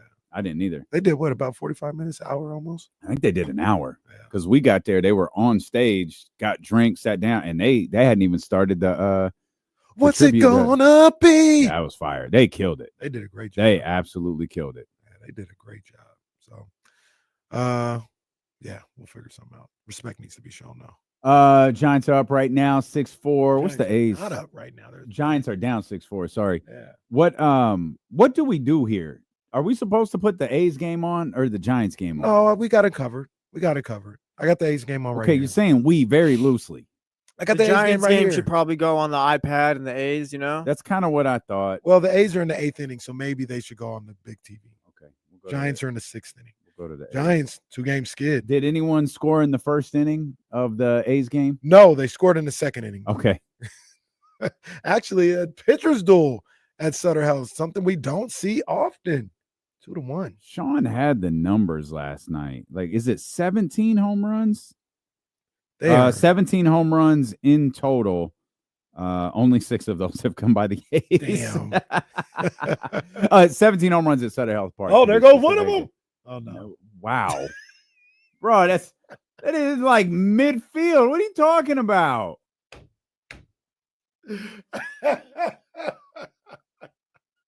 Wow. That swing looked good. I got these glasses on today, too, man. I have got to get out to the park, man. You said, oh, yeah, you're going to be going this weekend. Be a good weekend. Weather great. Yeah. I saw the 10-day, though. Yeah, the 10-day 10-day looking crazy. Who's it this week? Oh, it's the Mets. I didn't want to ask for tickets for the Mets. That would have been. I feel like this weekend's going to be jumping. I feel like the Mets are big. I feel like the Mets are going to be a big pool. Yeah, I wonder if we need tickets. They are. We need tickets to be in there. I guess you do. Who? Where I talked about. Well, I would think so. How else you going to get in? Yeah, but I don't know. I talking about Sky River? Yeah, I don't know if you get a seat. I don't need a seat. That's what I'm saying. So I don't know if you need. You got to get in somehow. Yeah, you get the little pass basically. Oh, but I don't know. Maybe you do get a seat. I don't know. They have seats around there, so maybe so. But as we do attendance watch, like we do here every time for the A's now, doesn't matter. Well, I don't think we're the only ones doing it. Well, no, that's what I'm saying. I'm saying we, as in that's what we do now with the A's somehow. Doesn't matter that the Pirates had about 3,000 people at their game today, but I think they said they got 10,000 in there today. Man, that's a good look because I think last night was 9. Yeah, I think Sean said 9 something. Once again, it looks different than I guess the actual attendance. And then like if you do certain, like when they have this camera that pans the stands, you can see rows of, row or 3 rows of empty seats. But just looking on TV, it looks like there's a lot of people there. Or at least, all things considered. Like if you put this Sutter Health, yeah, it looks great. Yeah, if you put this amount of people in Oracle Park, obviously, like with all the other seats, like it wouldn't look like a lot of people, but looks like a good amount of people out there for the whole series. Man. So I'm anxious to see what happens in the weekend series with the Mets. Yankees will be here in a couple weeks. Want to see what that looks like as well. But the other thing, you were talking about something else, and I thought you were talking about this. You talk about the early innings, the runs for sure, crazy. But feels like everyone is scoring in the first inning every time, except the A's. Well, no, it feels like their opponent is scoring in the first inning. Last night, I think the A's put up 6 in the first inning. They were down 3-0. I think they put up 6 in the first inning. End up winning their first game at Sutter Health Park. But okay, maybe I'm a little sensitive to it. I understand. But the people who 4 minutes before first pitch, and this is what it looks like here at Sutter. All right. Go to any baseball game. Like, people don't get to baseball games on time no more. The true, like, this is what the crowd is looking like. It's not till like the 5th inning. But they put that out there, and it's people in SAC media who put that out there. It's like, hold on, don't do that, because the Ben Rosses and everybody, the Susan Slussers, they're going to get that picture and be like, look, ain't nobody even at the games. Give it a little bit of time, man. Give it a little bit of time. Give it to the 4th or 5th inning, then see what it looks like. Also, just to be clear, bitch, you can't do that. You can't cover the A's in Oakland and then watch our attendance. Right. Don't hey, all of you, don't make this a thing. That's all I say too. Because y'all need to stop. Because the truth of the matter is, y'all didn't even cover the A's in Oakland. There's a reason they're here. You could blame Fisher. You could do all of that you want to. If there's 20,000 people there every night supporting that sorry ass baseball team, we're not here. Simple as that. So some of y'all stop. Simple as that. Some of y'all need to stop. And like I said, I really want not the fans. Fans can do whatever you want. You can feel however you want to feel. The media people, y'all need to chill. Y'all need to chill also because, like I said, y'all didn't even cover the A's in Oakland. Y'all didn't cover them. Ben Ross, Susan Slusser, and Killian, y'all could care less about the A's when they were in Oakland. Now you want to follow every move. Like, stop, bro. Stop. Some of you guys did follow them the whole time. I think one of them, Killian or Susan Slusser, followed them. And they kind of like half-ass followed. They only followed them when it looked like they were about to leave so they could talk about how much of a travesty it was. It wasn't like they were, A's, like let's day to day, let's talk about the team. They were talking about the trading, the moving story. But stop. Like just it was wrong what happened in Oakland. We all agree on that. Yep. But just stop that because you didn't care about the A's at all when they were in Oakland. Stop acting like you give a damn now. No, it's good to act like it. It's good. It's good for content. I hate the content game. It makes people do dumb stuff. I agree. It makes people do dumb stuff. And I think we're seeing a lot of that in the coverage of the A's here in West Sacramento. I agree. And I asked you this after the first, it wasn't even after the first game. It was like after the second one. This is just the way it's going to be. Yeah. This is really what we're doing all year long. They're doing it all year long. I thought they would get 14,000 every single game. That hasn't happened. But when they do get like 14,000, like or 13 or something this weekend, or when the Yankees are in town or something like that, or the Giants, they won't talk about it. But when they get 9,000 when the Angels are in town, Sacramento think they could support. Nobody is. All right, bro, stop. That's the way they're going to play it. And I don't pay. I talk about it on here because, it comes up on the feed, but I'm trying to we don't have to talk about this. We don't have to talk about the attendance every single game. At this point, it's pretty clear what it is. They're going to do 9 to 12 on a regular night, and on a great night, they're going to do 12 to 14. Yeah, that's right. Yeah, and I think that's what we've seen. I don't think we've ever seen anything lower than that. At least here in the first part, we're certainly not going to see it this weekend. I think the biggest question will be when the temperature starts hitting like 108. Or do we have a stretch like we did last year where we have weeks of 100-degree temperatures? Then I'll be curious to see how it turns out, because we're all very well aware it can get uncomfortably hot. 100% in Sacramento. And the unfair thing, 100 degrees. And this is what Sacramento signed up for. It's not like these are the rules of the game that you're choosing to play. They unfairly will have to support. Say the A's are no good. Say the A's are 40 games under 500. If they kind of stopped showing up or the crowds got sparse, that wouldn't be acceptable for Sacramento. Whereas in any other ballpark in Major League Baseball, the team is the Marlins. They never get anybody because the team sucks all the time. Yeah. But it's okay for them not to show up to see a bad product, but it's not going to be okay for Sacramento not to show up for a bad product.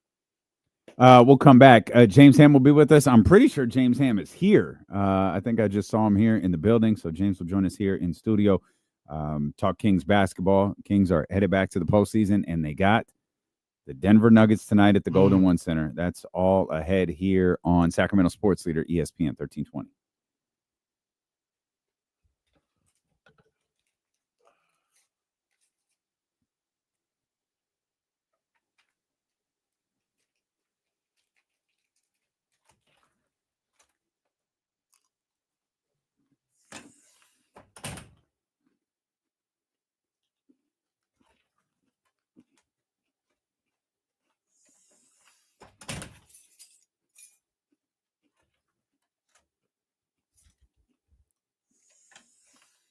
I'm pretty sure I saw Jay Uso cutting like a TurboTax commercial.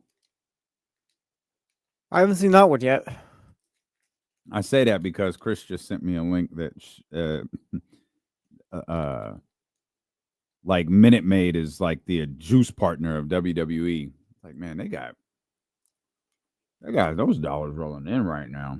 You think Paul Heyman should side with Seth? I feel like that'd be a dumb idea. Seth is the only one of the three I don't want him to side with.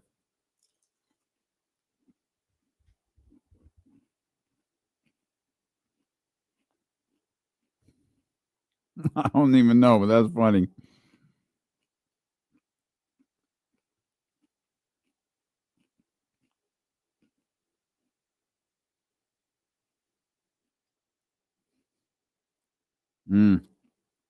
That's a good cut right there, Dr. David. That's a good cut right there. Good reference. Honestly, a shame that we didn't think of that when we were talking about it, to be honest. Right. Yeah, that's an L on us. It was easy right there. Nah, you didn't miss it, D-Mac. I think we'll do that next. We'll do that next.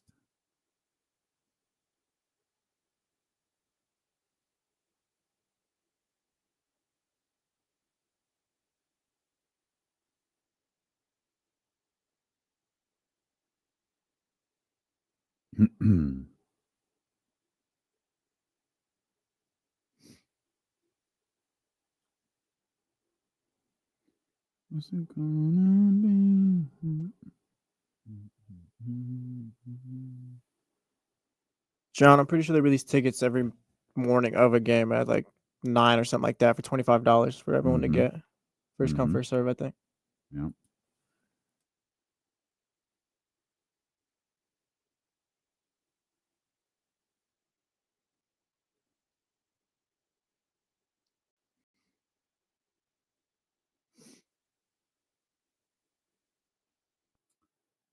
I would have liked to have seen the Padres this week in person. Damn, he got him.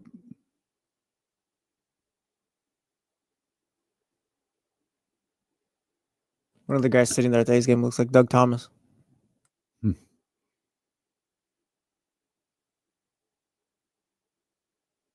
It's the dude in the he's on the right side of the screen. He's got the little Hawaiian shirt on the bottom. It'll close out. It'll close in a little bit better when he's about to pitch.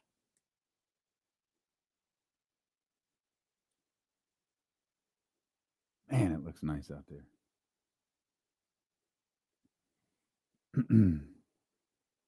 Wheezy, I think that's the cost of beer everywhere, or at least at sporting events. Oh, yeah, I see. You see that? Yeah. Yep.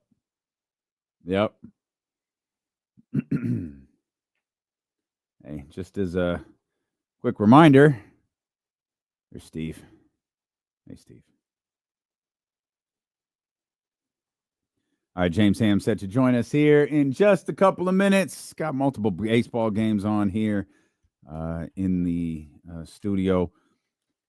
We have lived through multiple different versions of this Sacramento Kings season as they clinched their playoff spot. They clinched their postseason spot, I should say, yesterday, as they have a locked-in playing spot. The question is, will it be the 9 or the 10 spot? The Kings can clinch the 9th spot. They can clinch a home playoff game, a home play-in game.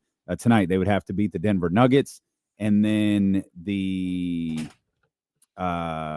Lakers would have to beat the Dallas Mavericks tonight in Luka's return to Dallas. You think it's a good thing that game's getting like it's over with today, this year? Yeah, I think so. I feel like the offseason schedule makers and like fans would have obsessed over the scheduling of that game next year had they missed it. The thing about it is, I think it is a good thing. Oh, by the way, sorry. I'm so sorry.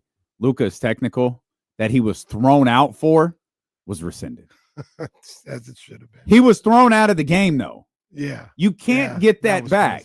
Yeah. He was thrown out of the game, and the NBA was like, game, the fourth quarter when it happened. Whoops. Sorry about that. That is such a that's tough. I think the Luka and Mavs thing tough. Lasts for a couple seasons. Oh, I was going to say that. I think unlike, for the most part, unlike Fox and the Kings in Sacramento, Luka and the Mavs it's gonna be a while. It's not the same energy, but that's like kind of LeBron Cleveland type, or it's gonna be a story. Yeah, but Luka was traded. Yeah, it's not gonna be hostile. Like he didn't leave. It's not gonna be hostile to him. Yeah, it's gonna be hostile to Dallas. It's gonna be a big story every time. I think it's gonna be national TV. Every time. Mm-hmm. I think that one's gonna last for a little bit. Yeah. All right. I don't. Okay. I think I disagree, but I think next year it'll probably be a big deal. They'll schedule it for they'll have them on MLK. They might. They might. So Luka can call someone the P word. Oh man, Luka. So Shaq actually brought up a good point last night on the post-game show.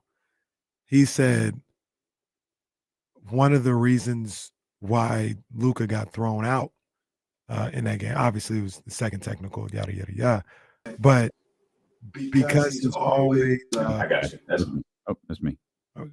Because he's always complaining, it wasn't out of the realm of possibility that the refs was like, yo, he's talking to me, he's complaining again. And he's like, he probably got that because, like, obviously it was wrong. He wasn't talking to him, but he complains all the time. But you can't be wrong, though. True. Like if you're an official in that situation, in that game scenario, you can't be wrong. You can't be wrong, but I understand. I don't want to say I agree, but I understand. Like for a second technical, I don't think you could do that. Real quick, why are we having Kenny paraphrase when? Wow. Yeah, we do have we have Shaq here. Right. Sorry, James. I apologize in advance for this. It's okay. You know, Luka, I watch a lot of his games, and you know he's a guy that I don't want to say complaining, but constantly on the refs, and in a situation like that, when he's talking to a fan and the ref is right there, that could lead to them constantly. James, I don't want to hear those. James, you don't know nothing about this, so don't talk about it. Or you hadn't talked to the fans, so I'll talk to them.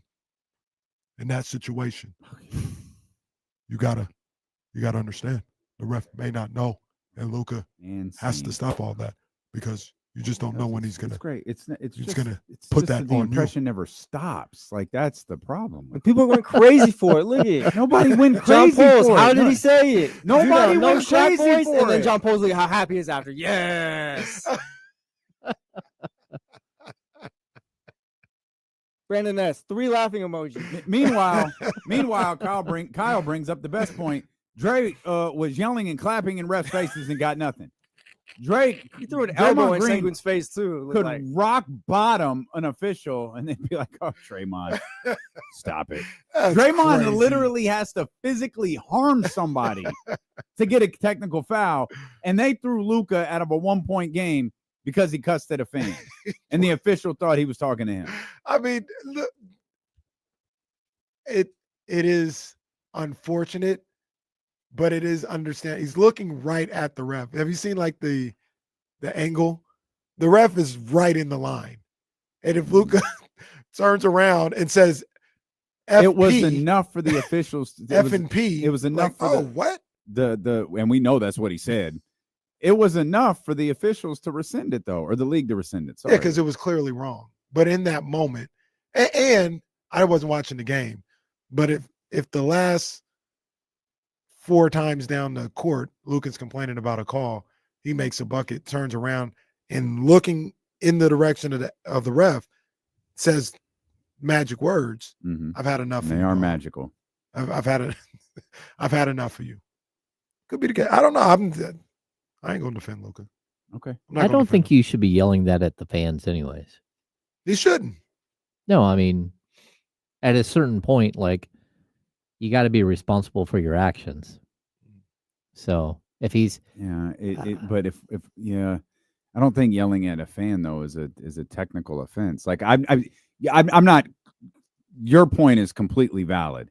I just think and I know it's easy for me to say, but from an official standpoint, in that situation, if we call the game differently at the end of a game, you got to swallow your whistle on that play. You can't throw Luka Doncic out in that moment. I got you. You have to be aware he has a technical foul. Hey, chill, or whatever you have to say. Like you have to exercise some patience there. You're right. But no matter how annoying he might be. On the flip side, RIP. Damn shame what happened on the flip side is a drunk driving accident. His actions cost him. Like he's earned that quick trigger or not getting the benefit of the doubt in that situation, because like James was talking about, like at some point you can't just keep going around talking to anybody that way without it costing you, whether it's money, a game, something like that. Like, can you imagine if he got suspended tonight? Oh, I'm here for it. Oh, Is that that'd be well? No, amazing. that's not why they rescinded it. But was he? No, I would have heard. No, about he can't that. be anywhere near close. Yeah, I would've heard about they would have freaked out last night if he was at his 16th. They would have fired technical that foul. referee. Oh yeah, they would have lost sleep if he was at his 16th foul last night. Yeah. Okay. So John Bull brings this up. DeMarcus did yell at a fan and got in trouble, and I can't remember if he got fined. I think he got traded, if I remember correctly. Not that fan. Oh, okay. I'm sorry. There was a fan in the stands behind the bench. I remember. Yeah, they were filming him. Yeah, and he told them they could blank. I don't blame him. Yeah, like they were baiting him into a reaction, and DeMarcus fell for it. Huh? He later used that technique to bait Grant Napier into a the tweet. tables have He learned. turned. He learned from this mistake. How the tables have turned. You're right. I can't remember what his punishment for that was, but I do recall. I think that. it was 25,000. Okay, so it was a like fine. that. Sure. Okay. Hiding in my email somewhere. I could probably don't search my email and type in. Well, DeMarcus if you search, Cousin fine. How many messages would come up though if you did that? I'm trying to see. He wasn't going to get suspended, but that was 14. Oh, that's not good. It was close. Yeah, he's close. Hmm. But they reset. So he's at 13. They reset in 3 days. Or 3 games. And the playoffs are like 7, right? Yeah. I think it's 7. Yeah. I think Draymond's gotten suspended for those before. Wasn't that the finals? Yeah. Oh, Draymond. Yeah. Special character you are. Hammer, Kings qualify for the postseason last night, playing locked in. Does this change anything? I don't think it changes anything for the front office. I don't think it changes anything for the player combinations that you might swap out this summer. I think it actually probably does mean something for Doug Christie. Okay. Because I think it gives the team something that they can point to and say, look, like we had an up and down season, but he took over the team 5 games under 500. He's, there's a possibility that he climbs back over 500 and that this team makes not just a play-in, but you never know. Maybe there's a possibility for an actual playoff appearance. And so I think we're going to have to wait and see how it plays out. But I do think this is a little bit of a feather in Doug's cap for turning the season around again, because it sure did look like this thing was dead in the water like a week ago, 2 weeks ago. And here we are in a situation where not only are they in the play-in, but it does look like they have a very good chance of hosting a play-in game. Mm-hmm. And that's at least, sort of the best they could do at this point. Do you think it changes anything for like the fan base? If they were, and I'm not right now, but if they were to win 2 games to get into the playoffs, regardless of how that first round may go, do you think it changes anything for the fun? And I'll even go a step further, because I think you were talking about more so like right now. Does that scenario change anything for the personnel, the front office, obviously for Doug Christie, if they were able to win those 2 games and get into the playoffs? Yeah, I think it would for Doug for sure. I mean, I think that would be just go ahead and ring it up. Like if he makes the playoffs, that was the sort of the reason why you made the change, because you thought you had a playoff roster and you wanted to get the team to the playoffs, right? As far as the fans, like, look, I think everybody likes Doug and everybody wants an excuse for Doug to get the job. Like, he's got to earn it. He can't just, it can't just be a total mess and just everyone says, oh, he gets a job because he's Doug Christie. But I think that's where this kind of does make you feel a little bit better. Like this 3-game win streak that, again, there should have been at least a 2-game win streak and then a 2-game losing streak coming back is what I think we all kind of thought would happen. Mm-hmm. But the fact that you have this 3-game win streak right here and that you're actually building maybe some momentum towards the play-in, like, look, this is all good. This is, this team was a hot mess. They have been since late December. And we've always been waiting for this sort of balancing out moment. And it's only 3 games. But I think the last 2 wins were convincing. I think they were solid, like all around. And it also shows you maybe a schematic for what this team can look like at least if you're going to build a team around Domantas Sabonis, Zach LaVine, and DeMar DeRozan. How different you talked a lot about Doug Christie right there, Hammer. How different do you think this season would be right now if Mike Brown was still the head coach? I don't know. I mean, I think it would be 100 times different. It's an interesting domino effect because I assume if Mike Brown is still the head coach, De'Aaron Fox is probably still here. Yeah, it's not a guarantee, but he probably is. Yeah, I'm going to guess that there's a good chance he would have been, and that they would have gone out and made a move or two to try to. I mean, even if we just went chalk, Laravia and JV are here. Maybe. I mean, yeah. The only way you got those is by going and getting second-round picks. Sure. Yeah. And then trading those second-round picks for Laravia and for JV. It's an interesting domino effect when you just put Mike Brown back into the equation.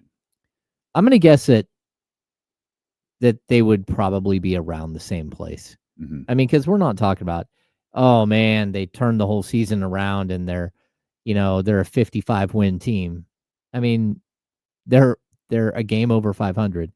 When Doug took the team over, they were 5 games under 500. So you've improved by 4 games at this point, and you could give those back in the next 2 games.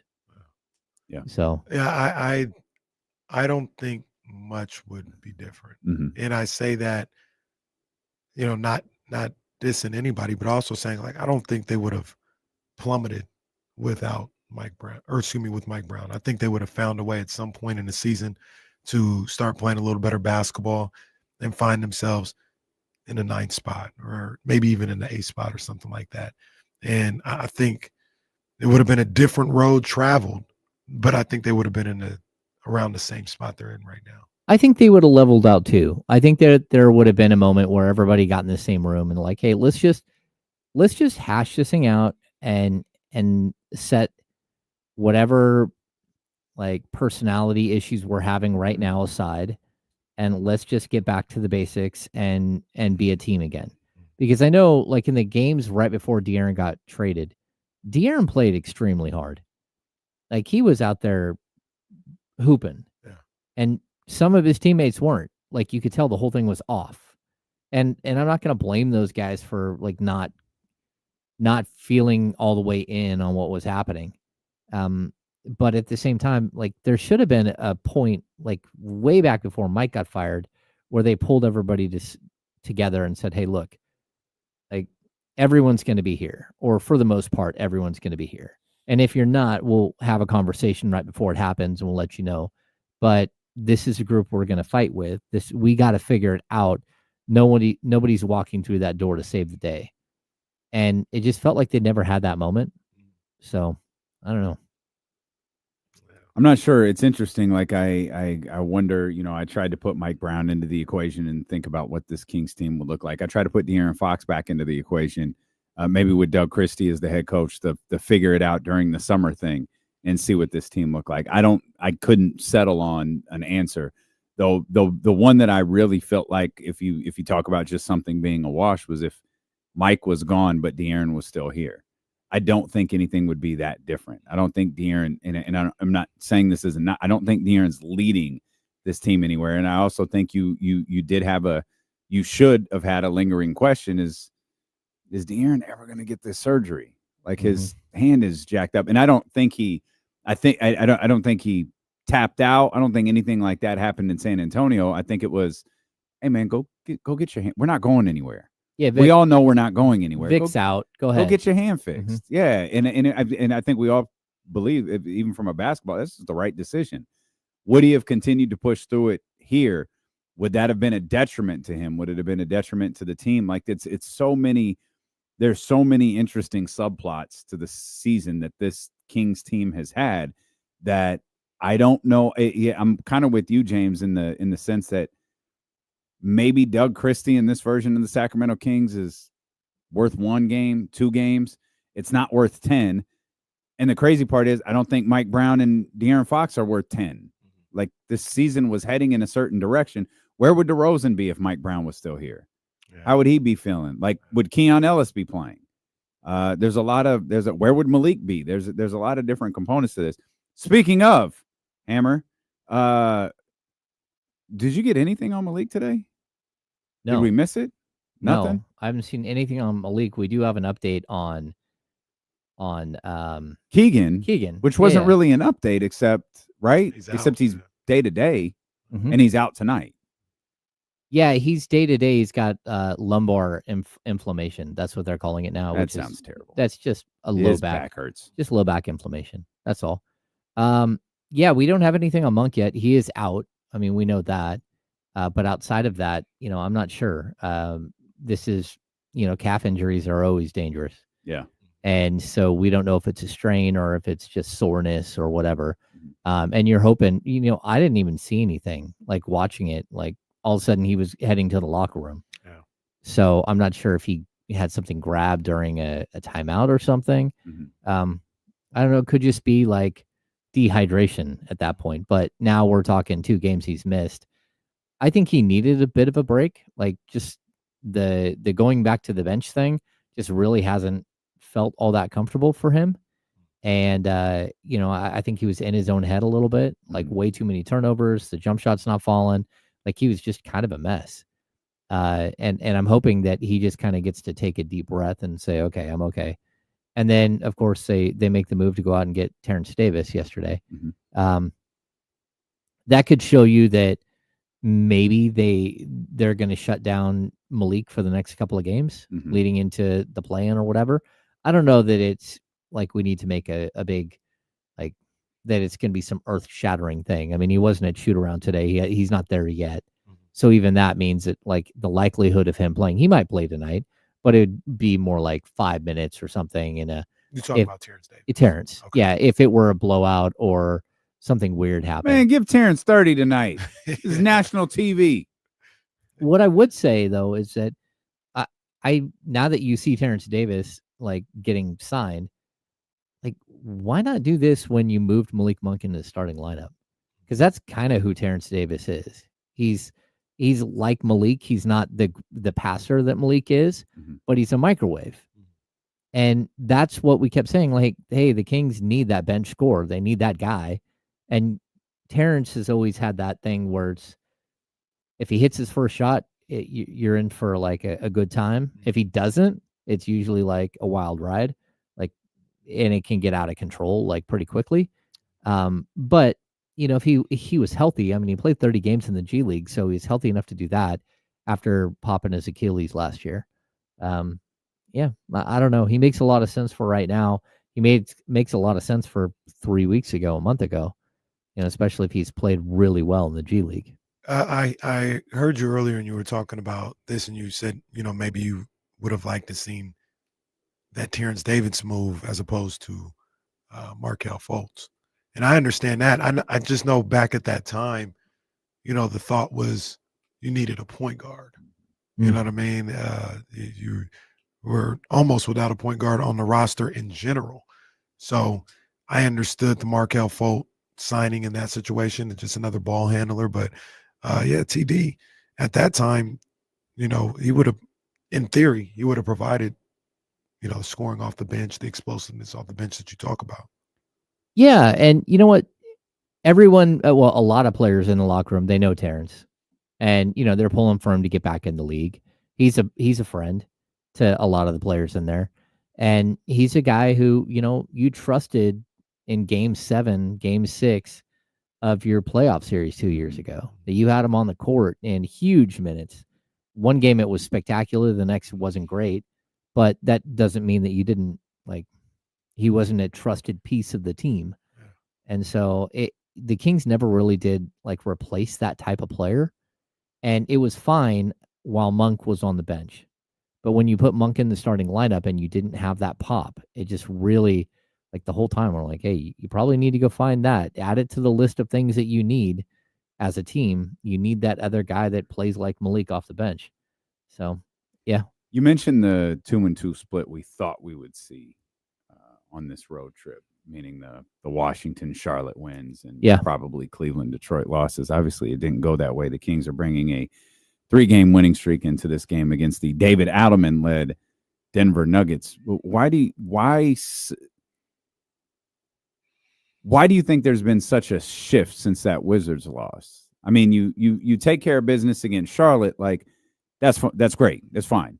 No one talks about that, and no one cares. You went on to beat the 1 seed and the 6 seed on back-to-back nights, and we are all left like, this is the same team that lost to the Wizards a couple of days ago. This is the same exact basketball team that lost to the Wizards a couple of days ago, and we're left like trying to make sense of this season.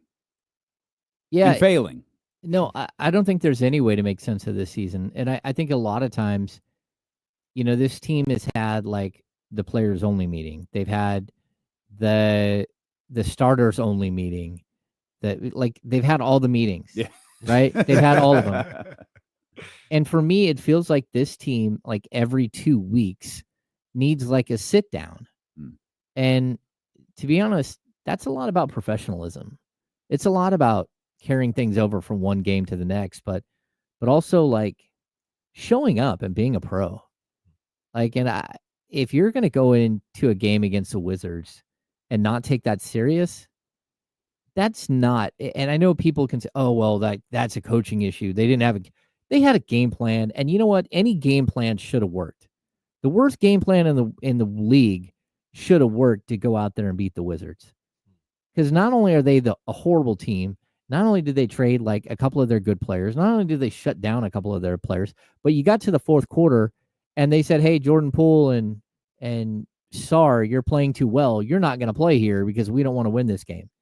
Like, players who are on the court are always going to play hard and try to win. Mm-hmm. But the Wizards did everything in their power to lose that game. And the fact that the Sacramento Kings players didn't come in ready to compete in that game and ready to beat a team that has no interest in winning, that's on them. And like, if you need that motivation, you shouldn't be playing in the NBA. Tough look. You should be playing in the Euro League. You should be playing somewhere else. Because realistically, if you need somebody to push you to get up to beat the Washington Wizards, that's on you. And so, again, that's not me like protecting a coach. That's just like basics. Like if you had 5 of those losses this season where they just didn't show up against bad teams, we'd say, okay, that's a trend, because we saw that trend last year. That was a trend. They lost to 5 of the worst teams in the league, or 4 of the worst teams in the league. But this season, I don't feel like that's who they are. We certainly have had games where they play good teams where they don't show up at all and get clubbed. But a bad team like that, we really haven't had a lot of those games this season. And that was such an outlier, especially in such an important point of the season where, like, you're down to, what is it, like at that point, 7 games, 8 games, and you're going to just give one away? Really, really strange. And so, again, I personally think that they had another, like, dinner or something out together. That's what I was going to ask you. Maybe it's just a figment of my imagination, but didn't Doug mention that, I think, after Sunday's game? Because he was talking about, it was coach speak, but he was talking about it was impressive that after a disappointing performance like that, they can come together, clear the air, have a discussion, and then respond with being able to play well like they did. I think it was Sunday, and I think that's what he was kind of alluding to, but I'm not sure. But yeah, it sounds like they talked again. Yeah, I can appreciate that. But again, the reason why you have those talks is because you've lost 2 or 3 games in a row, or you've lost a bad game that you had no right losing, right? So this team, it feels like every 2 weeks, every 3 weeks, they get themselves back into a situation where they have to have one of these discussions. And I think when you're on the road does have this bonding effect. So I think there's a possibility they went out to dinner as a team or whatever. And you don't even need to air grievances as much as you need to sit next to each other and just go, okay, we're all in this together, and we're all just making a lot of money and playing a game we love, and we should be doing much better than this, and we should be having a good time doing it. And finding that joy again, I think, can happen very quickly. And so I wouldn't doubt that there was this type of conversation, a dinner out, whatever it was, that kind of reset this team again. But you can't go through an 82 game schedule and have 25 of these meetings. Right.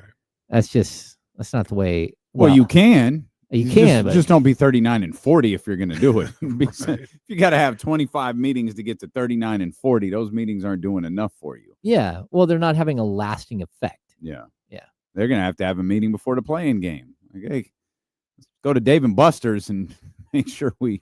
Trying to think, is it what you say about a week and a half, 2 weeks? Maybe if they talk them Thursday. Yeah, they're gonna have to talk before the play-in. Go to Domas' spot in Napa. Buddy, get together for some wine. That's right. Talk through this thing. As sporadic as the team has played, kind of up and down as the team has been this year, Zach LaVine, I think, has more ups than downs, but he certainly had some weird moments, not shooting very much, not shooting super efficient, and that neither one of those was the case in the Cleveland win and the Detroit win. The last two games, they really stood out how Zach LaVine has played.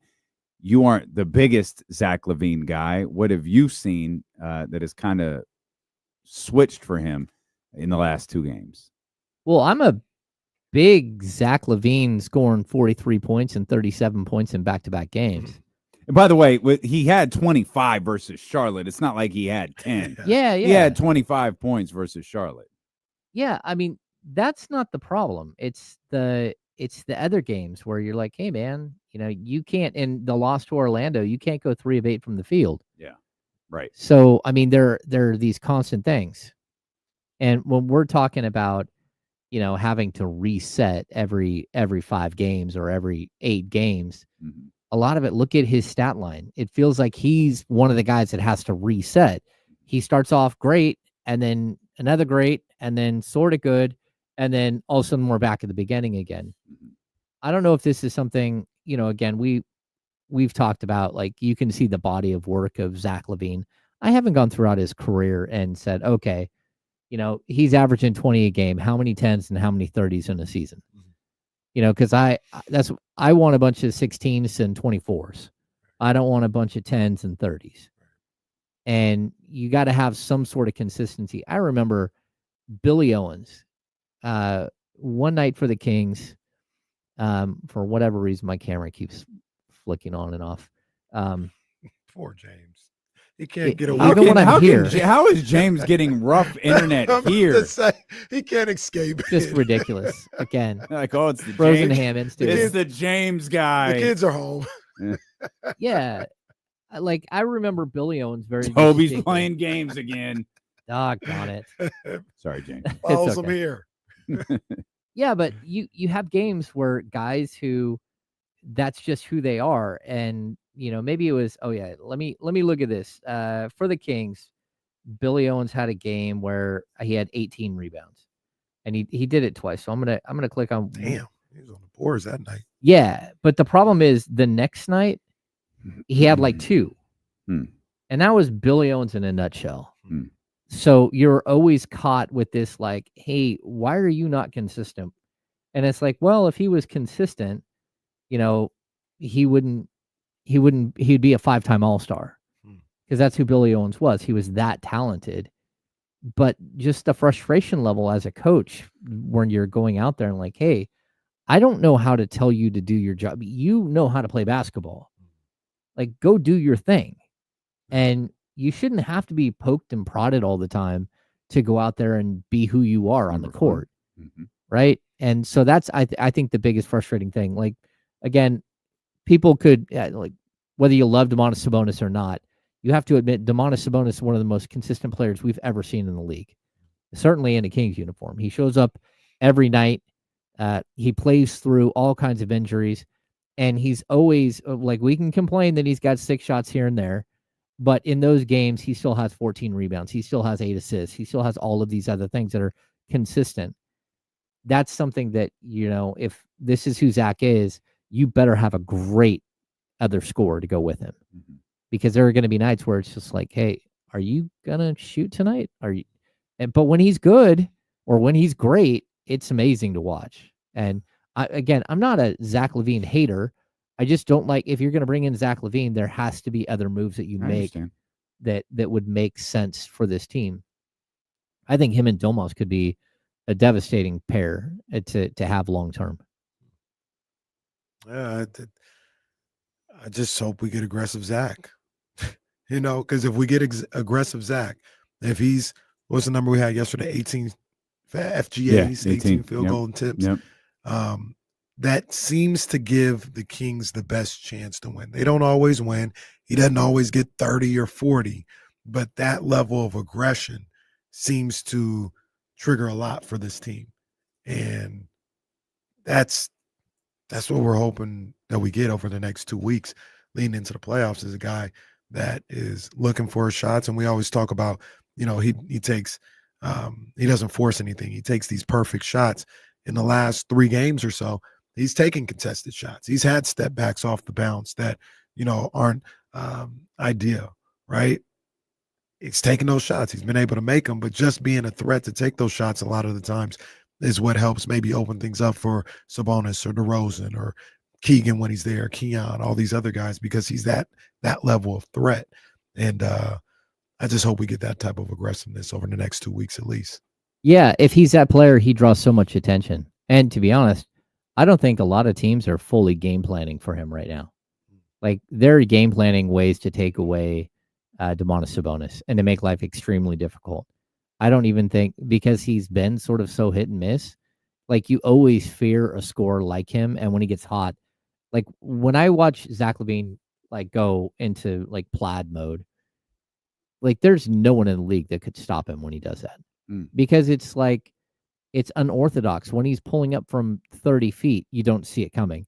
When he's like, he just takes like a lighthearted dribble, takes like 2 quick half steps, and boom, launches for 3 and hits. It's super quick, and he's starting to learn where the sweet spot is behind Sabonis on the screen. So you can see him like all of a sudden he'll go around the screen and go, oh, look at all this space. Where did all this space come from? And that's the beauty of playing with Sabonis. And up until this point, I don't think he'd really found all of that. But man, again, if this is who he's going to be, if he can be not 37 or 43, but if he can be a guy who's threatening to go for 30 at any moment, then that can be a tandem that you can build around him and Sabonis. What stops Domas from going for 30 every night? Like Domas, I mean, in kind of lost in because DeMar was really good against Detroit as well, but so was Domas. But Domas so regularly has a stat line where it's like, yeah, he had 19 points, 20 points, whatever it is, 7 of 11. 8 of 12. Like that is so often what he does, when it feels like the efficiency rate for him is always there. And I'm gonna keep barking up the same tree. Why are the field goal attempts not closer to 16, 17, 18? I think 2 things. Number one, he's the most unselfish player that the Kings have. And he's looking to set up his teammates as much as he is to score. And probably he's looking to set up his teammates more. I think the other thing that people miss... Is that to a detriment? Well, I don't know. Because I think it's easier to find scorers in the league than it is to find someone like Domas. Like, you can find scorers. I mean, they're hiding under every rock you look. You look around, like, I mean, the Kings just went out and got Terrence Davis. He can come in tonight and score 14 points.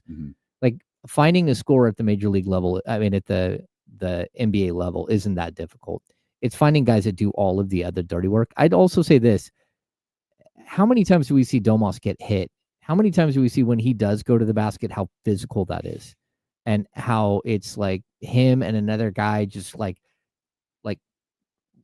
slamming into each other, and it's like, whoever's the strongest guy is gonna win the battle. So that would be Stu the other day. Those were 2 Rams, going at each other when he was guarding Sabonis. Yeah, but how many times can you expect Domas to do that? Because there's only so many of those he has in his body. This isn't, it's almost like playing defensive line or offensive line in the NFL. Like, there's only so many hits you can take. And I think throughout the game, like if he's having that type of physical battle, then what do you expect? 8 to 10 of those a game where he's going toe to toe and like trying to bully his way. He's not a guy. He's not like Alperen Şengün, who has like 47 moves. It's pretty basic. You know what's coming, and it's gonna be whether he out physicals you to the basket. Now, can he take a few more jumpers? Sure. Can he take a few more threes or 18-footers? Okay. But at the same time, like, you have the best mid-range jump shooter in the game on your team. You've got elite, 2 or 3 elite three-point shooters. Like, he can take some of those shots, but sometimes the best shot is not for Domantas Sabonis to take a three. Sometimes it's not for him to bully his way to the rim. The key that I would say, if you want him to average 20-something a game, is to have just run more pick and rolls. Get him more easy baskets where he's in motion going to the rim, because the other ones, I mean, it's brutal watching him get beat up every single night. And I could understand why at a certain point you're like, okay, I can do 8 of those or 10 of those tonight. I can't do 14 or 18 of those, because it's just, he's not going to hold up. No one could. The one thing I'll say, and everything you said was spot on. The one thing I'll say about that, though, is, and I'd like to see a little bit more from Domas, is like kind of reading the room, so to speak. Like, if we're in the third quarter and, I'm getting to Zach that's not shooting the ball tonight, or Malik maybe don't have it, or, DeMar, he going to shoot it, but he's the only one really scoring right now. We need a second score. All right, I got to pick up my FGAs at this point. And sometimes it doesn't feel like we see that from Domas, and that's probably what we like to see more often when we're halfway through the game and you kind of, all right, I've got a feel of what's going on here. I need to pick up the offensive aggression a little bit. I get that, but a lot of times when you're having those games, the other team sees exactly what's happening, that Zach LaVine is not being aggressive or that Keegan Murray's not being aggressive. And so they just send a second body at Domas, and Domas starts turning the ball over. And then that's when he really takes it personal, because not only is he not making his teammates better by passing it, but he's also costing them and making mistakes. And you can see how it wears on him. And that's usually because they shrink the court and attack him and leave shooters open. And it's because the shooters around him aren't having a good night or aren't doing the basics. And so, I mean, I get it. He does have to have that a little bit more. Take that jump shot, man. Yeah. I mean, we that might be 17 talking footer. 2 shots a game, like at the end of the day. And I think it's tough, because how many other mouths are wanting to be fed on this team? Like, we want 2 more shots, 3 more shots for Keegan Murray. We want 2 more shots, 5 more shots for Zach LaVine. Malik Monk, we don't want to take away his 12, 13 shots a game.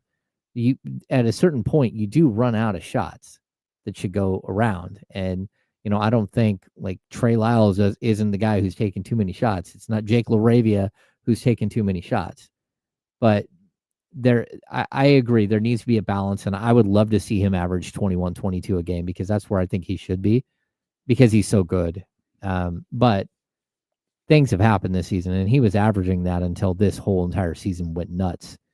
And then you got to reconfigure the entire team because De'Aaron Fox is no longer there, and it just becomes a huge issue. The Giants just got a monstrous home run. Lego, vamos, gigantes. That ball is wet. Yeah, that one in the drink. That was a walk-off? Yeah. Oh, Okay. wow. Shout out, yes. Giants win.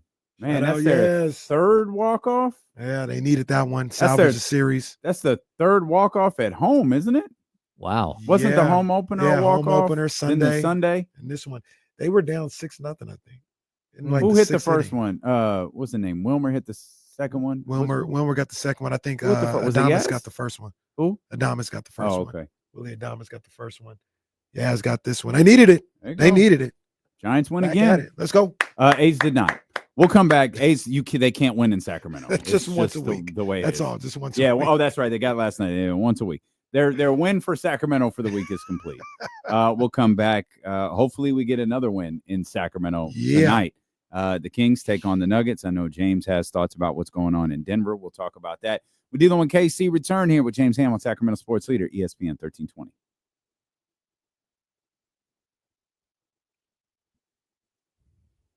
Kill the mics for 1 sec. Oh.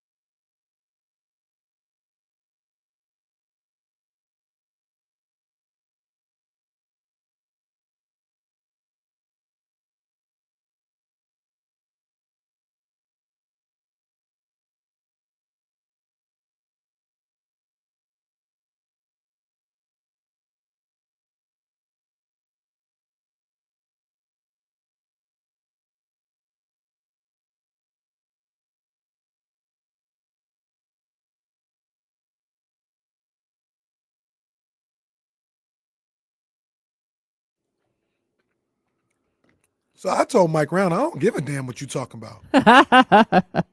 So that's really what happened. You can tell Sean he ain't shit. That was a joke. Sean, that was a joke. Man. James doesn't get our sense of humor sometimes. That wasn't my issue. My issue is whether you said that word on the air or not. Oh, no. No. James had said, because, we were just talking, and he said, kill the mics. And at first I thought he said, kill a mic. I was like, what you talking about, James? What you talking about? What's up? Grammy Award-winning hip-hop artist, Kill a Mic. What's up, James? Kill a mic. I know my peeps. I have no idea. Did you listen to Bitch Don't Kill My Vibe like you were instructed? It's not. Okay. I will listen to it on the way to the game. How There about you that? go. I catch a beat running like Randy Mouse. You can listen to that one next. Hammer. All right, it's the Kings and the Nuggets tonight. The Nuggets are, for now, kind of the center of the NBA universe. That's probably going to shift around tip-off time for the Lakers in Dallas. But you covered Mike Malone. I'm sure you had strong feelings to what happened yesterday. Surprised that Denver moved on from both Calvin Booth and Michael Malone? I mean, look, I'm never totally surprised when a coach gets fired, except for the win. Like, when do you get fired? And I think when it came to Taylor Jenkins last week, we're all shocked. Like, 9 games left in the season. You're 4th in the standings. What are you doing? It's almost like you get to the 4th spot in the standings and you're getting fired. So Steve Kerr should look out. Like, don't be 4th because you're about to get fired. Steve Kerr said, no, we're all going to suffer the same fate. Well, I mean, that's at the end of the day, like, coaches get fired. And, we talked about this before. Doug Christie is the 10th head coach I've covered in Sacramento. That's a lot of coaches. And Michael Malone is a really good dude, but he's also really intense, and he can be very prickly, and he can be hard to work with for people around him. He's not hard to, like, I think the players love him. They love playing for him. Now, there might be some players that don't. That's always going to be the case. So no coach has the entire locker room wrapped up and everybody loves them. That's just not the way it is. I mean, we've talked about, the players who in Sacramento that won't even have, that I've covered, that won't comment about Greg Popovich when they played for him in the past. Like, everybody has their own experience, but they knew who he was. They knew who he was for the last 10 years. And Michael Malone's almost lost his job a couple of times there because he is abrasive. And, if they would have waited until the offseason and let him go, I would have understood. But I also, if you're Denver and you've already, like, figured out that this is what you want to do, the last thing, it's not the last thing you want to have happen, but what if he takes you to the Western Conference Finals? What if he somehow makes it to the finals? And if he wins it, yeah, that's amazing. But if you'd already made the decision that you don't want him there anymore, that makes it really difficult. And I have a ton of respect for Michael. I think he's a great coach. Again, a great guy to cover, really funny all the time, really, really bright. And, in a lot of ways, he reminds me of Mike Brown. They are very, very good people off the court. But in a work environment, like, Mike was super abrasive here. And, like, Mike and Pete D'Alessandro, like, I can throw a ton of blame on Pete D'Alessandro for all kinds of things during his time here. But the fact is, like, you got to be able to work with people, right? And there was a point when Mike was fired, he hadn't talked to Pete D'Alessandro for 6 weeks. His general manager. That's not normal. Now, I mean, they talked, of course, because they'd gone through a training camp and they'd cut players and stuff like that. But to actually have real conversations, and, there are times where I know Mike would see Pete D'Alessandro Michael would see Pete D'Alessandro walk past his office and then call him. And Michael wouldn't pick up the phone. Because, like, dude, I'm here. You just walked by my office. I just saw you.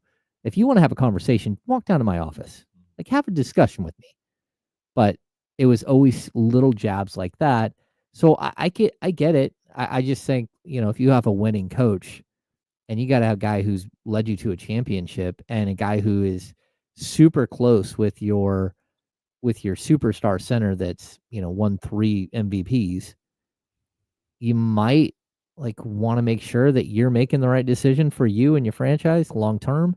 And you also might not just want to crumple up a season and throw it away and act like, David Allen. Oh, no, still championship expectations there. Of course. That's what the expectations. How's that? That's what Lil Cronky told us.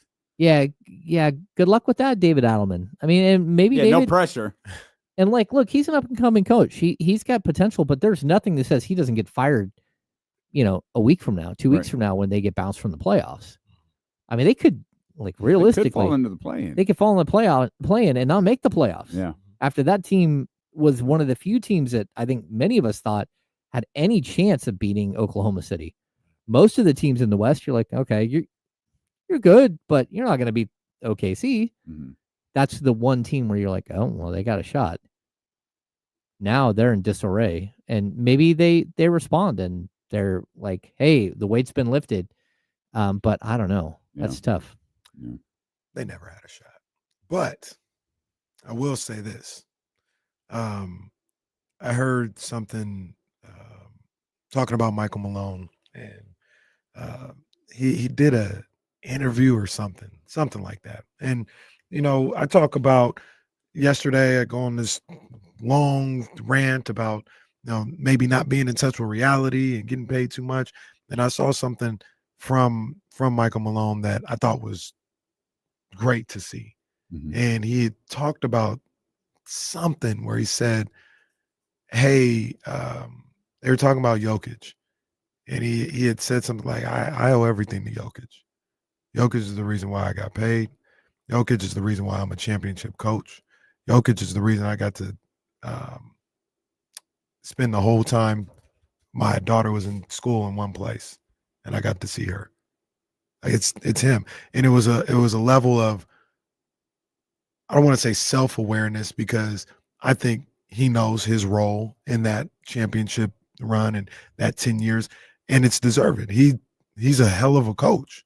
He understands, hey, I do my job and that's why I'm here, but I'm nothing without one of the greatest players that ever played here in Denver. You know what I mean? And I just thought that was really cool in a moment of, like I said, I don't know if it's necessarily self-awareness, but awareness of the situation that he had in that moment. And, it sucks that it ended when it did and maybe how it did, but he got to spend a lot of time in one place, and more time than most coaches get to spend in a spot, because that's just the nature of the job. And, salute to him, man. He's a heck of a coach. He'll probably be in San Antonio somewhere or something like that relatively soon and get another opportunity in a heartbeat. I think it's interesting. The Greg Popovich tree is highly successful, right? It's Mike Brown. It's again, Michael Malone. Mm-hmm. It's Mike Budenholzer. But the thing about them is that they are hard on their players. They coach long practices. They have high expectations. They're on the OCD, they're worried about the minutia. They drill. They are, on the court. They're really tough off the court. They are who they are, right? And I think when you have as much success as Pop has had, and then you go work for him and you're like, okay, this is how I have to establish myself. You have to have a certain persona. You got to be a certain guy in the room. And sometimes that's abrasive, and not every franchise is going to say, okay, you got carte blanche to do whatever you want.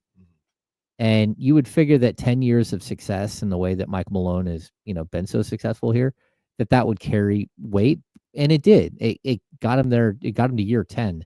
That doesn't happen very often. I mean, Rick Adelman got 8 years in Sacramento. We call it the golden age of Sacramento Kings. Michael Malone just coached more than that with the Denver Nuggets. So I think that there is an edge that makes these guys great coaches, but it's also an edge that if you don't have the backing of the organization 100%, that eventually you're going to run yourself out of town because of that, because it's your way or the highway, and because of the expectations that you put on your players and the demands that you make in practice, the demands that you make in front of the media, all that stuff. I don't have any problems with what Michael Malone said, like in the press. I don't. Like, if guys aren't doing their work and you're going to call them out, not by name, but in a generalized term, hey, like, shots fired. You know who you are, who's not doing the work. Do your work. You can only want it so bad for other people. And, it's like, you can only want it so bad for Reese. There's a point where Reese has got to make his own way. As a player, as a student, whatever it is, as an employee down the road, you can only help them and try to get them to a certain spot. And then it's on them to take that next step and to be the person that they're going to be and not be who you want them to be. And so I just think it's tough because coaching in the modern NBA is extremely difficult. Real quick, two things with that. Number one, you can't, in my opinion, as good as of a coach as these guys are or whatever, you can't go around not talking to people. You can't go around not communicating with somebody that's supposed to be your partner and think that that's going to be okay. Like that's not a good work environment. And if Mike Malone, Mike Brown, Mark Jackson, when he was in Golden State, is making that decision to behave that way, you're making your own bed to be out of there. Or you just better win at the highest level, like win championships every year. Like, you can't go around doing that. So that's on them. That's a decision that they made to go about situations, regardless of if it's right or the justified or whatever. Like, you can't do that. Number two. Wait, Mike Brown never did that in No, I'm Sacramento. just naming coaches. Yeah, naming coaches. Sorry to Mike Brown, just naming coaches. But the other thing about that is part of being the coach is understanding the leash that you have with some of those players. Like, you're going to call him out, and he didn't call him out by name, but you don't call out the locker room the way you did. Number one, I just wouldn't do that. There's no need to do that publicly. I can do that behind closed doors, and we can name names behind closed doors, but putting family business outside, that's not a way I would go about it. Number two, you got to make sure, as Damian would say, your house is in order.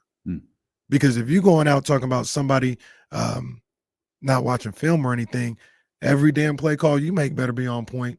Every way that you go about it better be on point. And that's one of the things that we talked about with and once again, I'm just using him as an example as a coach. But when Mike Brown talked about Detroit and he got talked about, hey, I told them this and that to foul, this and that, this and that, this and that. All right, well, you didn't give clear directions. Are we fouling or are we not fouling?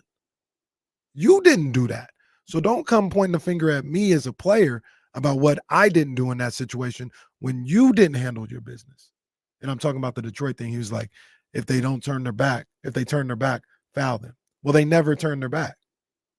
So, like, be more definitive about what you want us to do. Don't go to the podium telling the people that I didn't do my job when you didn't do your job.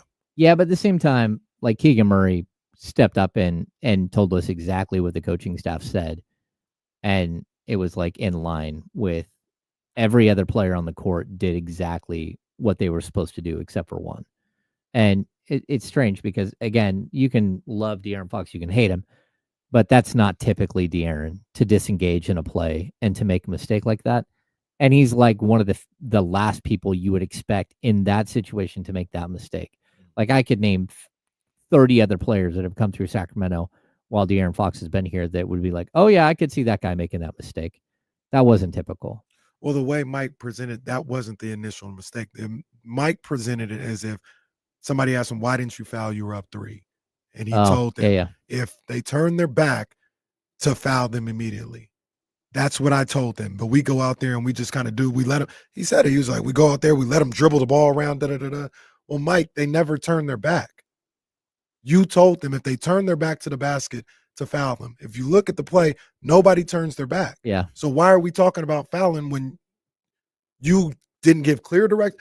It's not about Mike Brown. It's just about when you go public like that. Yeah. You got to make sure your stuff is in a row as well. Well, he took a huge gamble, and Mike is I probably the only head coach that I've ever covered who very specific outside of George Karl, but who very specifically said player names. Like I was always taken aback when he did because I wasn't used to it. I mean, even when I asked the question about why no one was coming to the podium, I never expected him to say a media relations staff member. You know, I never, ever, never have I ever heard that from another coach where they asked somebody by name in the room, like, well, why didn't someone else come up to the podium or anything? That's just whatever. Mike has a different way about him that where he did do that. And by far called out more players than I ever remember. I mean, like, again, George Karl did it all the time, but it was usually veiled. Like when he called Derek Williams a Coke machine. He didn't say Derek Williams is a Coke machine. He said, looks at the box score and goes, even a Coke machine would get more than one rebound in 33 minutes. Hang on, guys. Shams just reported that Sacramento Kings guard Malik Monk will be reevaluated in 2 weeks. Yeah. Saw that coming. Malik Monk will be reevaluated in 2 weeks due to a left calf strain, sources tell ESPN. At timetable sidelines, Monk averaging career high 17.2 points per game for the rest of the regular season and the play-in games. Malik Monk is out, and our fear regarding the Terrence Davis signing yesterday has now become reality. Yeah, I mean, you hope for the best in those situations, but you hear calf strain and all this other stuff. That's usually not a couple-day thing. That's tough, yeah. Well, we've said it a million times about calf strain. The calf muscle is what supports the Achilles. You do not mess with the calf. If you have a calf strain, you've got to make sure that thing is not only 100%, but that once it's 100% healed, that you have to rebuild the strength in it to support that Achilles. Which is why, like when the Warriors ran Kevin Durant out in the finals and he popped his Achilles after having a calf strain, was like one of the most irresponsible things I've ever seen. Yeah. Yeah. Yeah, so Malik Monk is out. He will not play the rest of the regular season. He will not play on Wednesday when the Sacramento Kings take on the Dallas Mavericks. The question is, will that game happen here? Will that game happen in Dallas? Sacramento has a great chance to shore up that game happening here in Sacramento tonight if they're able to beat Denver. And Kenny's Los Angeles Lakers are able to get the job. I'm sorry, the Los Angeles Lakers are able to get the job done against the Dallas Mavericks. That's tough news. Malik hasn't been playing well, but there isn't a situation where I didn't think the Sacramento Kings didn't need him. Going into a play-in game and even here trying to solidify a home play-in game. It's tough news for Kings fans for sure with Malik out. Yeah. I mean, I don't know where we're at. What day would the next play-in game be? I assume Friday. Wednesday to Friday. That would be my guess. Okay. So, I mean, he'd be likely available. That's 10 days. That's 10 days. I think if we see Malik Monk again this year, it'll be game 3 of the first round series. Yeah, I don't think we're seeing him in a play-in game. Yep. Well, that's a downer. It is. But it didn't sign Terrence Davis for no reason. Right. I mean, it was our first thought when we hey, TD is back, and then it was immediately like, wait a minute. Mm-hmm. Wait a minute. Damn minute.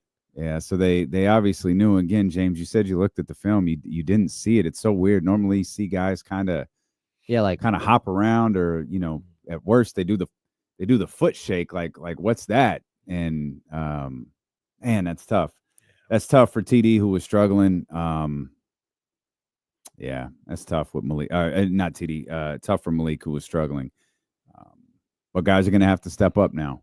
I don't imagine it'll be Terrence Davis, but maybe Terrence will get an opportunity to run. The Kings very much are still playing for something. That game should be at the Golden One Center.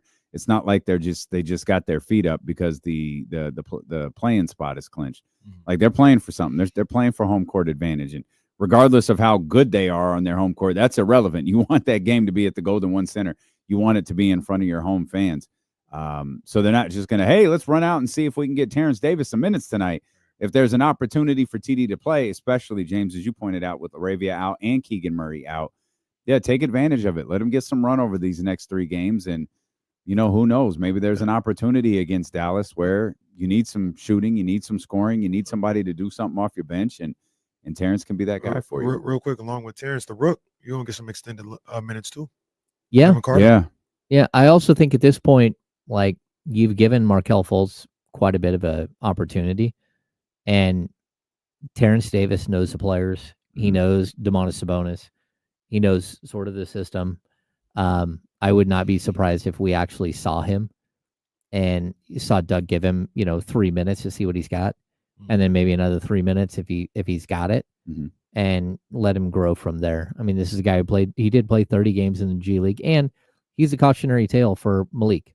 Hey, Malik, you need to sit there. Yeah. And you need to relax. Yeah. Because the Achilles, repair is just, it's still brutal. It's tough. It's excruciating. Terrence Long Davis, process. he seems like a Doug Christie guy. He seems like a guy that Doug will say, hey, I like your energy, TD. Go out there and be TD. Yeah. We'll worry about everything else later.